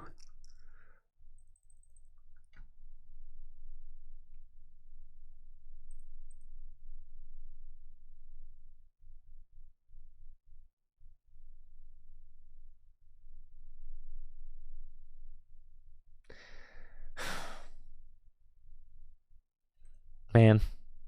I don't want to reconnect, you know? There was an issue loading? No, there's no issue loading. Thank you, Aaron, for the sub and the 59 months. I appreciate it. There's no issues, folks. Yeah, I think I got a lot of work I got to do anyway, so we're just we're done for the day. Yeah, tough one. It's always, sometimes the client just tries to tell you, right, when it's time to go. Anyways, I'm out of here. I'll be back tomorrow. We're going to do a paper tabletop stream, gym leader challenge. Should be a lot of fun. I've got Craig coming through. It's going to be an afternoon stream, though, so I won't be live in the morning. And, yeah, I'll see you guys there.